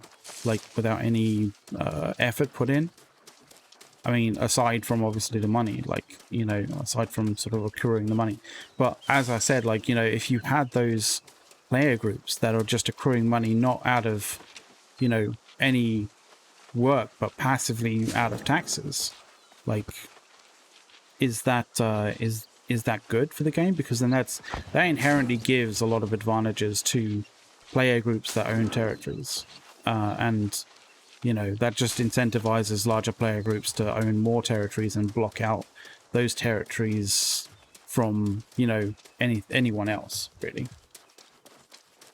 So there's this kind of strange, like, you know, meta play going on with like large groups basically just blocking everything out because it's advantageous for their players to just, you know, to accrue money via taxes and then just, you know, throw that money back on their members to just get levels. So this is where, like, so there's stuff like EVE Online where you're able to sell the premium currency to other players and stuff like that. I fundamentally think that the premium, any kind of premium currency, should be specific to the individual and not be able to be sold to other players. You might be able to get like items and skins that you could sell on the market to other people, but the actual like premium currency itself shouldn't, because that, one, it creates market fluctuation in, you know, certain items, but two, it also like prevents a whole lot of pay to win type stuff, but also like keeps the value of gold reasonable, and there's a lot of different controls there that it just feels more appropriate. And like if you look at Eve is a perfect example of what not to do in a number of ways when it comes to the market. I mean, it's had its market be fairly stable, but it's like sort of recent situations has kind of like really But I mean, made look it at the a price little of Plex over the last 10 years. You know, inflation has become a massive problem. Yeah, and it's interestingly enough, like that became a problem when they kind of You know, when they 10 lost years their ago, you know, that became a problem when they kind of lost their economics kind of guy, like their professor of economics that they had, and then got in like, you know, sort of like banking style economics dudes. Because it's a different mindset, right? When you have a guy who like knows economics because he's like a banker, or like has like frequented like banking circles, versus someone who is a professor of economics, right? That does academic economic work.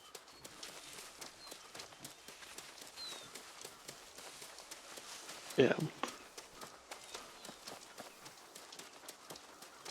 Anyway, sorry, getting off the topic of New World. But you know, you have these games that draws parallels with when you're talking about persistent economics and how that relates to sort of player behavior and stuff. Yeah.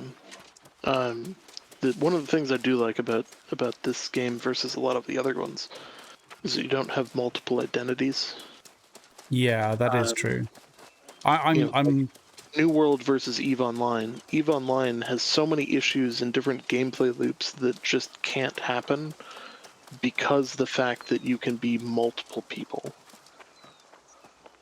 there's so many issues like that kind of result from having alt accounts and running multiple accounts at the same time, and not having the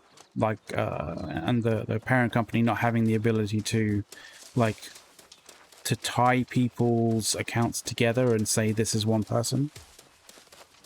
Like that has so many issues that have grown and become more and more like, you know, more troublesome and worrying.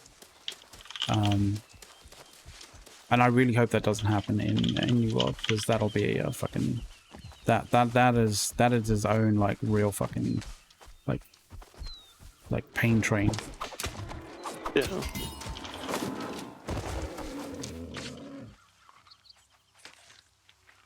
Sorry, somebody just asked me a odd question here.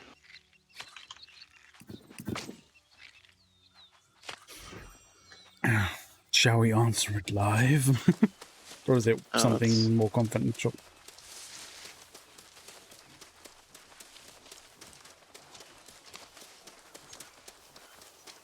Not something I want to talk about on stream. Understandable. Get a bunch of oddity questions and that are always fun to answer.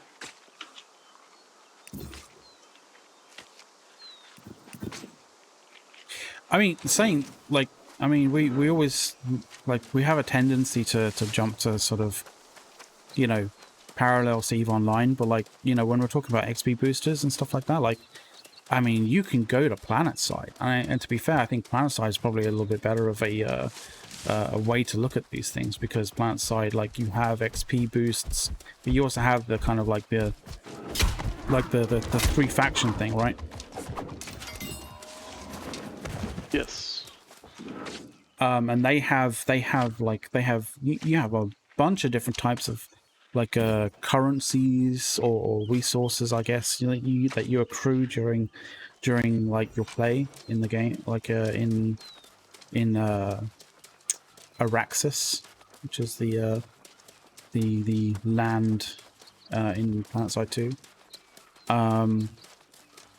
And you know, even there you have a whole bunch of different types of like boosters, like for all of those various different things, you know, and they, you know, in terms of duration boosters, all that kind of stuff. But you also have like events in that game. You like, you know, the developers like put on events like, you know, it's a double XP weekend, you know, like you jump on and you know, you play that weekend, you're earning twice the amount of XP, right? But not only that, like when you have those those situations, people even save those boosters those XP boosters for those weekends. And I've had situations where I've had, like, you know, on certain weekends with certain XP boosts, like I've been rocking, you know, XP boosts to the 10 to 12 times scale, you know, than normal, which is insane. But it's amazing because you get so much, like, that degree of like just multiplication on your XP boosting as a catch-up mechanic is insane. It's amazing. Yeah. Well, and I think I prefer an XP booster to something like EVE Online's skill injectors. Like, yeah, because it you actually basically have to gives you work for levels. Like it you essentially know, gives you like levels. you still have to play the game. Yeah, exactly.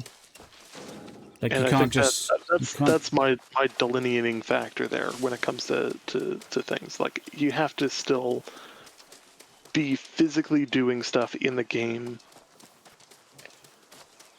Can't just, you know, plop a credit card in and you're good to go. Like, if you, and you know, I think that they shouldn't be like, I think they should, you know, maybe do them in a variety of different time frames. Like, hey, I want to buy a 2-hour ×2 XP booster, you know, or a you know, 1 week ×2 XP booster. yeah, exactly. I don't think that they should go too crazy with, you know, how many on the multiplication side they get. Like, Yeah, I mean, we are talking about like when I'm drawing parallels with PlanetSide 2. Like it has been a game that's been out for a long time, so like they've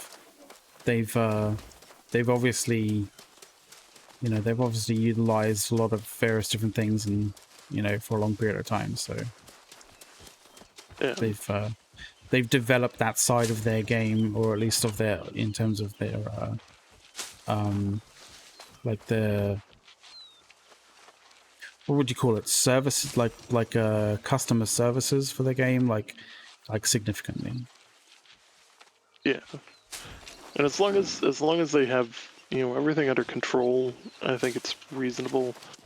And I mean, like at a certain point, this game in its current form plays very much in a, if you're not level 60, you're gonna have a rougher time. So I think that like providing the opportunity for people to get to 60 quicker through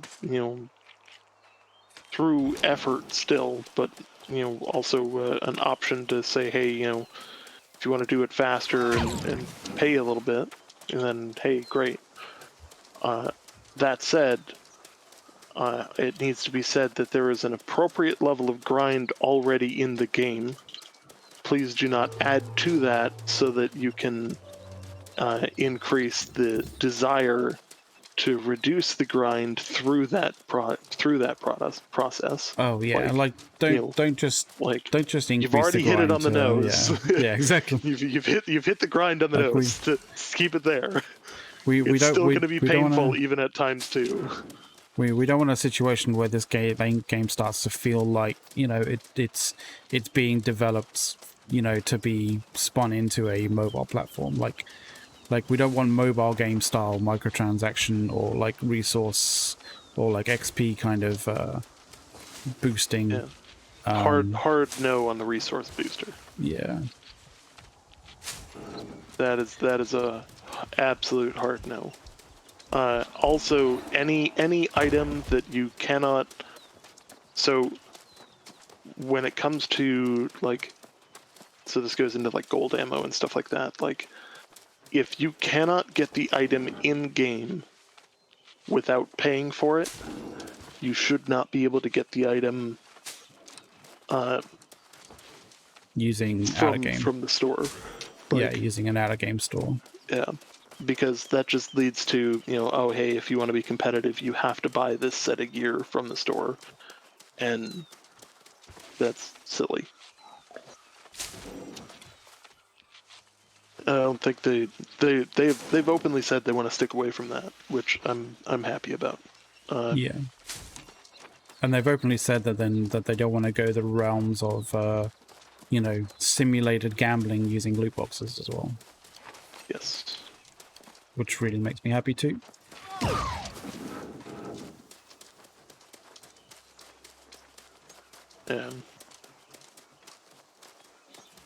Oh, Aria's talking about Warframe. That's like your favorite subject. So, unfortunately, it's also privileged conversation too, which I can't dive into. So Warframe, in my opinion, is one of the best microtransaction games on the market, because if you put in effort, you can get everything you've ever wanted, and not have to pay anything, or you can get so it's this combination of factors here. So first, let's talk about their like login campaigns. Every day that you log in, there is a random chance to pull either a small amount of items that probably won't help you too much, depending on what you pull for that day, or you can randomly get percentage off premium currency. And that's where they get you. That is genius level shit right there. Because let's say I've got no interest in paying for premium currency. I'm making all of this off of selling relics and selling all of this all of this gear. Like why would I pay for currency? Well, 80% off currency. Makes okay, tell me more. yeah, exactly. Hang on, I would like to know more about this topic. It's like what is it? It's like, oh, now you're speaking my language. Yeah, I want to know more. Let me know about this. Like, hey, 50% off. Like, okay, and then they start realizing metrics around individuals where, hey, when we hit them with the 25% off, they don't buy it. And some people will be like, "Oh, 24% off, great deal, fuck yeah." You'll never get a 50% or an 80% off um, if you ever hit that 25% off one and actually buy with it. Little known fact. Now, at the same time, let's say you've been playing for 180 days straight, and they're like, hey, this guy hasn't bought any currency in a long time. Like he's got a lot of stuff. He's making a lot of money. Like, and he doesn't seem to have any desire whatsoever to buy in-game currency. What can we do to That's when you hit him deal with with that 80% off. And because you can't sell it to anybody, you're sitting there and you're like, "Ooh, wow." I wasn't thinking about it before, but now I am. Like, yeah, I wasn't thinking about it before, but now you've caught my attention. I think that's what you call a game changer. Then you gain the user metric of, hey, this individual, even despite all of their mass volume of in-game currency as is still interested in buying premium currency given the right price. Now, a lot of people will say it's a completely random chance. I don't believe that it is a random chance. I believe that they're actually sitting there and targeting you and identifying at what level are you willing to pay for it. And as long as you wait, you're going to get a better and better deal. Little known things. Well, the other thing is, if it's a random chance, it also means that, like, more people who, it's likely that there's more chance that someone's going to be, that there's going to be more instances of someone being offered an 80%. Whereas if it is sort of statistical kind of analysis and, like, only certain people have been, only the top, like, say, or the bottom, like, 5% of people who haven't bought anything for a period of time, like, only they get the 80% off. Like, you're probably going to be serving less people, right, with those 80, but it's going to be targeted better to bring them more into the fold. So, like, it's intelligent. It really makes a lot of sense. Now, on the other side of things, cosmetics.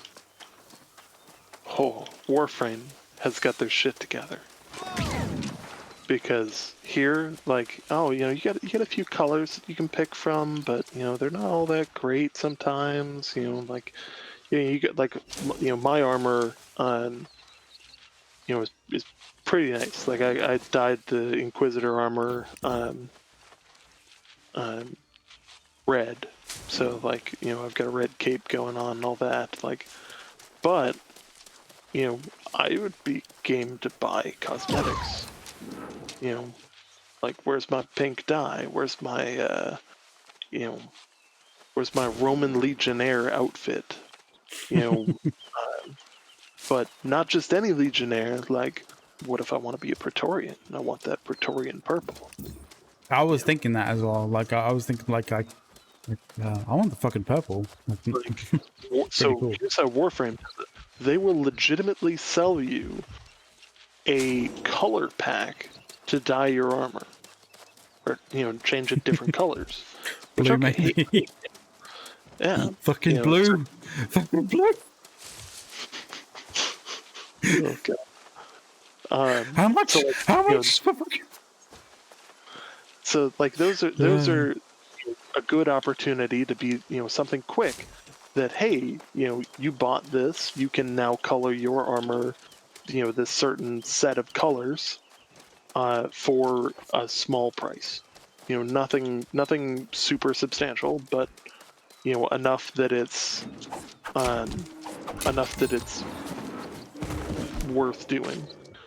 And you sell them as different color packs. So, like, Warframe, I think there's like 35 different color packs. And they're various different shades, colors, shininess, matte colors, you name it. Like, they do a pretty good job of making it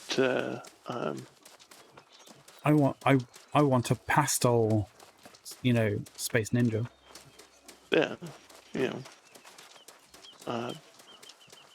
you know, then they turn around and go, okay, well, you also have all these little add-ons to your character.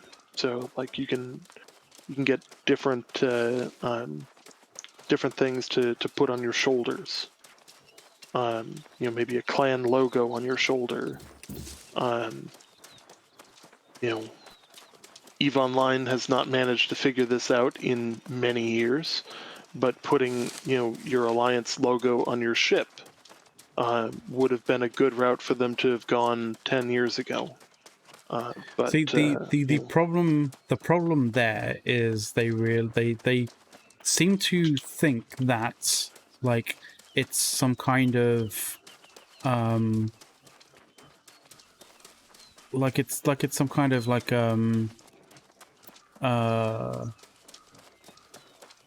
you can just have the skin for your Alliance logo, or you can have a different skin, like that shows other kind of things. Like they only have like you can only apply one skin to a ship at any one time, and for whatever reason they seem to they seem to have this idea that like you can have the skin that like has your logo, your Alliance logo in, or you can have a skin that like, or any other skin. And so the thing that they're concerned about is, if they release Alliance logo skins, then large swathes of people are going to have their Alliance logo skin and then not really care about like going in for any other skin for any other ship, because they want to have their Alliance logo skin on their ship each and every single day. But for whatever reason, maybe if they released skins that were of a high enough quality instead of 15 skins for the same ship that are all green, they might have better luck in selling those other skins. It's not even that. It's the fact that you can only have one layer of skins on a ship.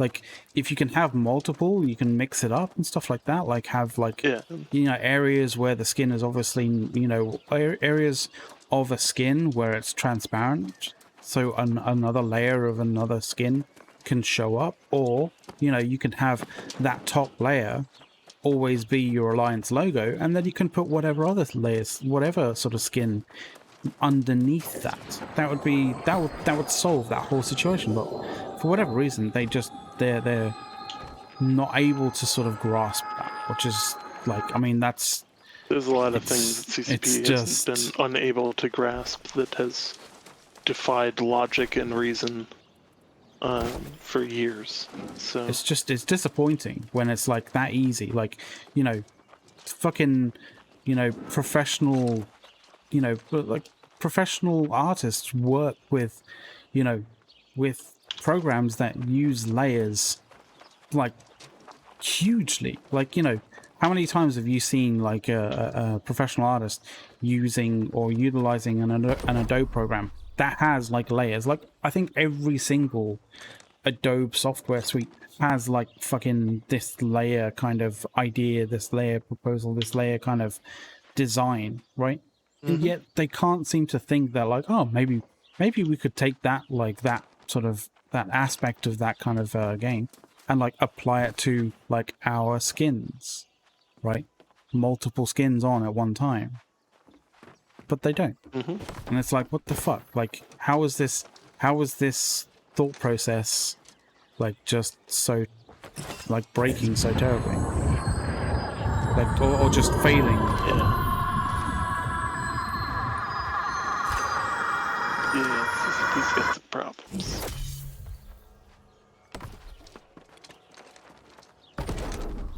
They also don't like do any kind of metrics to determine like what ships should get skins. But wait, guys, let's sell for the rookie ship skins. Why? Who out there is buying a skin for the rookie ship? Who? No one. Not a single fucking person is gonna buy that skin. Like, no one is flying that ship. It is not a competitive ship. It is not a ship that anybody uses for anything anymore because it can't even light a damn Sino anymore. So The you don't the even want to pimp out your Sino ult anymore. the funny thing is, like, the only time I've ever seen like a marketing win when it comes to skins for Eve was when there was this like copyright sort of drama thing going on with Star Citizen, right? With one of the ships on Star Citizen basically looking pretty much almost identical to an existing ship in EVE Online, and for whatever reason, somehow, somewhere, someone at CCP got into their head, maybe to promote this, you know, or to sort of like poke fun at, you know, Cloud Imperium, and Star Citizen. Like we'll release a pack of skins for people to buy, and it was fucking fantastic. I bought into it because it was a meme, and it was kind of like fun at the time, and it didn't cost much at all, right? But I didn't use the venture in any way, shape, or form ever. But did I buy the pack? Fucking of course I did, because it was a funny meme at the time, and I kind of like I liked the way that CCP was kind of like, you know, joking about it. And that It's was like, the only you know, win. That was the they've done so many like one-off skins that it's like, so like the pink Rorquals. You know, why did that not get continued? Like, just leave it in the game. Leave, like, you know, I know it was a donation thing for breast cancer. Like, I totally get that, but like, you know, when it comes to skins, just leave it in. Make it something people can buy permanently, and you know, because people wanted them. Like, after the fact, it was like, oh, where can I get one of those? You literally can't, because all of the skins were used, and no one is selling them because, you know, they can't pull them off of their characters.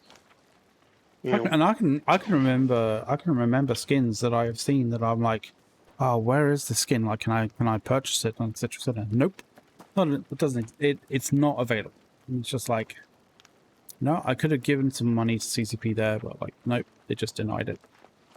like They this denied me is the where opportunity. like user statistics are important as well. So like Hey, Sewell. identifying what Welcome people to the stream, fly dude. in Eve, and this relates back to New World, I promise. You know, identifying what people fly in Eve is similar to like what weapon you use. You know, and the skin that's going to go on your weapon. You know, if the meta is for everyone to be flying a certain battleship or for everyone to be using the hatchet, then 80% of your effort for building skins should be going towards the hatchet, if that's the meta. Yeah, exactly. You know, like 90% of the player base is using it. Why not take that opportunity and run with it? You know, sell skins for the thing that's popular. You know, when it comes to New World, hey, the hatchet is godly right now. Maybe we should make a bunch of skins for that. You know, while they're looking at nerfing it, you know, because I'm sure it's going to get nerfed. Like, of course it would. You know, while they're doing that, turn around to go, you know, make it rain. So how are we liking New World? We love New World. That said, Oh yeah. there's some things that we'd change. There's definitely You know, things that need to kind of be resolved in this game, but like overall, it's a good time, yeah. as Ace would say. I have thoroughly enjoyed the 90 plus hours that I've put into the game. The Cloud here has topped over 100 hours in the preview alone here. I think I'm hitting 120. Like, I think I between mean, the two of I us was at in the numerous 119.8. alphas. So Mm-hmm. yeah, we've definitely hit 2K combined in the 3 alphas that we've been a part of. Yeah. Oh, 4. I've been involved in 3, but you know.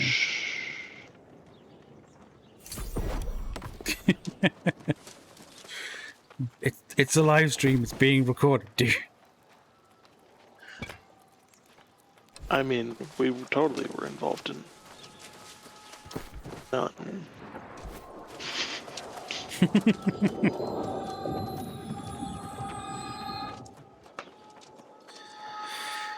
Yeah, this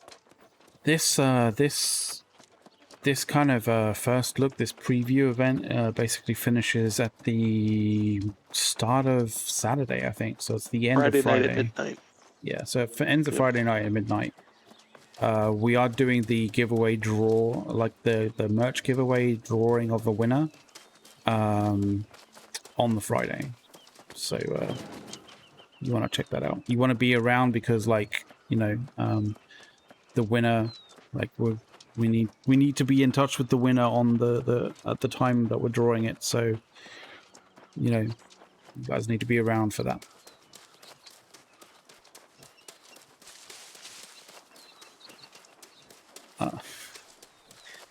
I totally understand. I totally get you, not a butter.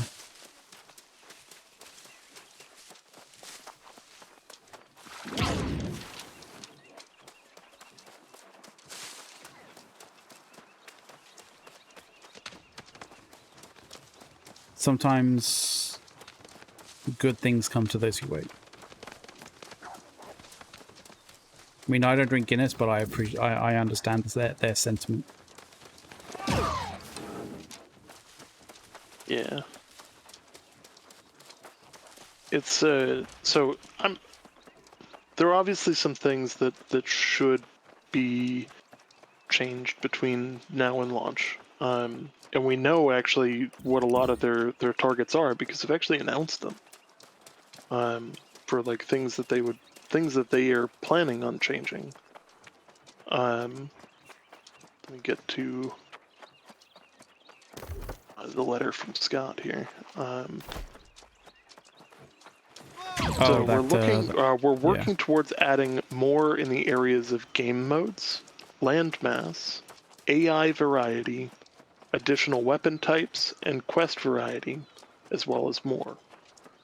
So there's a lot that they're still kind of working on. But, you know, I mean, that's a pretty sizable, that's a pretty sizable effort right there. We know that there's more stuff outside of the map, outside of the current map. So, like, when it comes to expanding a open world type game, it makes a lot of sense to, you know, like, how do you add more content to an open world game? You make it bigger. And when you make it bigger, there are other things that are totally worth adding at that point. So things like horses and mounts, I think would be valuable additions to the game if they expand the map much more than it is.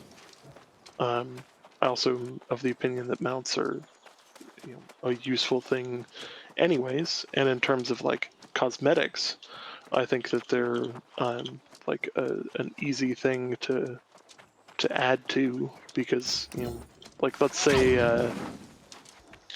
let's say you add mounts in, you know, make them so that they're able to be killed on battlefield and all that, you know, but you have the option of like armoring them and equipping them, and then you create even more options of, you know, hey, it's not just about the type of horse, now it's about, you know, the cosmetics that can go on the horse, which create a lot of opportunity from like a game developer side to make some money off of cosmetics, but the other side of it to like add player agency in, you know, hey, here you know, this is my guy. I have this really cool setup that I use to go to war in, and, you know, like if I can roll around and look like a you know, Roman legionnaire, I'm gonna be real happy, you know, and if I got a horse to match it, I'll still be very happy.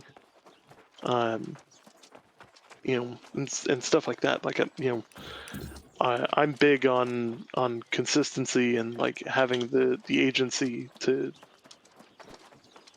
you know, make my character look and feel the way I want it to feel. Whether I've got to buy the skin to look the way that I want to look, or whether it's one of the ones in game. Um, you know, I think that's important. Coming from a perspective, going back to a little bit on the Warframe side of things. Um, you know, Warframe literally has a part of its community that is all about fashion frame, which is literally just how pimped out can I get my character to look compared to like the base model. What's the best colors to put on it? What's the best attachments to put on it? Um, you know, all of those things.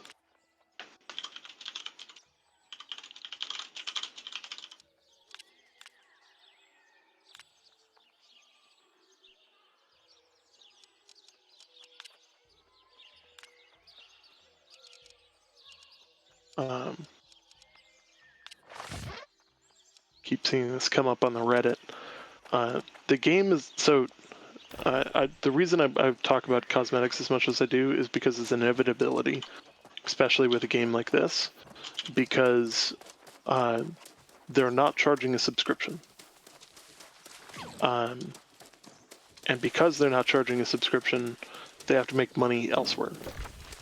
And that in itself creates, the necessity for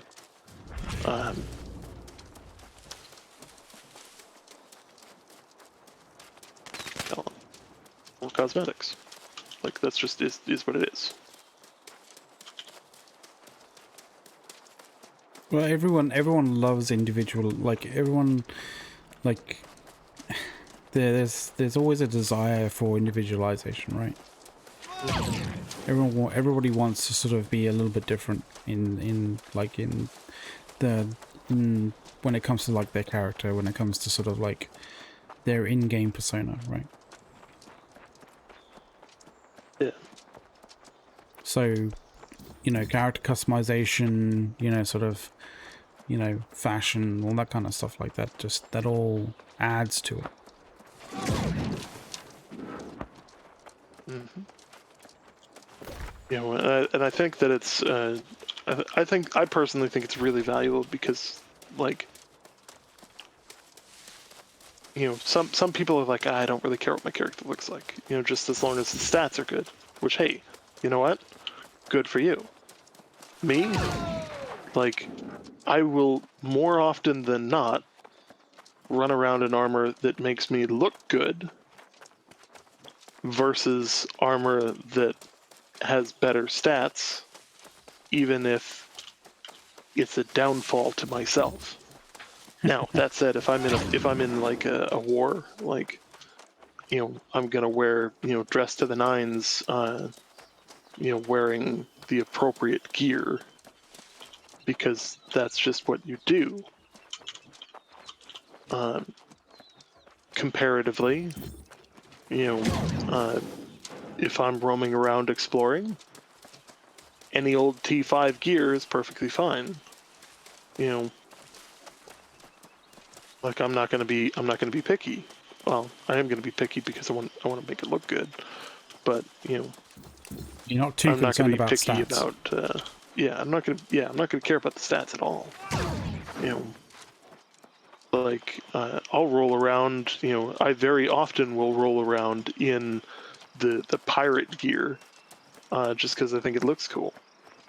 And cosplay as a pirate, basically.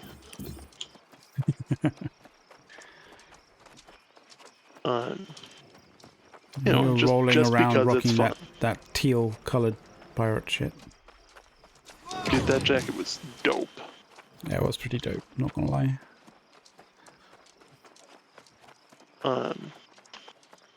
I lost that jacket, unfortunately, but Alas. Um, but it's that kind of stuff that gives me a lot of hope about, like, hey, they clearly, there's a lot of different outfits in the game, and if they put a lot of effort into adding even more on the cosmetic side, even more on the on various different things,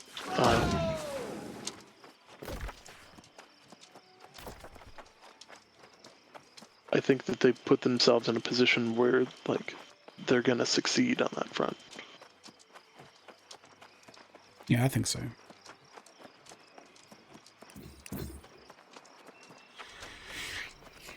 I've been, Now, like, for the last 2 hours, I've been aimlessly roaming around the world, just exploring. kind So, of a bit so like I me got a sometimes. thing, and McLeod's gonna make fun of me for this. I got a thing about waterfalls. Um, I Fucking will go check waterfalls. out every waterfall in the game, with no exception, because I'm convinced that behind one of them there is going to be a hidden passage. I don't know where it is. I don't know when it is. I don't even know if it does exist. But if it does, I will find it. Like, I mean, I've kind of thought of an analogy for this as well. It's like, it's almost like you're chasing rainbows, dude.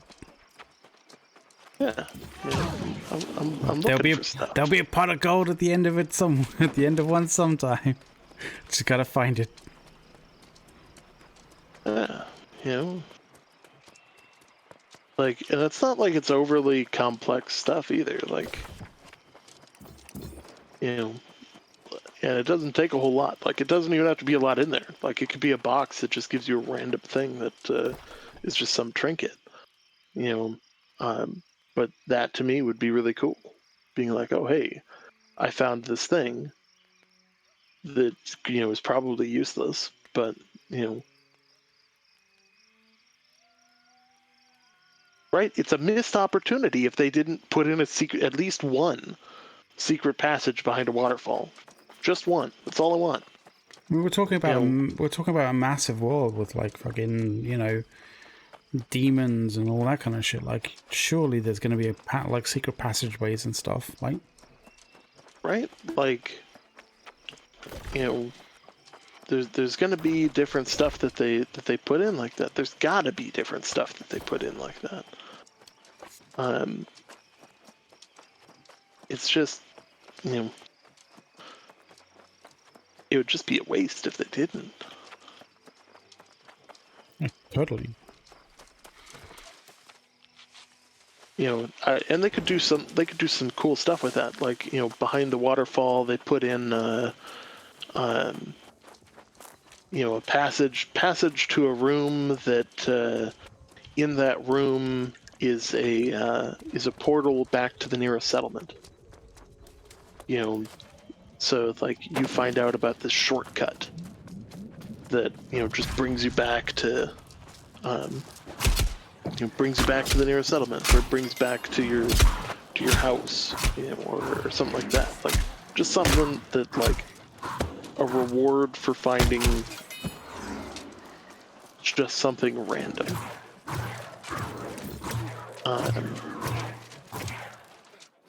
I'm a big fan of Easter eggs like that. I say as I jump off the third waterfall.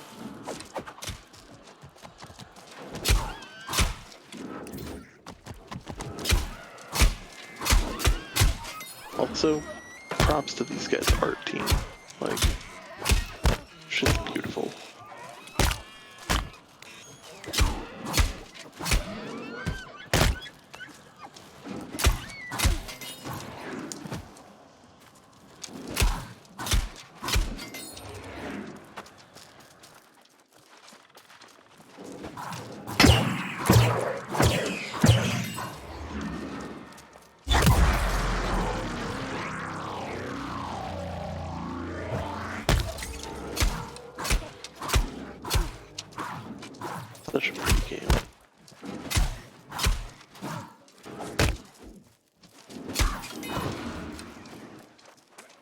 Yes, this particular one does contain a bar.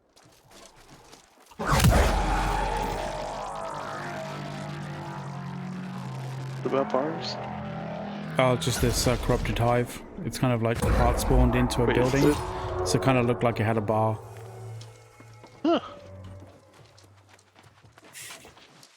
Oh, you know, As you they're do. thinking out for you. You know, they want to make sure you don't get thirsty. Exactly. It's a lot of work fighting them corrupted. Hospitality is definitely their specialty. Yeah, they're a little bit, you know, a little bit unwelcoming at times. Yeah.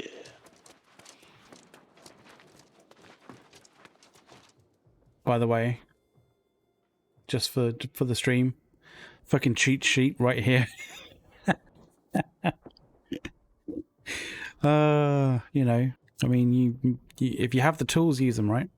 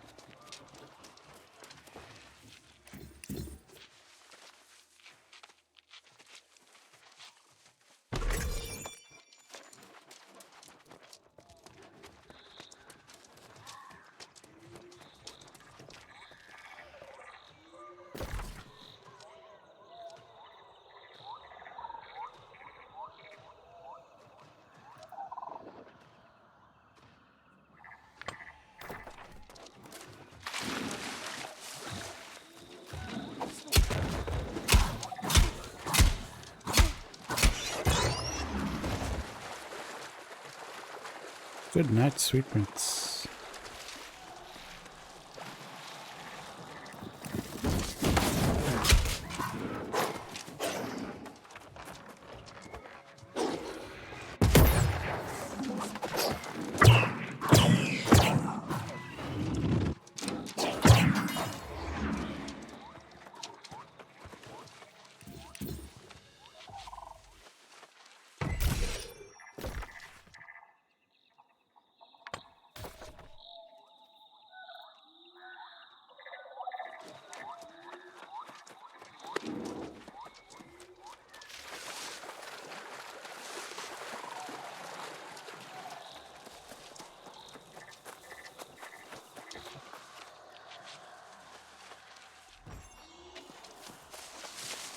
Oh yes, I am after oil today. Or at least now, right now.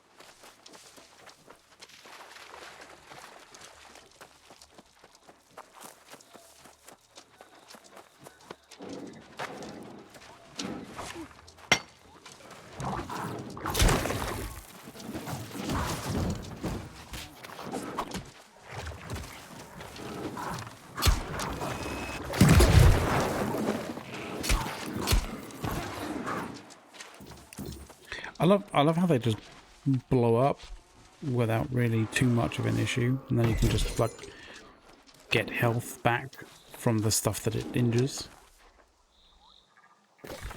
Kind of a weird mechanic.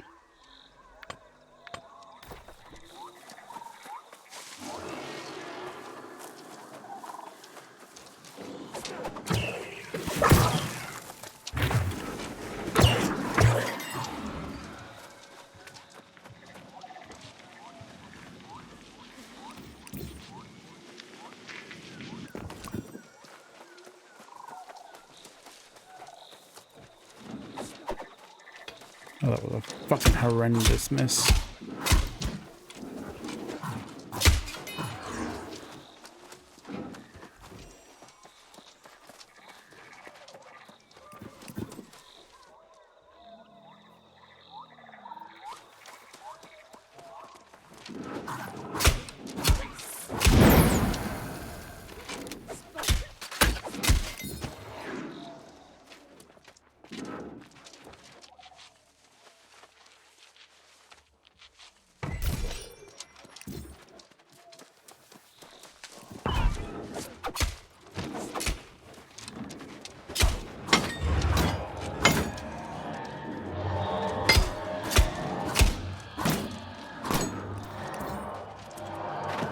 Fucking blocked me in. God damn it.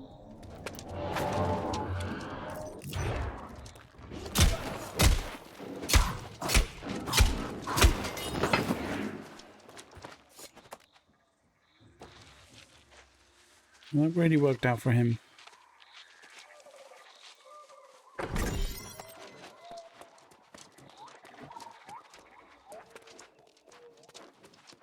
Yeah, primarily I'm looking for solvent, but I'm also here for oil.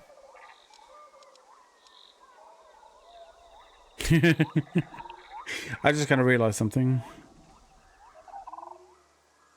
What's that?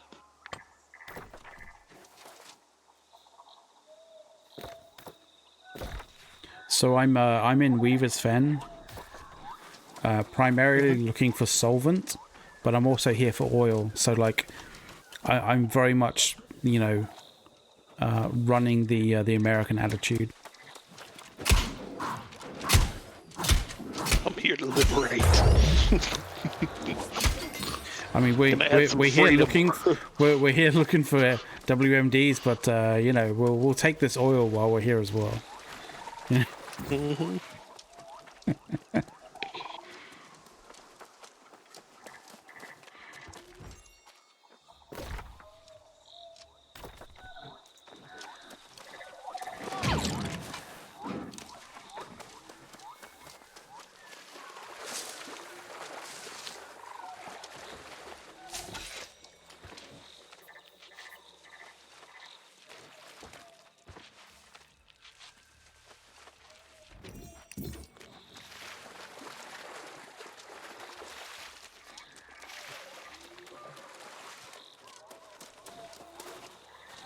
There it is. It's empty.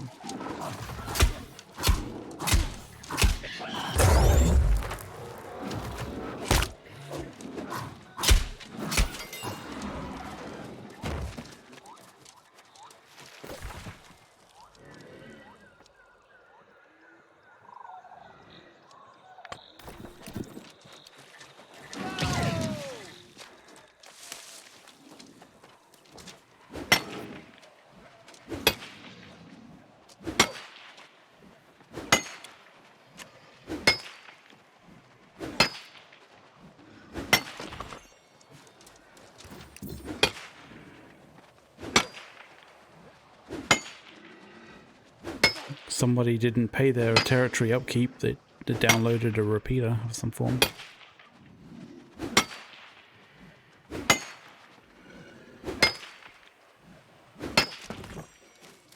I wonder whether that was actually, you know, a bug, or whether that was actually a mistake by the part of the governor.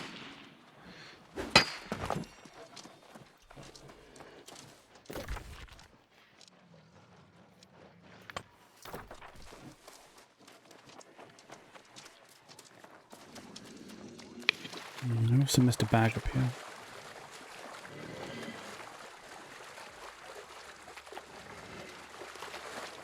These guys don't seem to care too much about things at this point. A lot of the governors are letting stuff slide, and you know.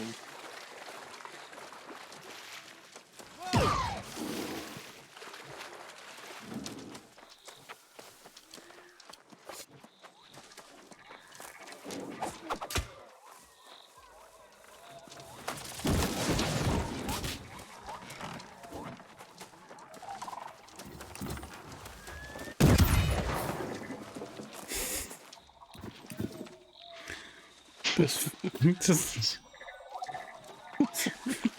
the fuck. It's quite the NPC right there. It's a formidable NPC. What do you need to do to kill it? Literally wait and run around. Not even attack it? Nope.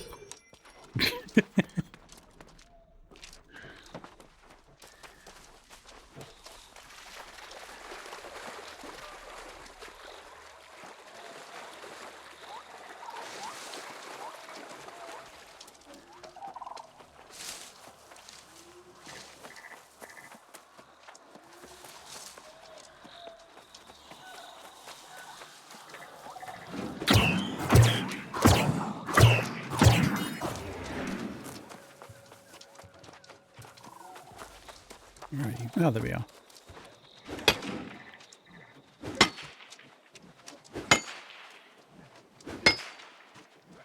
Oh, hey, Juvie. I got my axe from a, I think it was a mid-level, like a level 35 breach.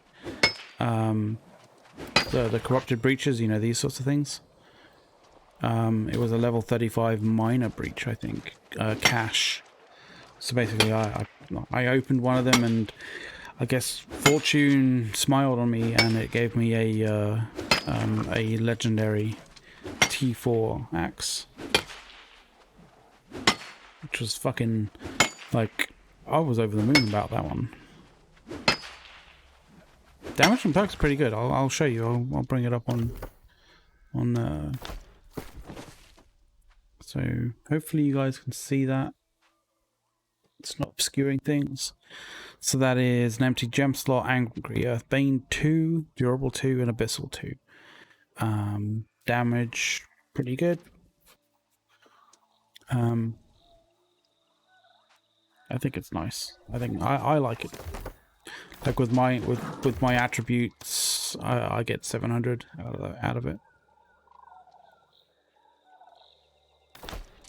So it's not that bad.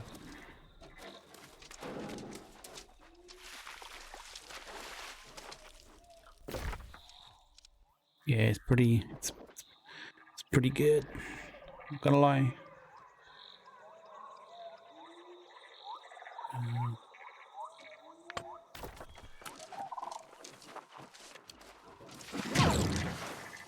It has definitely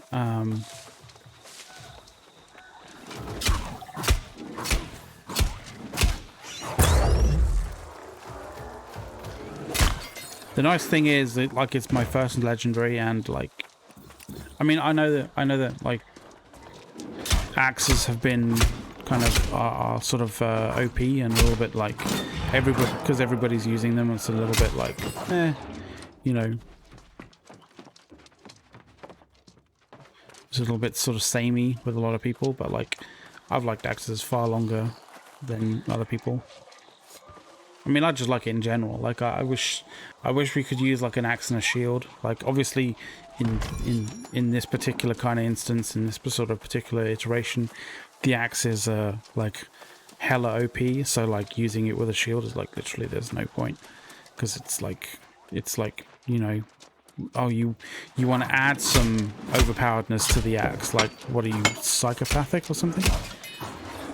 But if they dialed the axe back a fair amount, but they allowed you to use a shield with it, that'd be fucking awesome.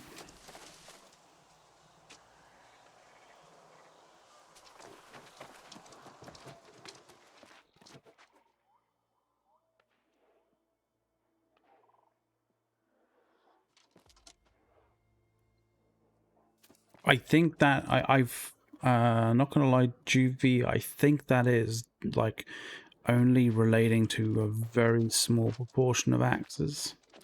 You may find if you switch the axe up to a different axe, that like your throwing perks kind of come back to life again.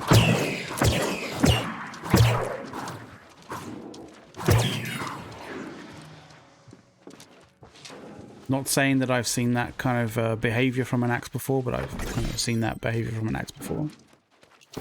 I got a milk jug. What the fuck? Hey, no worries, man. No worries. I'm all about that kind of info.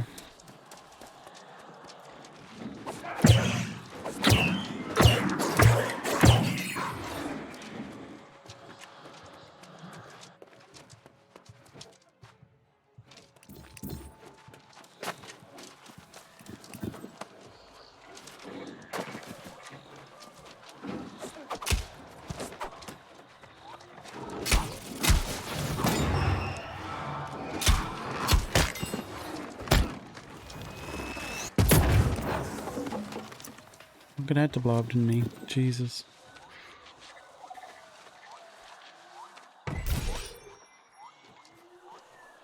Ooh. Talking about hatchets, that's quite... I don't mind that. Durable ardent. I've never heard of an ardent purge. 2% health received for every status effect removed by purge. Okay. I've heard of that one before, but alright.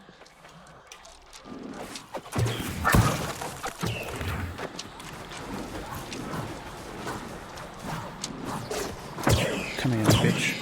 There you go.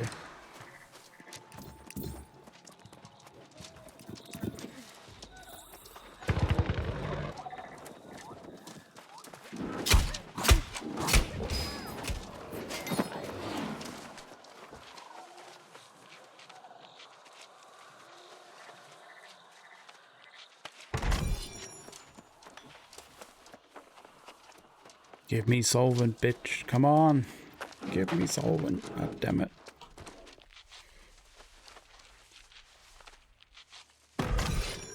Yeah, lucky stat is pretty good, man.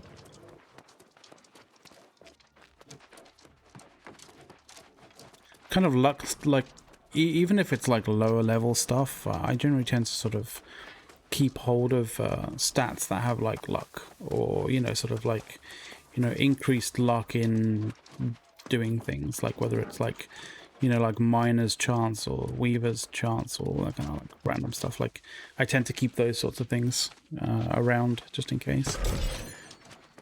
There we go, some solvent. Ah.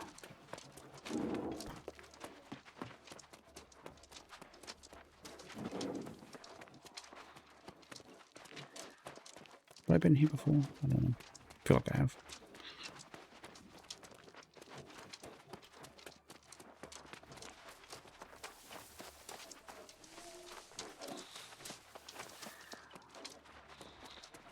This feels very samey, very similar, very familiar.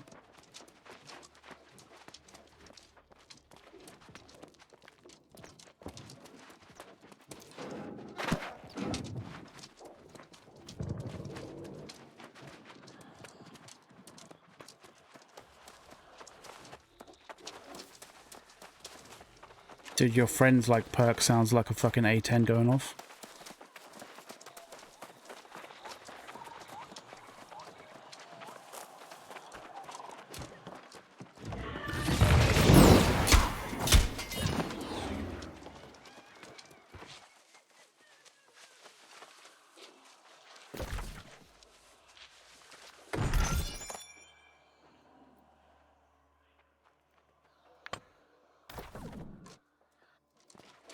I totally missed what that actually gave me. Lol, never mind.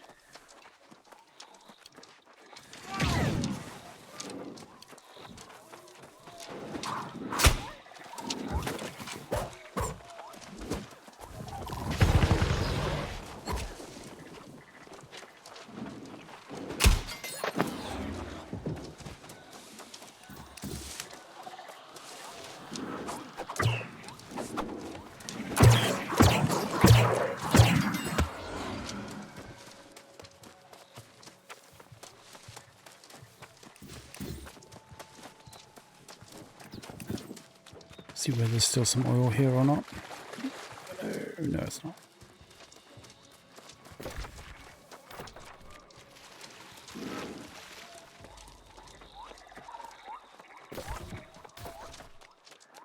Let's just carry on going south.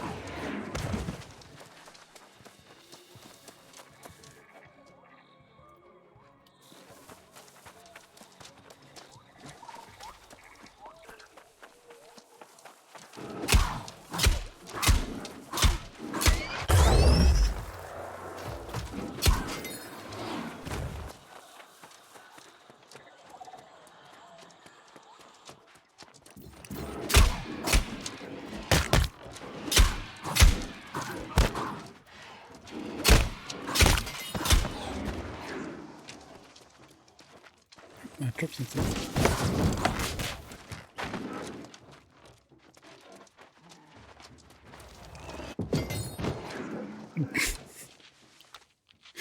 Oh, that fucking NPC. Hey, solvent. And Pathfinder Greaves. Okay.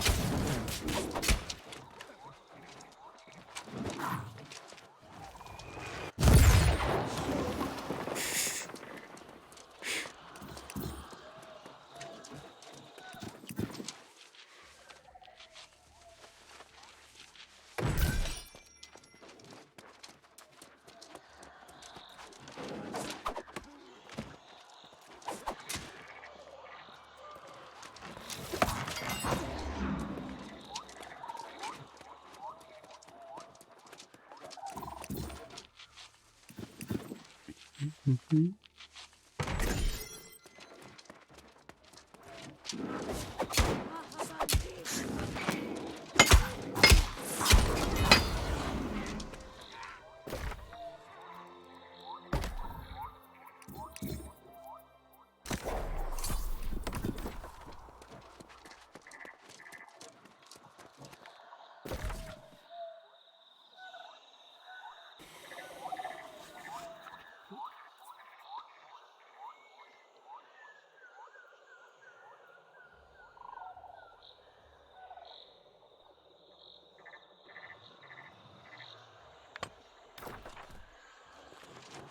Should go this way.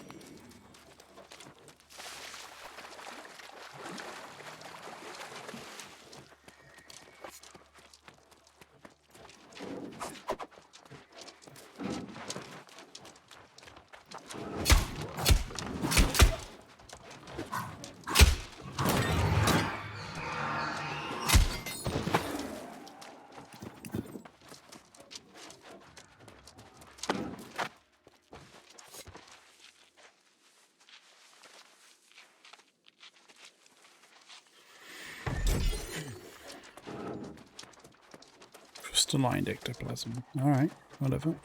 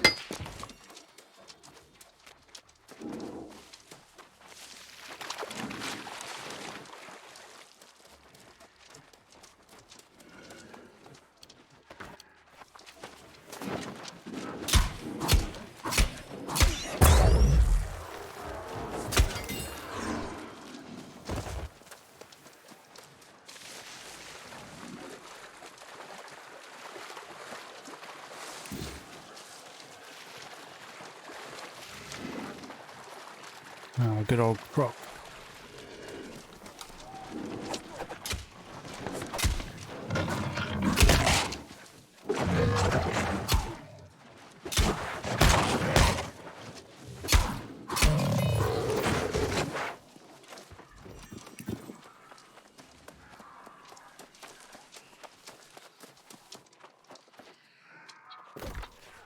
Hmm.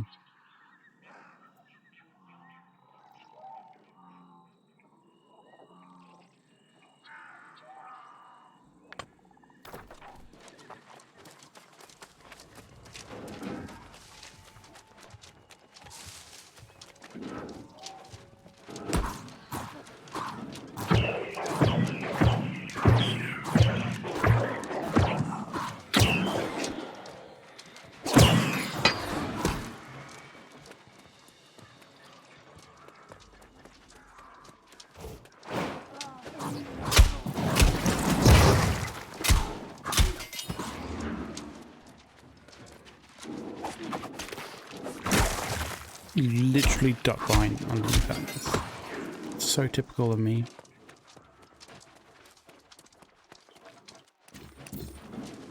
So typical of the shit that happens to me.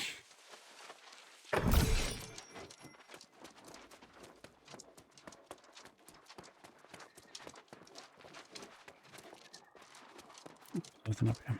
Right.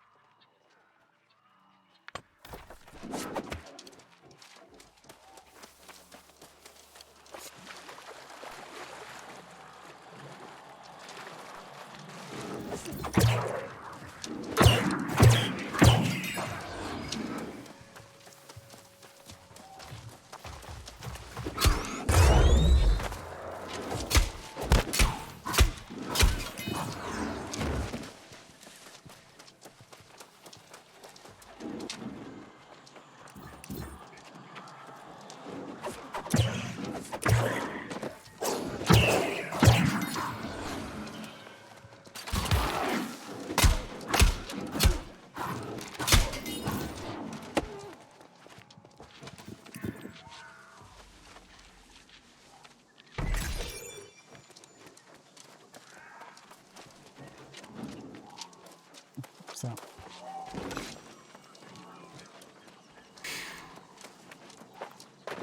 Oh, come on. Vault, vault, bitch, vault.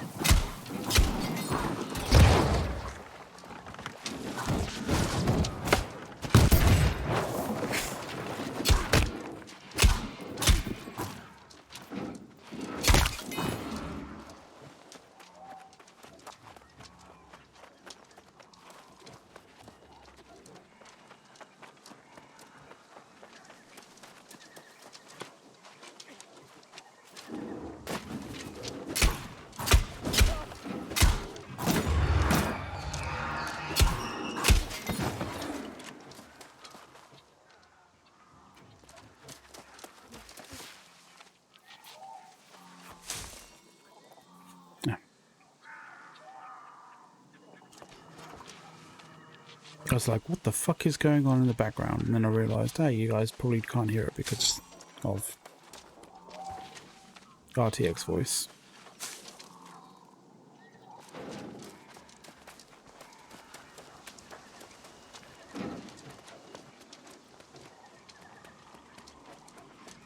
It literally sounds like someone's chopping up Broadway.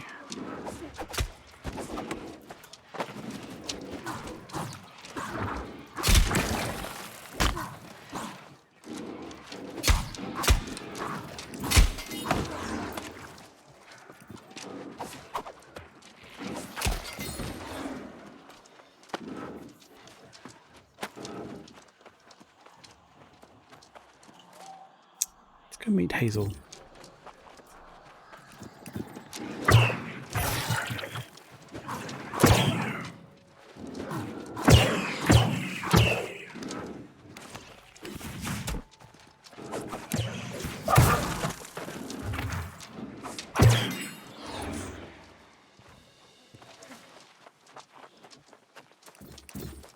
I don't think so, Hazel. I don't think so at all.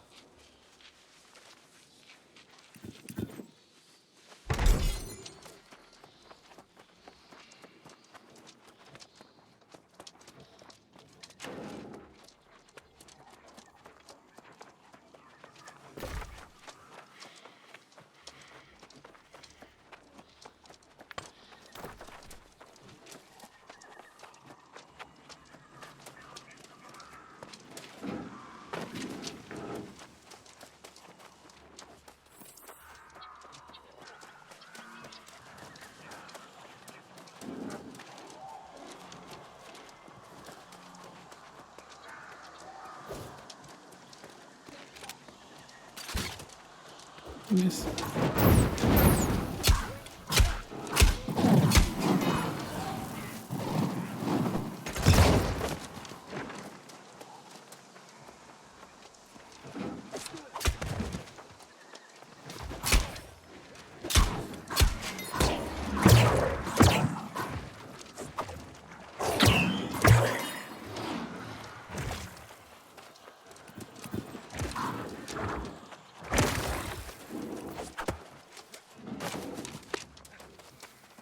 Come here, you bitch.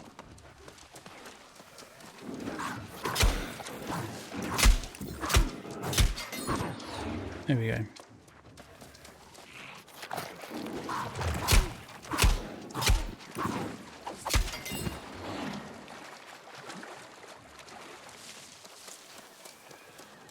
Yep, it's been taken.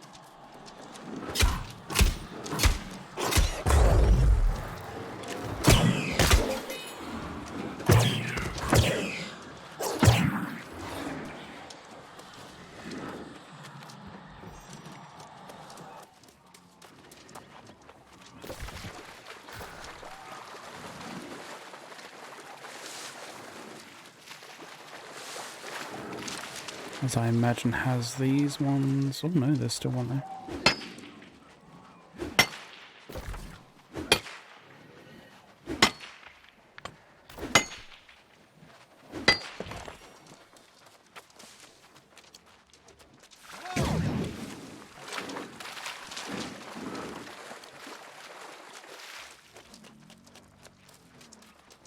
Yep, both of those done.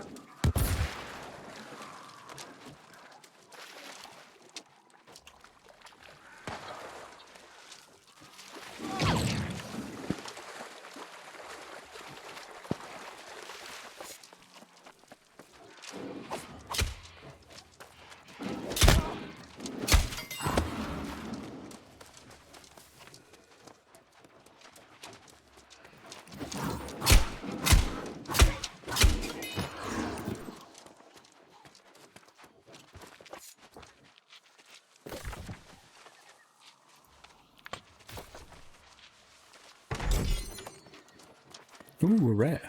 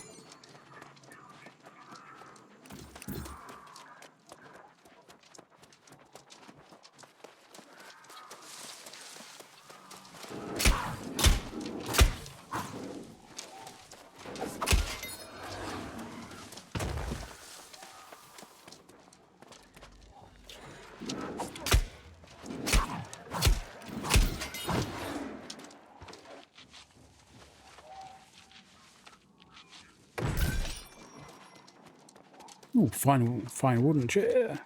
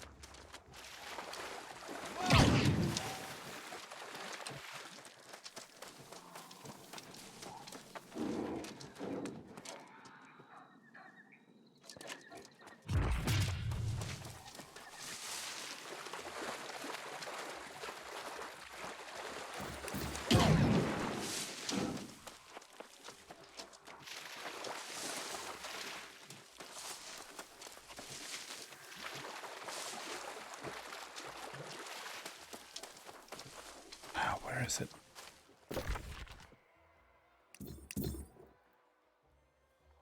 It's a little further up. Duh. Oh, there it is. And it's run. It's alright.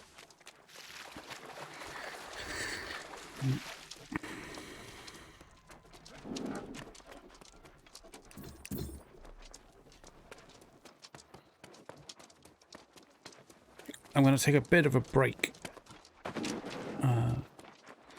We may be back a little later on. But it was meant to be a sort of a lengthy chill stream, and it's been a lengthy chill stream. We're going to fucking take a break. You guys can go and amuse yourselves in whichever way you see fit. Thank you very much, guys, for chilling out with us. And have a good rest of the day.